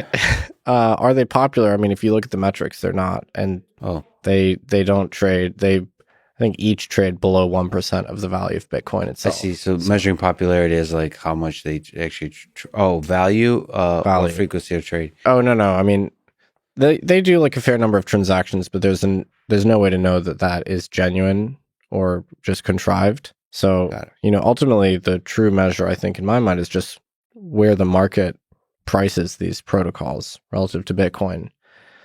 Because that's like a prediction market. If Bitcoin Cash was being priced at 50% of Bitcoin, you could say the market has given it a 50% chance of unseating Bitcoin, right? But both Bitcoin Cash and Bitcoin SV, which was a hard fork from Bitcoin Cash itself, are I believe at this point, well below 1% of the value of Bitcoin. And in like the ranking of different cryptocurrencies, what is it? Bitcoin, Ethereum? Is Ethereum in value? It's second? number 2. And then Bitcoin Cash is it's in the top 5, right? But it's just a fast drop off. I haven't checked lately, but I think it's reached kind of morbidity. It doesn't really have much traction. The blocks aren't full. So the whole value proposition was, we will get all this merchant adoption if we increase the block size. That just didn't materialize. In my view, they had a flawed vision of how adoption works and what blockchain should optimize for. Maybe you get a Bitcoin Cash supporter on the show. They'll give you a different answer.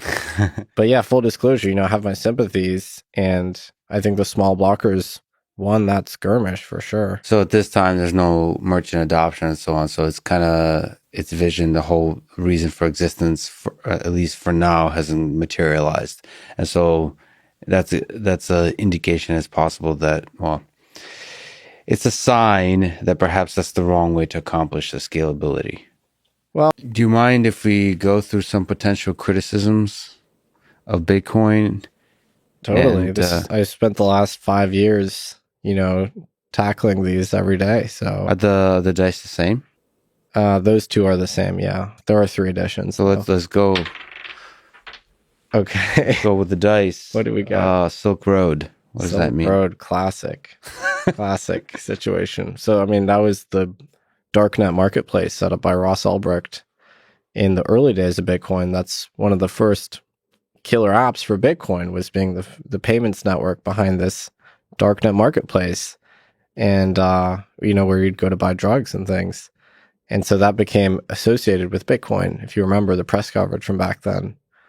But over time that faded and it became less of a critique. But so like the critique is that Bitcoin is something you would use for illegal activity, for drugs, for crimes, all those kinds of things, as opposed to for any kind of legitimate transactions. Yeah. In the merchant transactions. And today Bitcoin settles $10 billion a day, and the vast majority of it is completely legitimate. It's just a useful alternative system. But back then, a huge fraction of all Bitcoin transactions were related to the basically illicit marketplaces. And if you're just tuning in, this incredible 12-sided die has 11 common criticisms of Bitcoin that Nic, in a genius way, has put together. Maybe we could do a couple more. Oh, so it was Satoshi something. Satoshi coins. Satoshi coins. We touched on that early in the episode. What if Satoshi returns and sells all of their coins? So we don't know for sure how many coins Satoshi actually mined or produced, because there's a degree of probabilistic analysis that you would do. There's a few thousand blocks that were mined by what we think is a single entity in sort of 2009.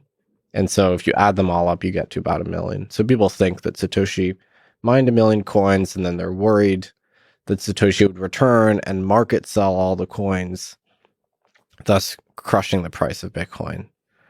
So looking at some of these, no CEO, I think we touched on that. We've already hit on the dice. No merchants, that's no longer true. About that, yeah.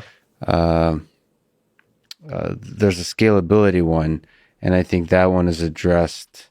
The idea that you're mentioning with the block size debates and the Lightning Network, that by adding extra layers on top, you can achieve scalability. That's my vision. That's my theory.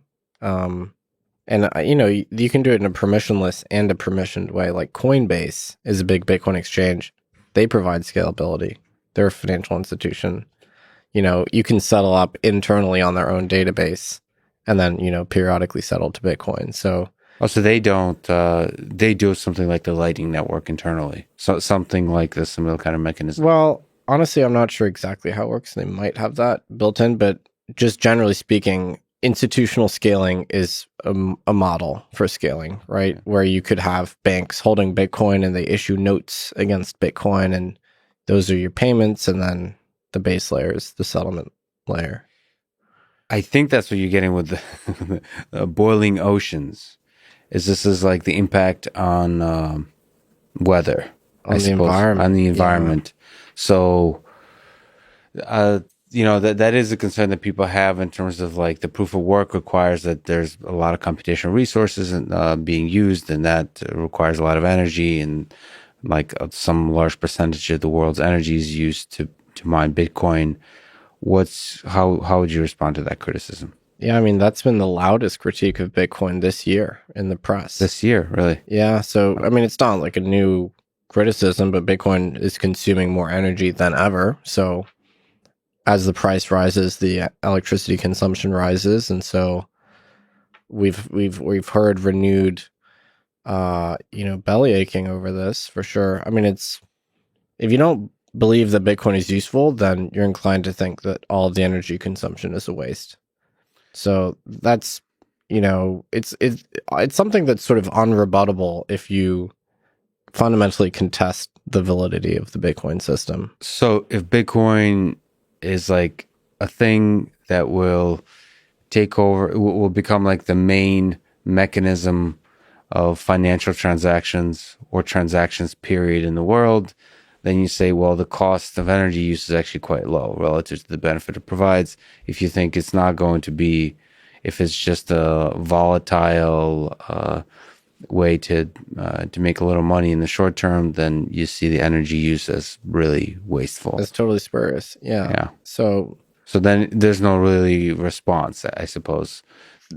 So I can totally, get into the details of Bitcoin's energy mix and things like that, but that's like at a high level what the debate is. It's this normative question. Like, does Bitcoin have an entitlement to consume any of the world's resources?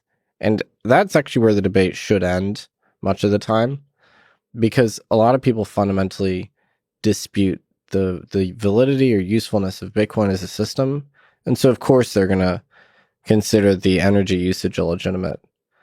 Now, there's a lot of mitigating factors if you think that Bitcoin is potentially a useful system, which is Bitcoin consumes energy in a very peculiar way, which virtually no other industry does, which is that Bitcoin is a geography independent buyer of energy, which is not how we humans typically consume energy. Like, we need energy to be produced near to population centers, and we need it to be produced at the, corresponding to the peaks and troughs of our consumption, right? Because we have to 100% match the demand and the supply at all times, right? Otherwise, we have blackouts. So Bitcoin doesn't care about any of that. It just buys energy on a constant basis.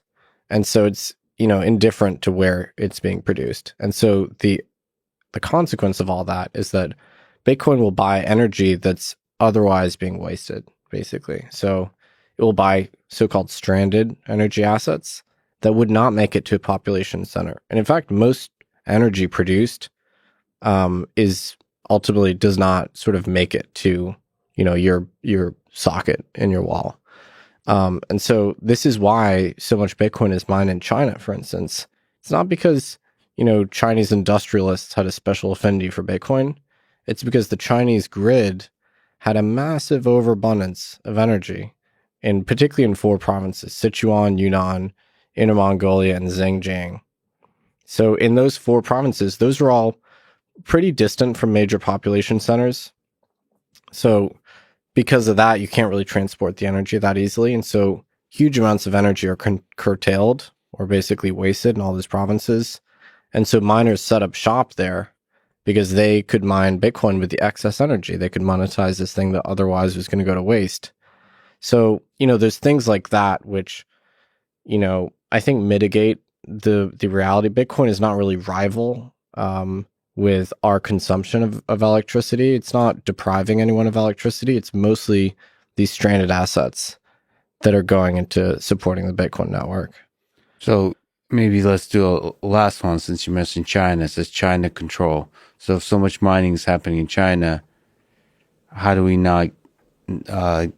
prevent nation states from controlling much of Bitcoin? Yeah, that's the flip side of a large portion of the blocks being mined in China due to this energy feature, which I discussed, which is that there's a lot of Chinese miners, for sure. Now, the question ultimately is, what degree of control do miners have over the Bitcoin system? Right. And that was part of the block size debate. I mean, the miners, when we implemented segregated witness in 2017, the miners just didn't want to do it. Eventually, the users, the regular folks running nodes, rebelled and basically said, look, we're going to implement this whether or not you do it. And it was a threat to the value of Bitcoin, because if this threat had gone through, it could have split Bitcoin and it would have been really messy. So the miners sort of capitulated. So I think the current consensus is that miners do not have unilateral control over Bitcoin, and that governance is more poised between people that run nodes, developers, and miners. It's sort of a triumvirate where neither of them has, total control. So that's my current model for control in Bitcoin. I think if you asked a miner, they would tell you they didn't feel that they had sort of unilateral control over Bitcoin either. You've mentioned something about Schnorr and Taproot. What are your thoughts about this update to Bitcoin in terms of its promise to improve privacy and scaling and so on? And what other things are you interested, excited about in terms of the development of Bitcoin? Well, Schnorr and Taproot, that's the first new protocol upgrade since SegWit in 2017, which was what laid the groundwork for Lightning to be developed, basically. And Schnorr Taproot is really the first protocol change in 3, almost 4 years now. So we're very excited about it. Is there something interesting to say technically about what are the things it's actually going to improve? And maybe on the politics side, bringing a protocol change on Bitcoin, what does that actually involve? Yeah, I mean, it's a huge deal because the last time we tried to make a change to the protocol, we had a whole civil war over it. And it was incredibly difficult to get SegWit activated in 2017. And it took all this brinksmanship and threats and all these campaigns. And it was this whole thing. Luckily, I think things have quieted down and there's much more consensus that Schnorr Taproot is a good change to Bitcoin and everyone generally supports it. But everyone kind of has PTSD over the last time when we tried to change Bitcoin. And so we're sort of really dithering over how we actually want to implement it.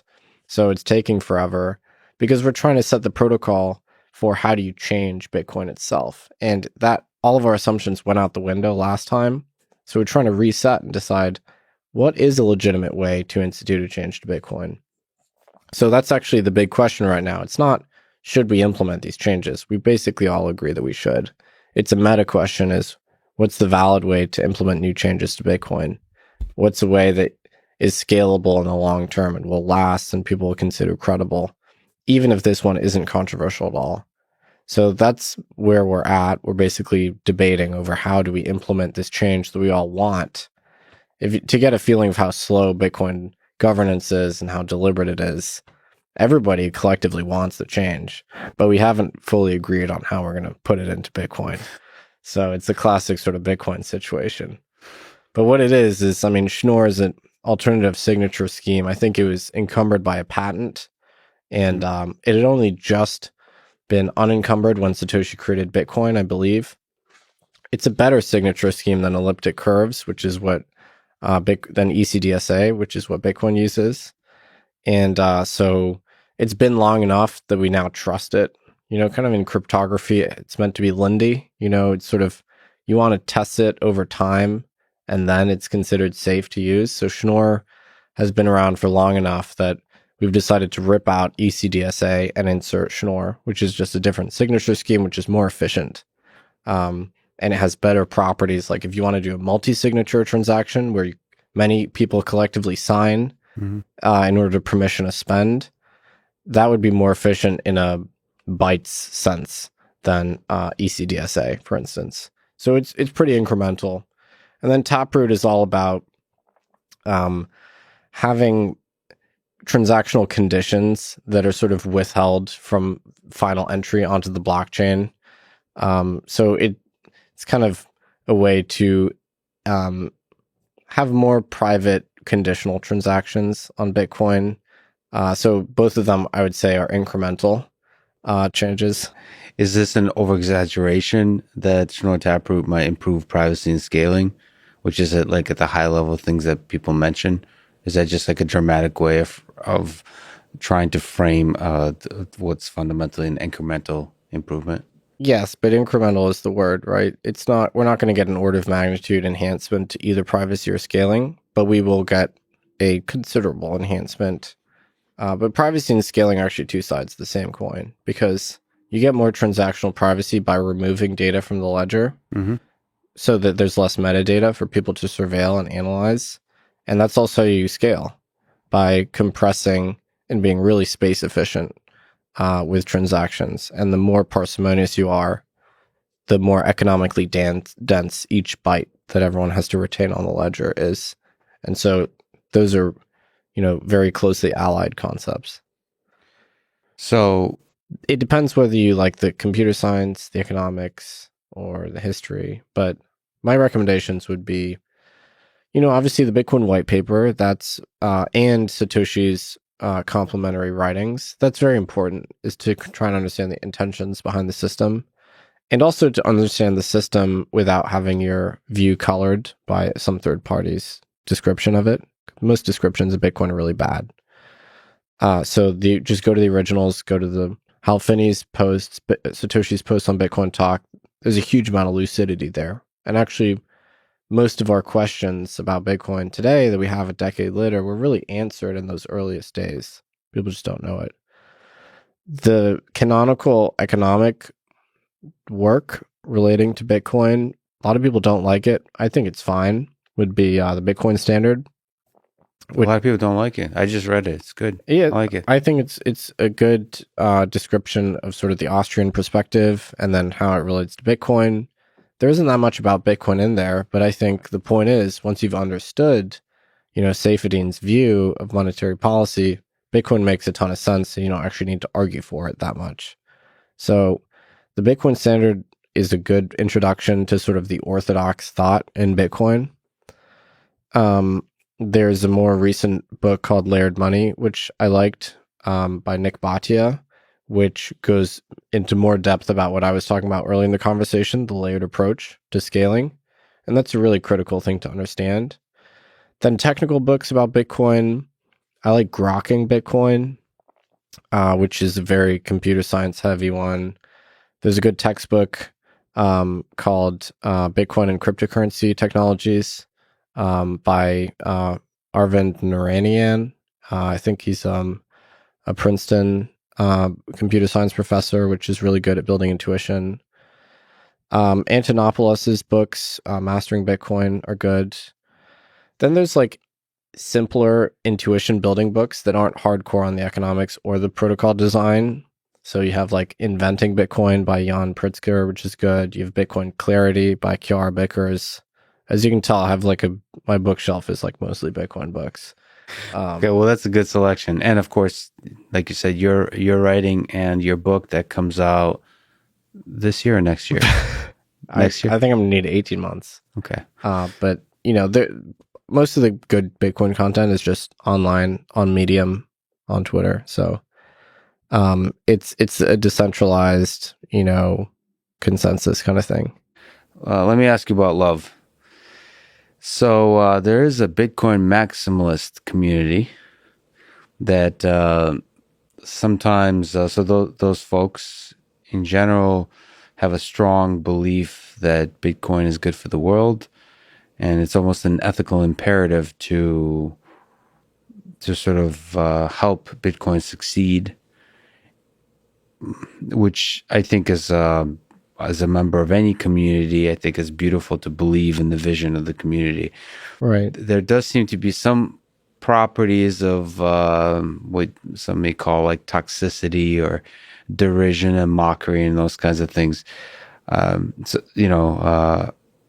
Some folks have criticized this, right? That Bitcoin maximalism is not necessarily good for the world, even if Bitcoin is good for the world. What are your thoughts about this kind of approach, philosophically or practically, to the spread of Bitcoin? And is there a way that we can add more love to the world while we add more Bitcoin to the world? Oh, that's a great question. I mean, Bitcoin is sort of what you make of it. So you can define your own path as you advocate for Bitcoin or don't, for that matter. So my chosen approach is the approach you see here, which I try to minimize the amount of sort of harshness or mockery, although I've been known to be mean on Twitter too, Well, Twitter is sorry to interrupt, is a specific medium where this takes its worst form. So I'm learning, listen, I'm actually, because of this podcast, but in general, I'm part of different communities, and some are full of like unabashed love, and some are like, when I experienced on Twitter the Bitcoin community, at first I was off put in terms of the intensity, the mockery. I bet. Yeah. The layers of lol. like the layers of not taking anything seriously. And I think there's power to that. There's freedom to that. I appreciate it. I have respect for it, but it's not my thing on Twitter. It's just not the way I enjoy communicating on Twitter. I retired from Twitter. I hit 100,000 followers and then I retired. So I'm free now. I don't have to tweet anymore. It's great. But I totally concede the point. I wish that Bitcoiners were gentler in their approach.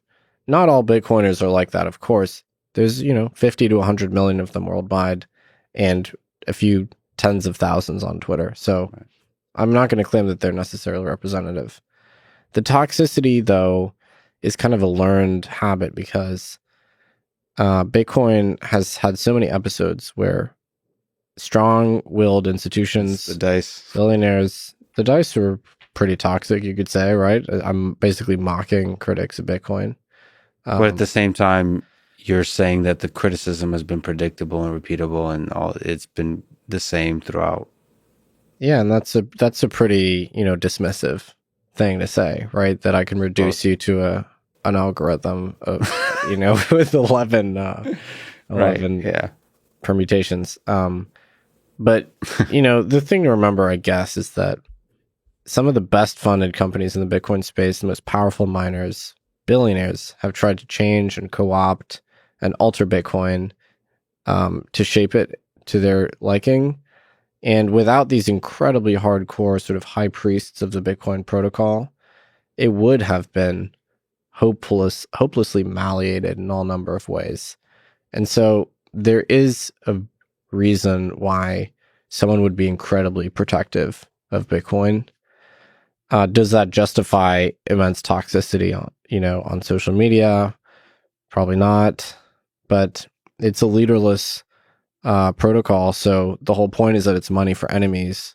And some of the Bitcoin maximalists came for me too when I made suggestions that they didn't like. But I'm happy to use the protocol, because I know that transaction will be final, regardless of how odious my counterparty is or how politically disfavored their opinions are. See, I mean, and this is where there could be disagreements, but I think you have to think about what's effective as a defense mechanism of strong ideas. And I personally think that like kindness and thoughtfulness and is much more effective because it lets the idea shine, as opposed to the personality of the individual humans overriding it. But there's debates on this, I take your side on that. I think a patient and careful approach is the way to go. Now, do all critics deserve good faith engagement? Right. No, I would say. A lot of critics of Bitcoin operate in extreme bad faith. And the reason why is because we're not just talking about technical questions. In fact, most of this conversation has not been technical. It's been political. Mm-hmm. Because Bitcoin is an intensely political idea. And so a lot of people are predisposed to totally hate it and to wish, death on Bitcoiners. I mean, there was a professor at GW I saw earlier this week that was musing about getting all the Bitcoiners on a boat and sinking it. It's like, in what other context would a, upstanding professor muse about mass murder? But in the context of Bitcoin, it's sort of okay, within his peers, because you're talking about something that most people don't like. It's a concept that's alien to them, that doesn't jive with the way they see the world. And so because it's so, pitched from a political perspective, there's a lot of critics as well as defenders that operate in bad faith, I would say. But that's the nature of the beast. It's because we're proposing a very disruptive thing. Mm-hmm. And there are people that would be disrupted by it. Almost as a thought experiment, can I ask you to think about if some of your predictions, some of your analysis, some of your understanding of Bitcoin is wrong in the following sense, where it will not have the impact that you have a vision for it, that it will not have the scale of impact, and perhaps in terms of value will go to zero, to something very low, and other cryptocurrency or other financial systems will overtake it. what would be the reason for that in your mind? Like, why might you be wrong? If you look back at it in the future, what did you not understand about Bitcoin that will result in that? Yeah, that's a great question. I think for that to happen, one of two things would have to happen for Bitcoin to just be irrelevant, basically. Either central banks totally clean up their act and, stop engaging in rampant money printing, which I don't expect that to happen anytime soon. I mean, it looks like we're normalizing this new regime of inflation, pro-inflation, just to remediate the debt issues we have. So that would be one thing that would make Bitcoin, cryptocurrency, much less relevant, is if everyone becomes totally assured of the soundness of sovereign currencies, basically, namely the dollar, like the dollar being the main one.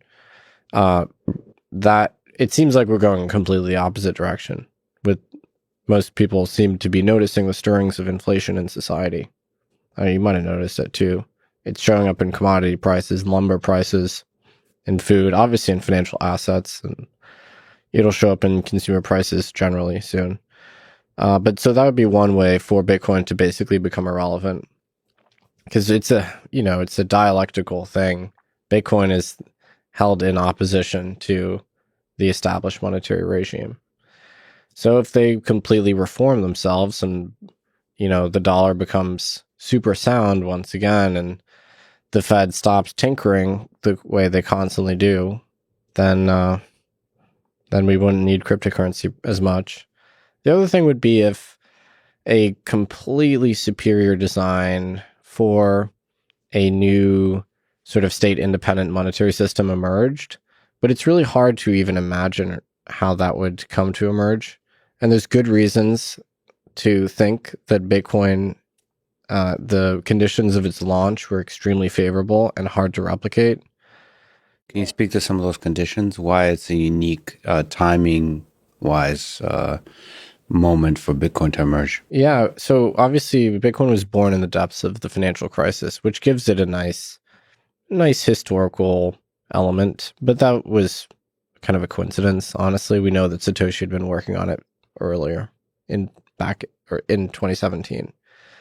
The really special thing about Bitcoin was that it was launched anonymously by an entity that did not seek any glory or credit for what they did, and apparently never monetized it at all. So they never really moved any of their coins. Satoshi sent one test transaction to Hal Finney, who was one of the earliest Bitcoiners. Aside from that, as far as we know, Satoshi never spent any of their coins. So you have this wonderful Promethean quality whereby it's almost self-sacrificial. I mean, it's like this borderline godlike figure in terms of their restraint finds this monetary technology and releases it to the world and pays the price. They never took advantage of their filthy lucre. They never recognized any of the $50 billion that they made from Bitcoin, right? And Satoshi also didn't assign themselves any privileged access to the coins. Satoshi could have just written in the code, I own 10% of the coins. But they didn't. They just mined in the open free market competition like everyone else. It's just that Satoshi is an early miner to support the network, accumulate a lot of coins for sure. But they didn't have any privileged special access. So that's one thing that's extremely special about the launch, is that we had a founder that was truly committed to the monetary protocol and didn't seek either recognition or financial spoils, and then also left. Satoshi left in 2010, 2011, and hasn't really been heard from since. It's a very George Washington move, gangster move, where he didn't want power, and once he got power, he let go of it. Precisely. And that was a key, actually, move. That was probably one of the most important moves at the founding of this country. That's right. George Washington could have been a king, probably if he'd wanted, and Satoshi could have been Jerome Powell if he'd wanted, and Satoshi could have held on to power indefinitely, but chose to leave. The other thing is that Bitcoin circulated for a long period of time, from January 2009 to about July 2010, without really having a financial value. So There weren't really any marketplaces. It didn't have a value. And so that gave it this really great distribution, among a broad set of stakeholders. And there were no venture funds or hedge funds, trying to aggressively buy up all the supply back then. Now, when you have new cryptocurrencies launched, they're like aggressively pre-mined, and some gigantic Silicon Valley venture fund is going to own 30% of it. And so it's sort of impossible to conceive of how that could become a global money, because how could, a Silicon Valley investment firm own 30% of the money supply? That doesn't make sense. That's just so oligarchical, right? It's unbelievable. So Bitcoin, by contrast, is a very bottom-up thing. It was the early enthusiasts, people that were, really excited about the technology. They're the ones that obtained those early coins. And so there was a real element of fairness and just an organic nature to its launch, which would be incredibly hard to recapture today. Let's say Satoshi came back and they said, okay, I made Bitcoin 2.0, I'm going to release it. There'd be the most aggressive land grab ever by, gigantic pools of capital to sort of get favorable allocations of the new system, right? Can Satoshi with Bitcoin 2.0 build in a resistance mechanism or a prevention mechanism for the land grab? It would be hard to, because, if you have capital and resources, if it was a proof of work chain, you'd just have people that would invest a ton of money in mining, for instance. But most new blockchains, cryptocurrencies, are just sold, basically. They're, issued in token offerings kind of thing. So it's hard to enforce through the protocol, the decentralization of control, power. It'd be challenging too. And people have tried to do airdrops, where they, distribute coins to a large number of people. Basically doesn't work. Most people don't care about the airdrop. So it's hard to have an equitable distribution. I think the conditions of Bitcoin's launch were so lucky and favorable that they're very unlikely to be replicated. So I do think it's going to be a real challenge to ever have a new competitor that's as decentralized, as leaderless, as dispersed, sort of distributed as Bitcoin is, has its credibility. I don't know how you could overrule it on those important. At the high level, technically, how does Bitcoin work? Is there interesting things you could say, like what are miners, what are nodes, full nodes, what are blocks, what's proof of work? Is there a nice way to wrap up a clean explanation of the protocol? Oh man, that could be another 5 hours. Is there interesting, because I'd love to talk to you about block size wars and sort of the politics, the psychology, the principles around that, but sort of building up to that, it'd be nice to talk about how the thing works. That's fair. And the block size wars are a really fascinating discussion of how governance debates intersect with technical features. So I guess we can, so basically at the highest possible level, Bitcoin is a globally shared, it's really a replicated ledger that any participant that wants to be an equal peer on that ledger, they want to maintain that ledger and they want to stay up to date with the global state of the ledger. And really any monetary system is just a ledger with physical cash. We benefit from the physical instantiation of the money. So the physics is the ledger. The physics is the ledger, right? Same with gold, right? You can't just produce new units of gold. So we trust that gold atoms are hard to create, although not impossible, right? You could fire a bunch of protons at whatever is the adjacent metal and create gold atoms. It'd be expensive. And the same with dollars. We trust that it's hard to counterfeit a dollar. So we trust the physical analog world to help maintain the state of that ledger. With digital money, like the money in your bank account, your checking account, we basically trust our institutions or banking institutions to keep a faithful record, and then ultimately we trust the central bank to administer that system. So there's kind of a handful of nodes. In Bitcoin, we trust that the economic incentives of the system are carefully poised, basically. So we trust that the free market mining competition will lead to the miners assembling transactions into blocks in a faithful and correct way, and that we are going to converge on a global state of the ledger continuously, which updates every 10 minutes or so with some variance. And then the miners aren't the sole entities that control the system. To really participate, if you're a merchant and you're accepting Bitcoin, you really want to run your own full node and check the whole history of transactions. It's sort of something like, I want to say 500 to 600 million transactions that have ever occurred on Bitcoin. So a full node contains all the transactions ever transacted on the Bitcoin blockchain, and that's, I saw it's like 200 gigs or something like that. Like 350, something like that. It's doable on a regular consumer laptop, and that is going to be really key later on in the discussion. Sure. But so, that's really the ultimate trust models. First of all, we trust that the miners that assemble transactions into blocks, and they are the archivists, they inscribe those transactions onto the ledger, and they have an economic incentive to sort of behave correctly because they're getting paid in no units of Bitcoin. That's part of it. But then really you're not fully trusting them. You're actually, if you want to run a node, you replay every single transaction in the history of Bitcoin from the beginning to the current day, and you arrive at the present state that way. So you don't really have to trust too many people or entities. You can validate the correctness of that all the rules have been followed, that all the Bitcoins that were created were done so in the valid way, that the inflation rate was adhered to, and that there's no covert inflation, that if you're spending 50 units of Bitcoin, you had that Bitcoin to spend in the first place.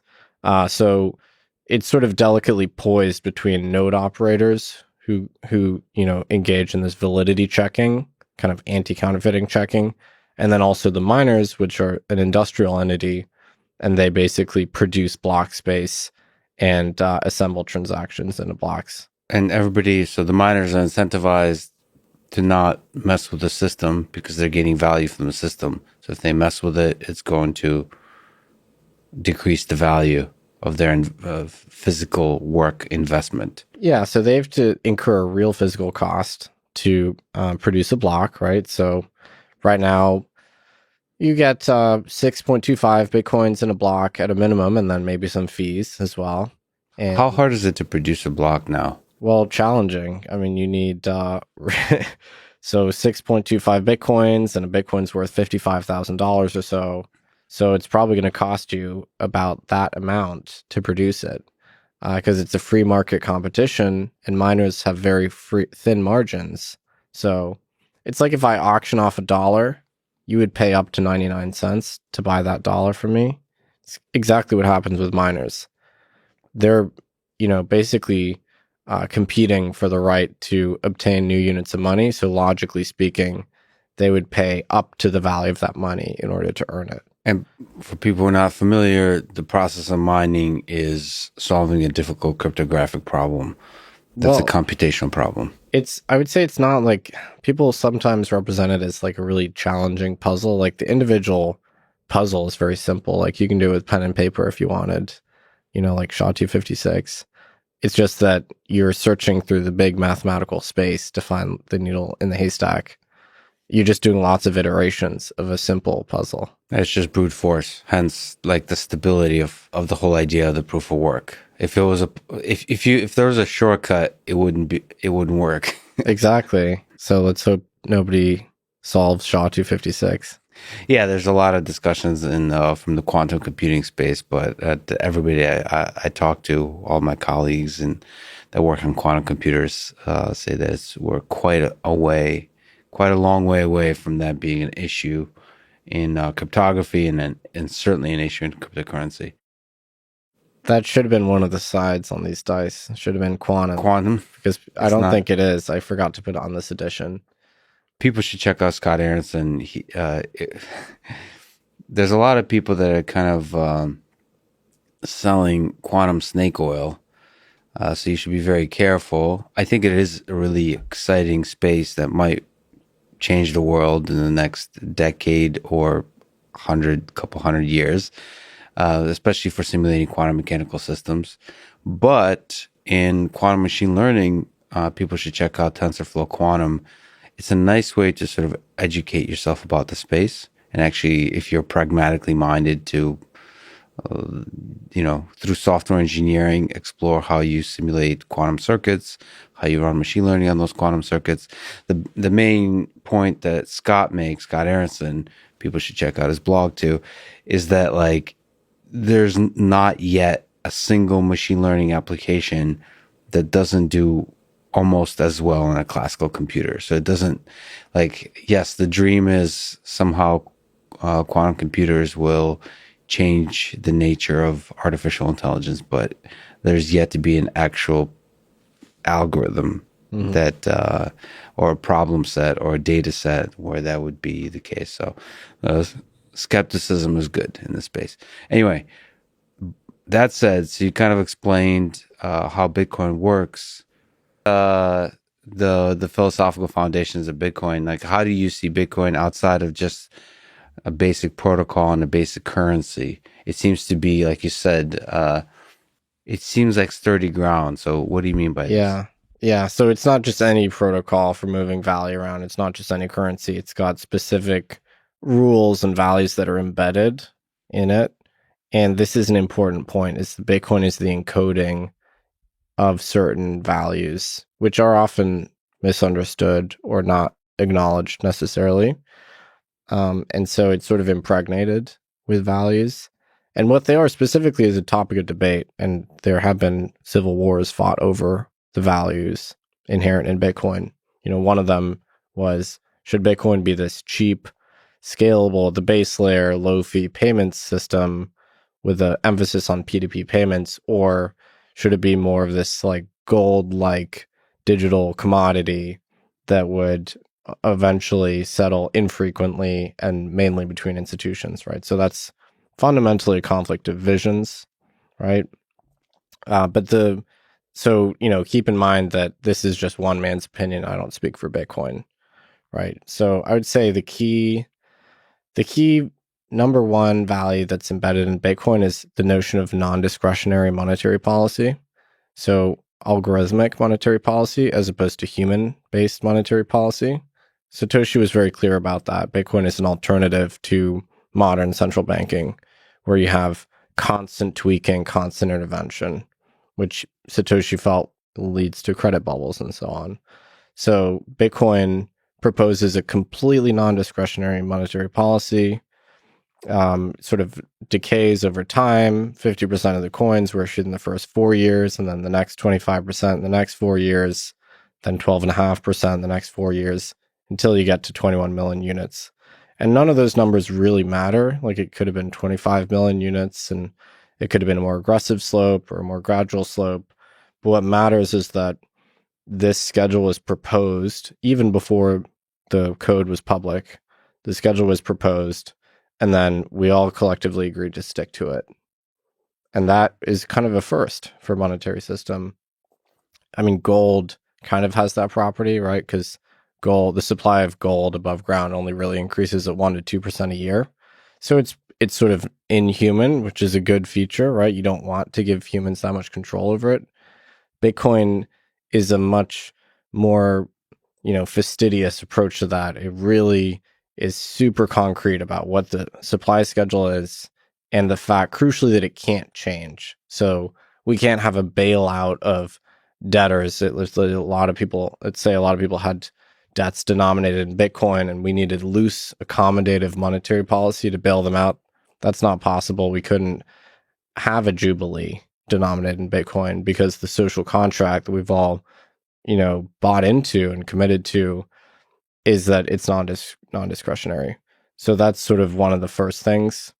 And I think ultimately that comes back to basically a strong respect for property rights. Because if we were to have unanticipated inflation, let's say, a really charismatic leader somehow commandeered Bitcoin and convinced everyone that we should have 30 million units and not 21 million, that would basically be dilutive on everybody that held Bitcoin and had opted into the 21 million set of coins.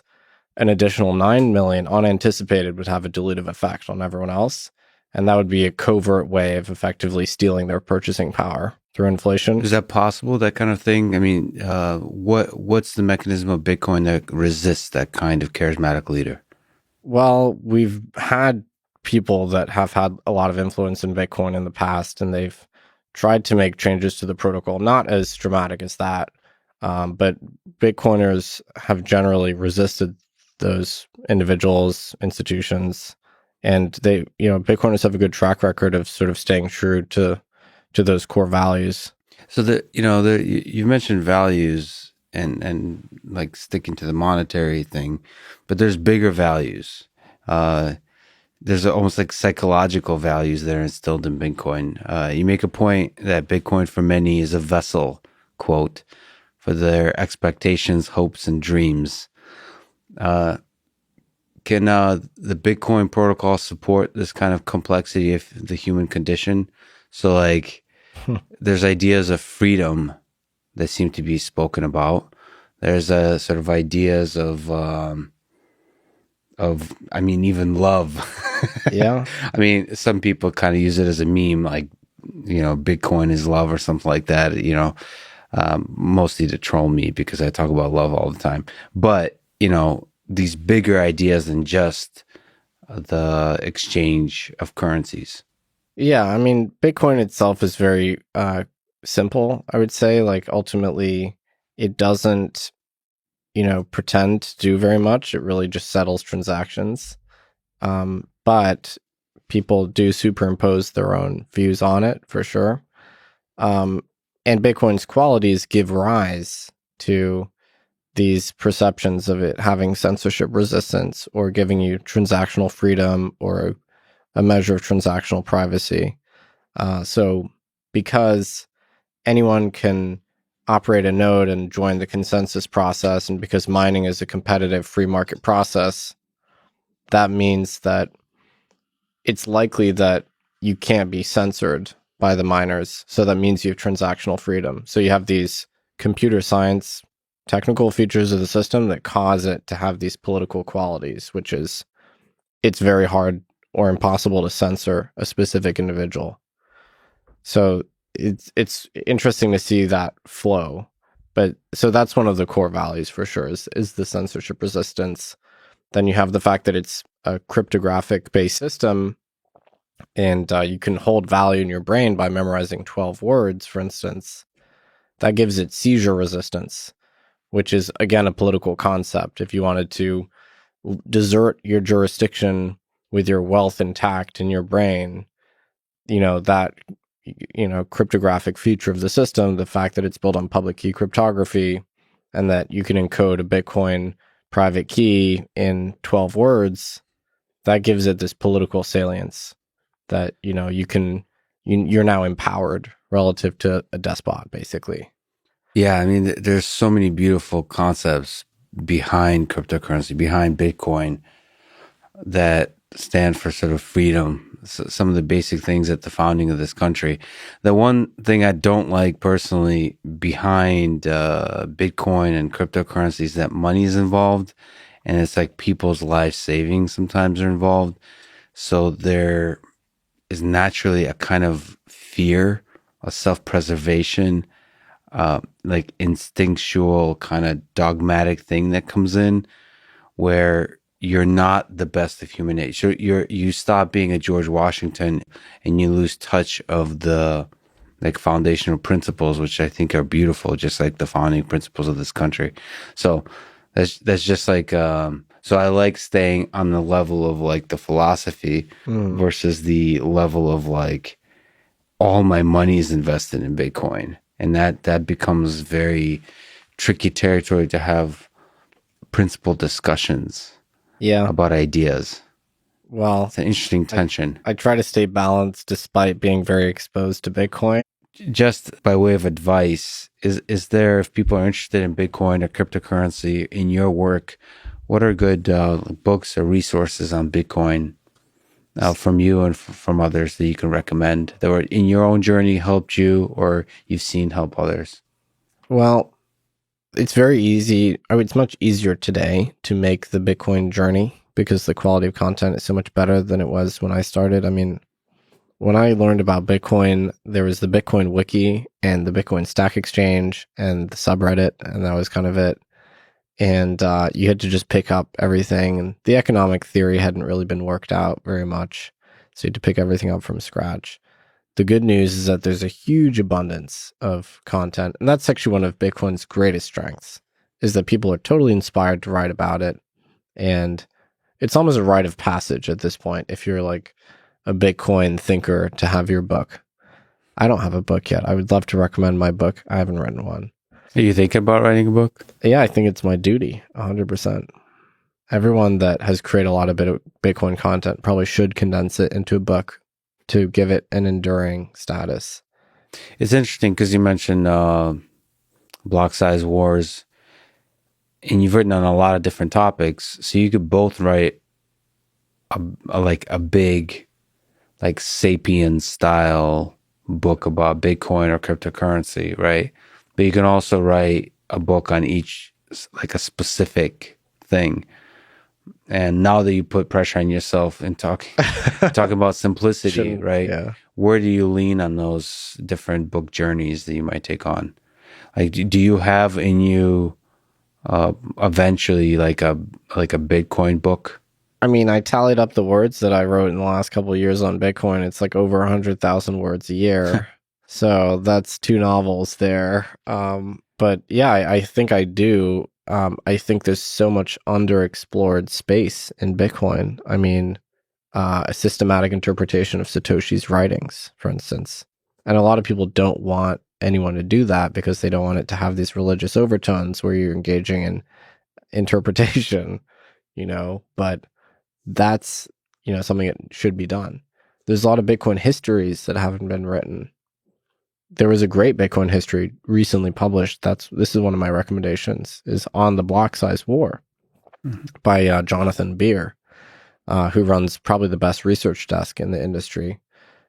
So there's huge amounts of history that has transpired that hasn't been chronicled. And some of the accounts are indifferent. They're often written by outsiders, journalists that maybe don't fully engage with the Bitcoin system. But do you think the humans are interesting in the story too? Of course, they're the most interesting thing. Bitcoin itself doesn't really change that much. It's kind of this cold, protocol that just sort of ticks along. But the characters are just fascinating. And there's so many unbelievable characters in the Bitcoin story. Unbelievable. Yeah, that's the cool thing about Bitcoin and cryptocurrency and just internet is like the weirdos, the brilliant weirdos. Like all the people in the stuff that's already established are boring. Like economics professors are all boring, right? But the interesting people, the wild ones, are the ones that are innovating in the crypto space, which is that's where the dangerous weirdos are and the exciting, brilliant weirdos. Well, you had to be kind of crazy to adopt Bitcoin in the first sort of 5 years of its life. So there's an adverse selection element there. I don't know if that's an uncharitable way to put it, but like some of Bitcoin's earliest evangelists are not the evangelists I would have chosen, but they were the ones that we got. So it's the one we got. But is there resources? You're basically saying just throw a dart and most books are going to be good, or is there something that stands out to you? Your average book is, terrible for sure, but not on Bitcoin specifically, but just in general features. What about Bitcoin's comparison to other current cryptocurrencies? So Bitcoin versus Ethereum, for example. Why is it possible that Ethereum overtakes Bitcoin? It's certainly possible. Yeah, I'm not ruling it out.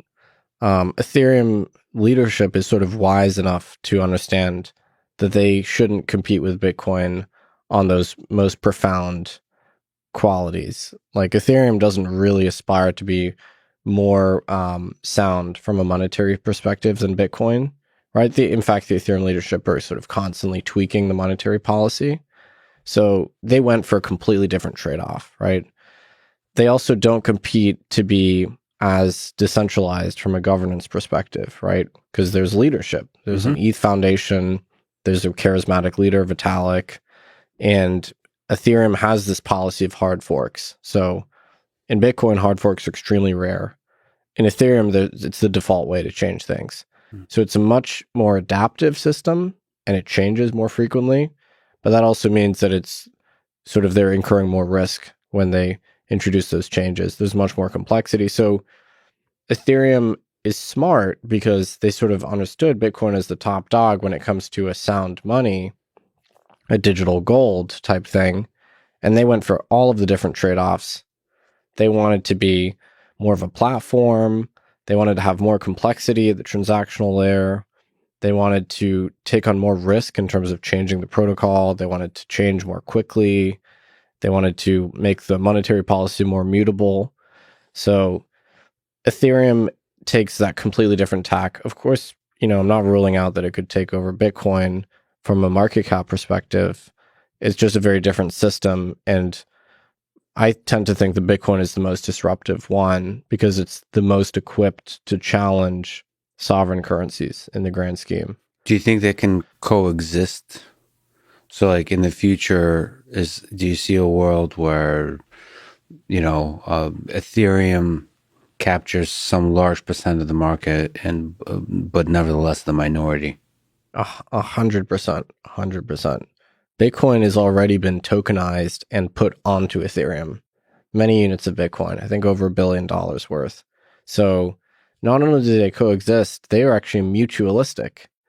So they're like two creatures that have this, it's like the rhino and like the bird that pecks the parasites off the rhino's back or whatever. Yeah. Right. So I don't know which is which in the analogy, but yeah, I don't know who the parasites are. But yeah. So, or, the alligator and the teeth cleaning fish or whatever. Right. It's so, I always wonder why the alligator doesn't just eat the fish, but I guess they're brushing its teeth basically. So Ethereum it gives you more transactional flexibility. There's much more experimentation happening there. It has this whole decentralized finance element. There's a huge number of Bitcoins that circulate on the Ethereum protocol, right? Because Ethereum is open to other asset types, basically. So I think that's actually accretive to both systems because Ethereum gets to have this good form of collateral, Bitcoin, on the system, which has good volatility characteristics. And then it's a supply sink for Bitcoins, which are sort of now they're injected into this third-party protocol. And that, I think, reduces the velocity of Bitcoin overall, and it's probably good for the valuation. So you see, it quite possibly could be a symbiotic relationship. That's really interesting. I think so. So let's step onto the land of sturdiness that is Bitcoin. What is Bitcoin, and in your view, what are the principles, the philosophical foundations of Bitcoin? Well, Bitcoin, the term, I think, refers to two things specifically. So one is the protocol for conveying value through a communications channel.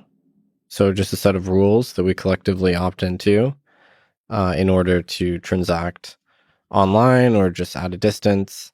And then the other thing is the name of the asset, the sort of monetary unit, which circulates within the system. And that always confused people a lot because it's like, well, you've got uppercase Bitcoin, lowercase Bitcoin. Why didn't Satoshi just give them different names? Like in Ethereum, you've got Ethereum, the system, and then Ether. Mm-hmm. Although people don't really talk about Ether very much, but they, chose to distinguish them. In Bitcoin, for whatever reason, they're not distinct. So the two Bitcoins get commingled all the time in the explanations. Did you find that's a problem that confuses things? I mean, what's really a distinction between the protocol and the currency? Well, they are sometimes distinguished practically. Like you can transact with Bitcoin outside of the Bitcoin protocol, for instance. Right. So, you can transact with Bitcoin on Ethereum, or I have Bitcoin on an OpenDime here. This would be a Bitcoin transaction. It wouldn't settle on the Bitcoin network. Well, first of all, I think the layered scaling model is definitely correct. I mean, that's absolutely the way these things have to work, given the constraints of blockchains. What is the layered scaling model? It's really how all payment systems scale, blockchain or otherwise. And I think a lot of people don't understand this, is that there is no equivalent to scaling at the base layer in the regular payment space. that totally doesn't happen. All of them are built on layers. So Visa is like the 5th layer in the payment stack that ultimately depends on these utility scale settlement systems like Fedwire, CHIPS, ACH, basically interbank settlement systems. So you've got these slow moving but high assurance settlement systems. Fedwire is probably the number one, like when you send a wire, that's using the Fedwire system typically. On top of that, you have banks, and then you have payment processors, and then you build up these layers and layers and layers, and then you have these fast payments, Venmo, PayPal, credit, debit, Visa, you name it.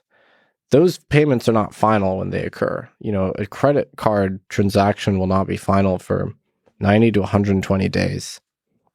So that's fascinating. You've decoupled the payment, the financial message, and the settlement. Those are distinct concepts, and the settlement happens on a deferred basis. So that's how you get scalability, is you have lots and lots of messages, but that they don't settle for a long time. They might settle on a net basis, on an end of day basis. But so that's really how it works. And then you have Fedwire, where your average transactions in the millions of dollars, and there's only a few 100,000 transactions a day. It's sort of an interbank settlement network. So that's my vision for how I think Bitcoin will develop too. Bitcoin itself on the base layer is this slow moving, high assurance final settlement network, where if you're sending money to the other side of the globe to someone you don't trust, where you want that payment to be final in a short period of time, and both counterparties know it's final, then you would use that. But if you wanted to buy coffee, you could do it on a second layer. Lightning would be one way. There's a bunch of side chains now. Or you could use, a more centralized solution if you wanted. It's kind of a profound idea that in the space of transactions, when you're buying coffee or buying anything really from a merchant or exchanging goods and all those kinds of things, that most of the time, like basic, honest behavior, human behavior, which it does appear that most of our societies is based on the fact that most of us are honest, is like stuff is not going to go wrong when you do the transaction. And you only need like the base layer, whether it's Bitcoin, whether it's, I forget the terms you use for the credit card version, but you need that just to verify, just to like resolve any disagreements or shady shit.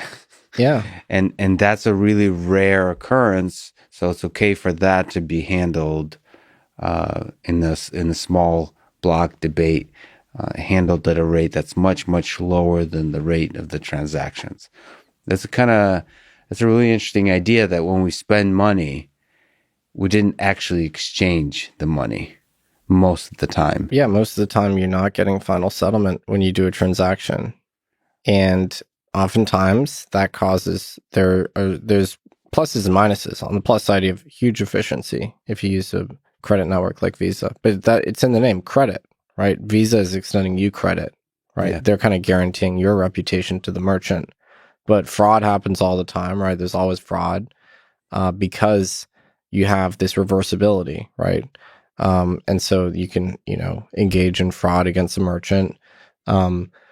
If you have a final settlement, there's no possibility for fraud. So that's one reason merchants kind of like accepting Bitcoin, because once you receive an inbound Bitcoin payment and you deliver some good or service, that payment can't be reversed.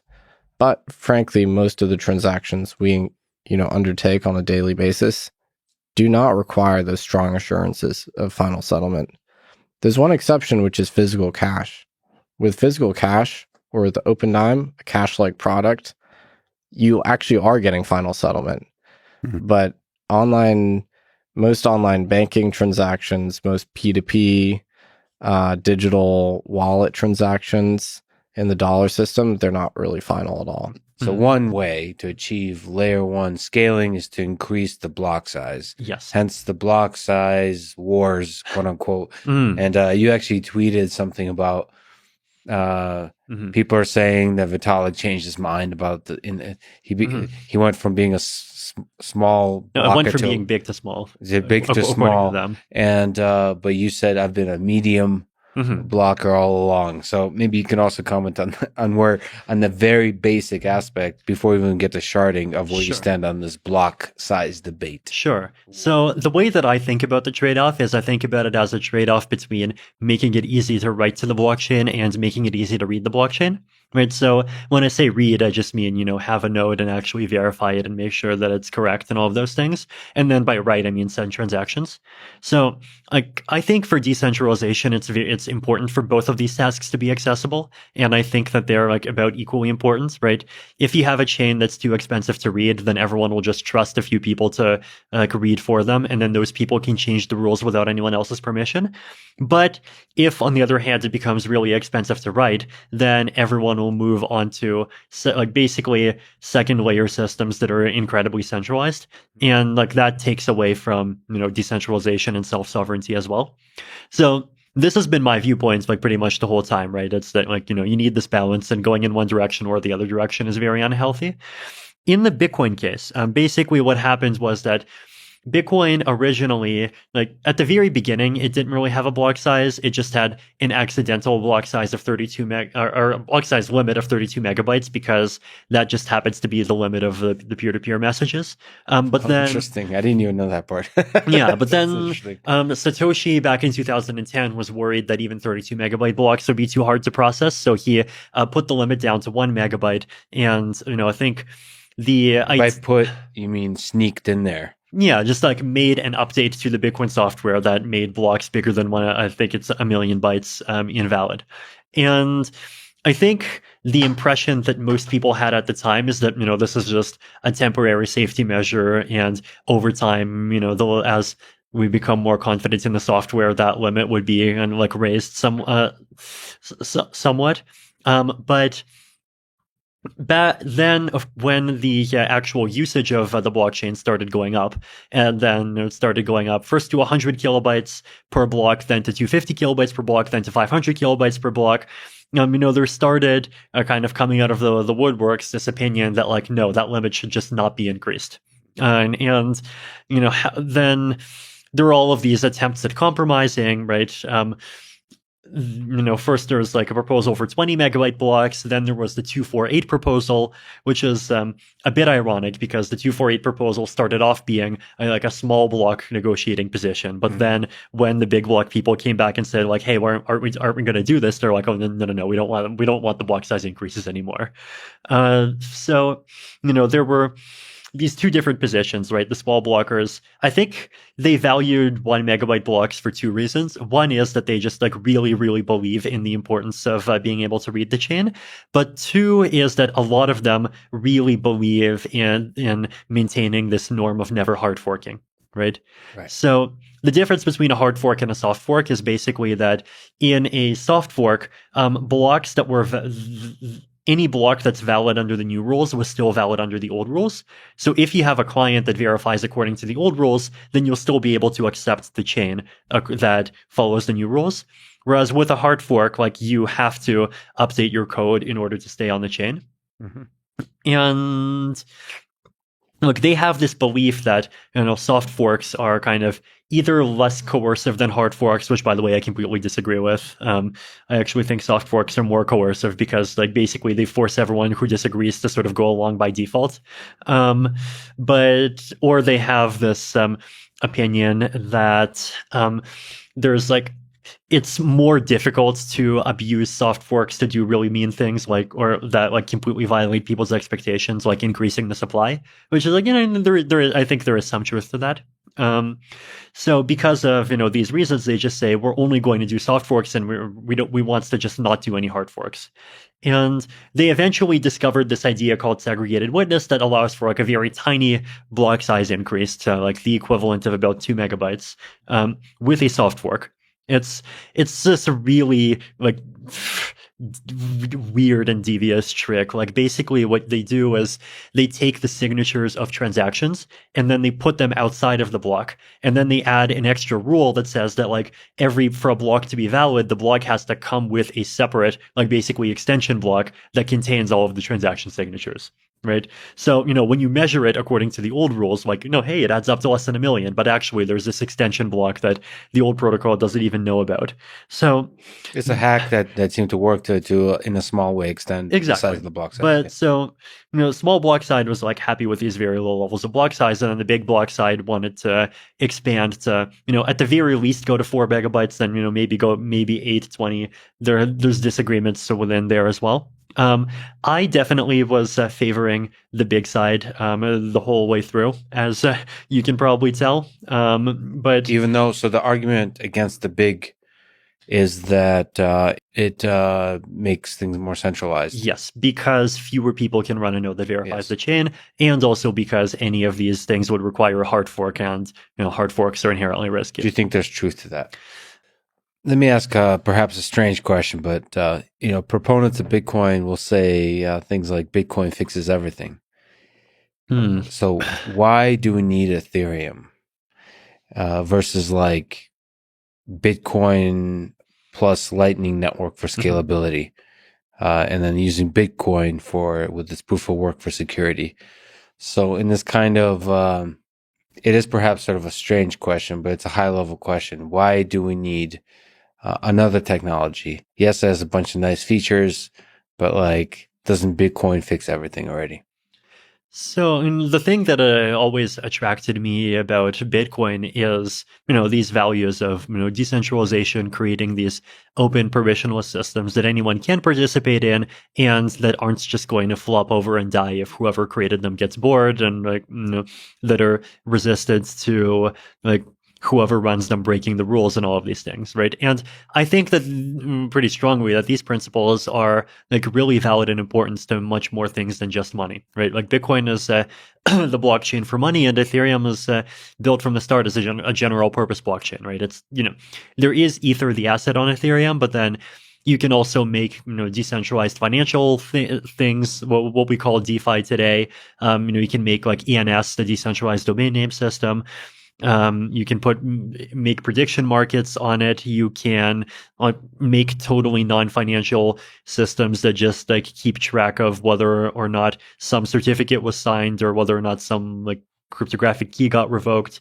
There's this big long list of just interesting things that you could use about blockchains to do, right? Basically they are sort of the missing piece that where without them, the kinds of things that a decentralized computer network can do is very limited. And once you have them, a lot of those limitations end up going away. And so Ethereum was always from the beginning about that, right? It's about hey, this isn't just money. There's so much more that you could do if you could just go ahead and make any infrastructure or digital institution or DAO or whatever you want to call it, where the kind of the base layer of the logic is just executed in this open and transparent way where everyone can see what's going on. Or, if you like your zero knowledge proofs, at least everyone can see proofs that prove to you that what's going on follows the rules. And, you don't need to just constantly keep trusting centralized actors. And hence the smart contracts exactly as being a sort of a core technology as part of Ethereum. Yes, exactly. Smart contracts, the computer programs that are running on Ethereum, they are the core of what makes Ethereum general purpose. Yeah. So I think, I do think that, there's a lot more wrong with the world than just money, right? I'm not one of these people who thinks that, if you get rid of fiat currency and you replace it with cryptocurrency, then suddenly wars are going to go away, right? Because, first of all, seigniorage revenue is only a small portion of government revenue, right? It's 5-10%, something like that. Second of all, if you are the sort of this is one of the things I don't even get about their philosophy. Let's say you're the sort of person who is an extreme and very distrusting libertarian, and you think that these governments are terrible, right? We know today that governments fund a combination of things like welfare and things like the military that goes and bombs people in Afghanistan, right? And the question you have to ask is okay, you with your new, magic newfangled cyber currency that takes over the world, take away the government's ability to have seigniorage revenue, and so you reduce the government's revenue by 10%. If the government is that evil, which portion of its expenses is it going to take that 10% from? Is it going to stop the bombing people in Afghanistan, or is it going to cut welfare? If you think it's the first, you have a very optimistic view of the government, right? So that's, I guess, my perspective on like why the whole, we're going to save the world and create peace by like denying governments the right to stealth taxation kind of perspective doesn't really make much sense for me. And I do think that there is real value that comes from a decentralized and open currency, like just the fact that there is a financial infrastructure that anyone in the world can, go ahead and use, right? Like it's. That's something that can easily be a big boon for people, right? There's a lot of places where the currency is much less stable than the dollar, and these people, like, they don't, like, well, if they use Bitcoin, their only option is to get Bitcoins, right? Which, are also pretty volatile. If they use Ethereum, then, they can get Ether, but then they can also get stable coins, right? And you might think that, you're not being ideologically pure. Now you're giving them stable coins, which are mirroring dollars, and obviously dollars are going to collapse too. But the reality is that dollars are vastly more stable than the Venezuelan bolivar.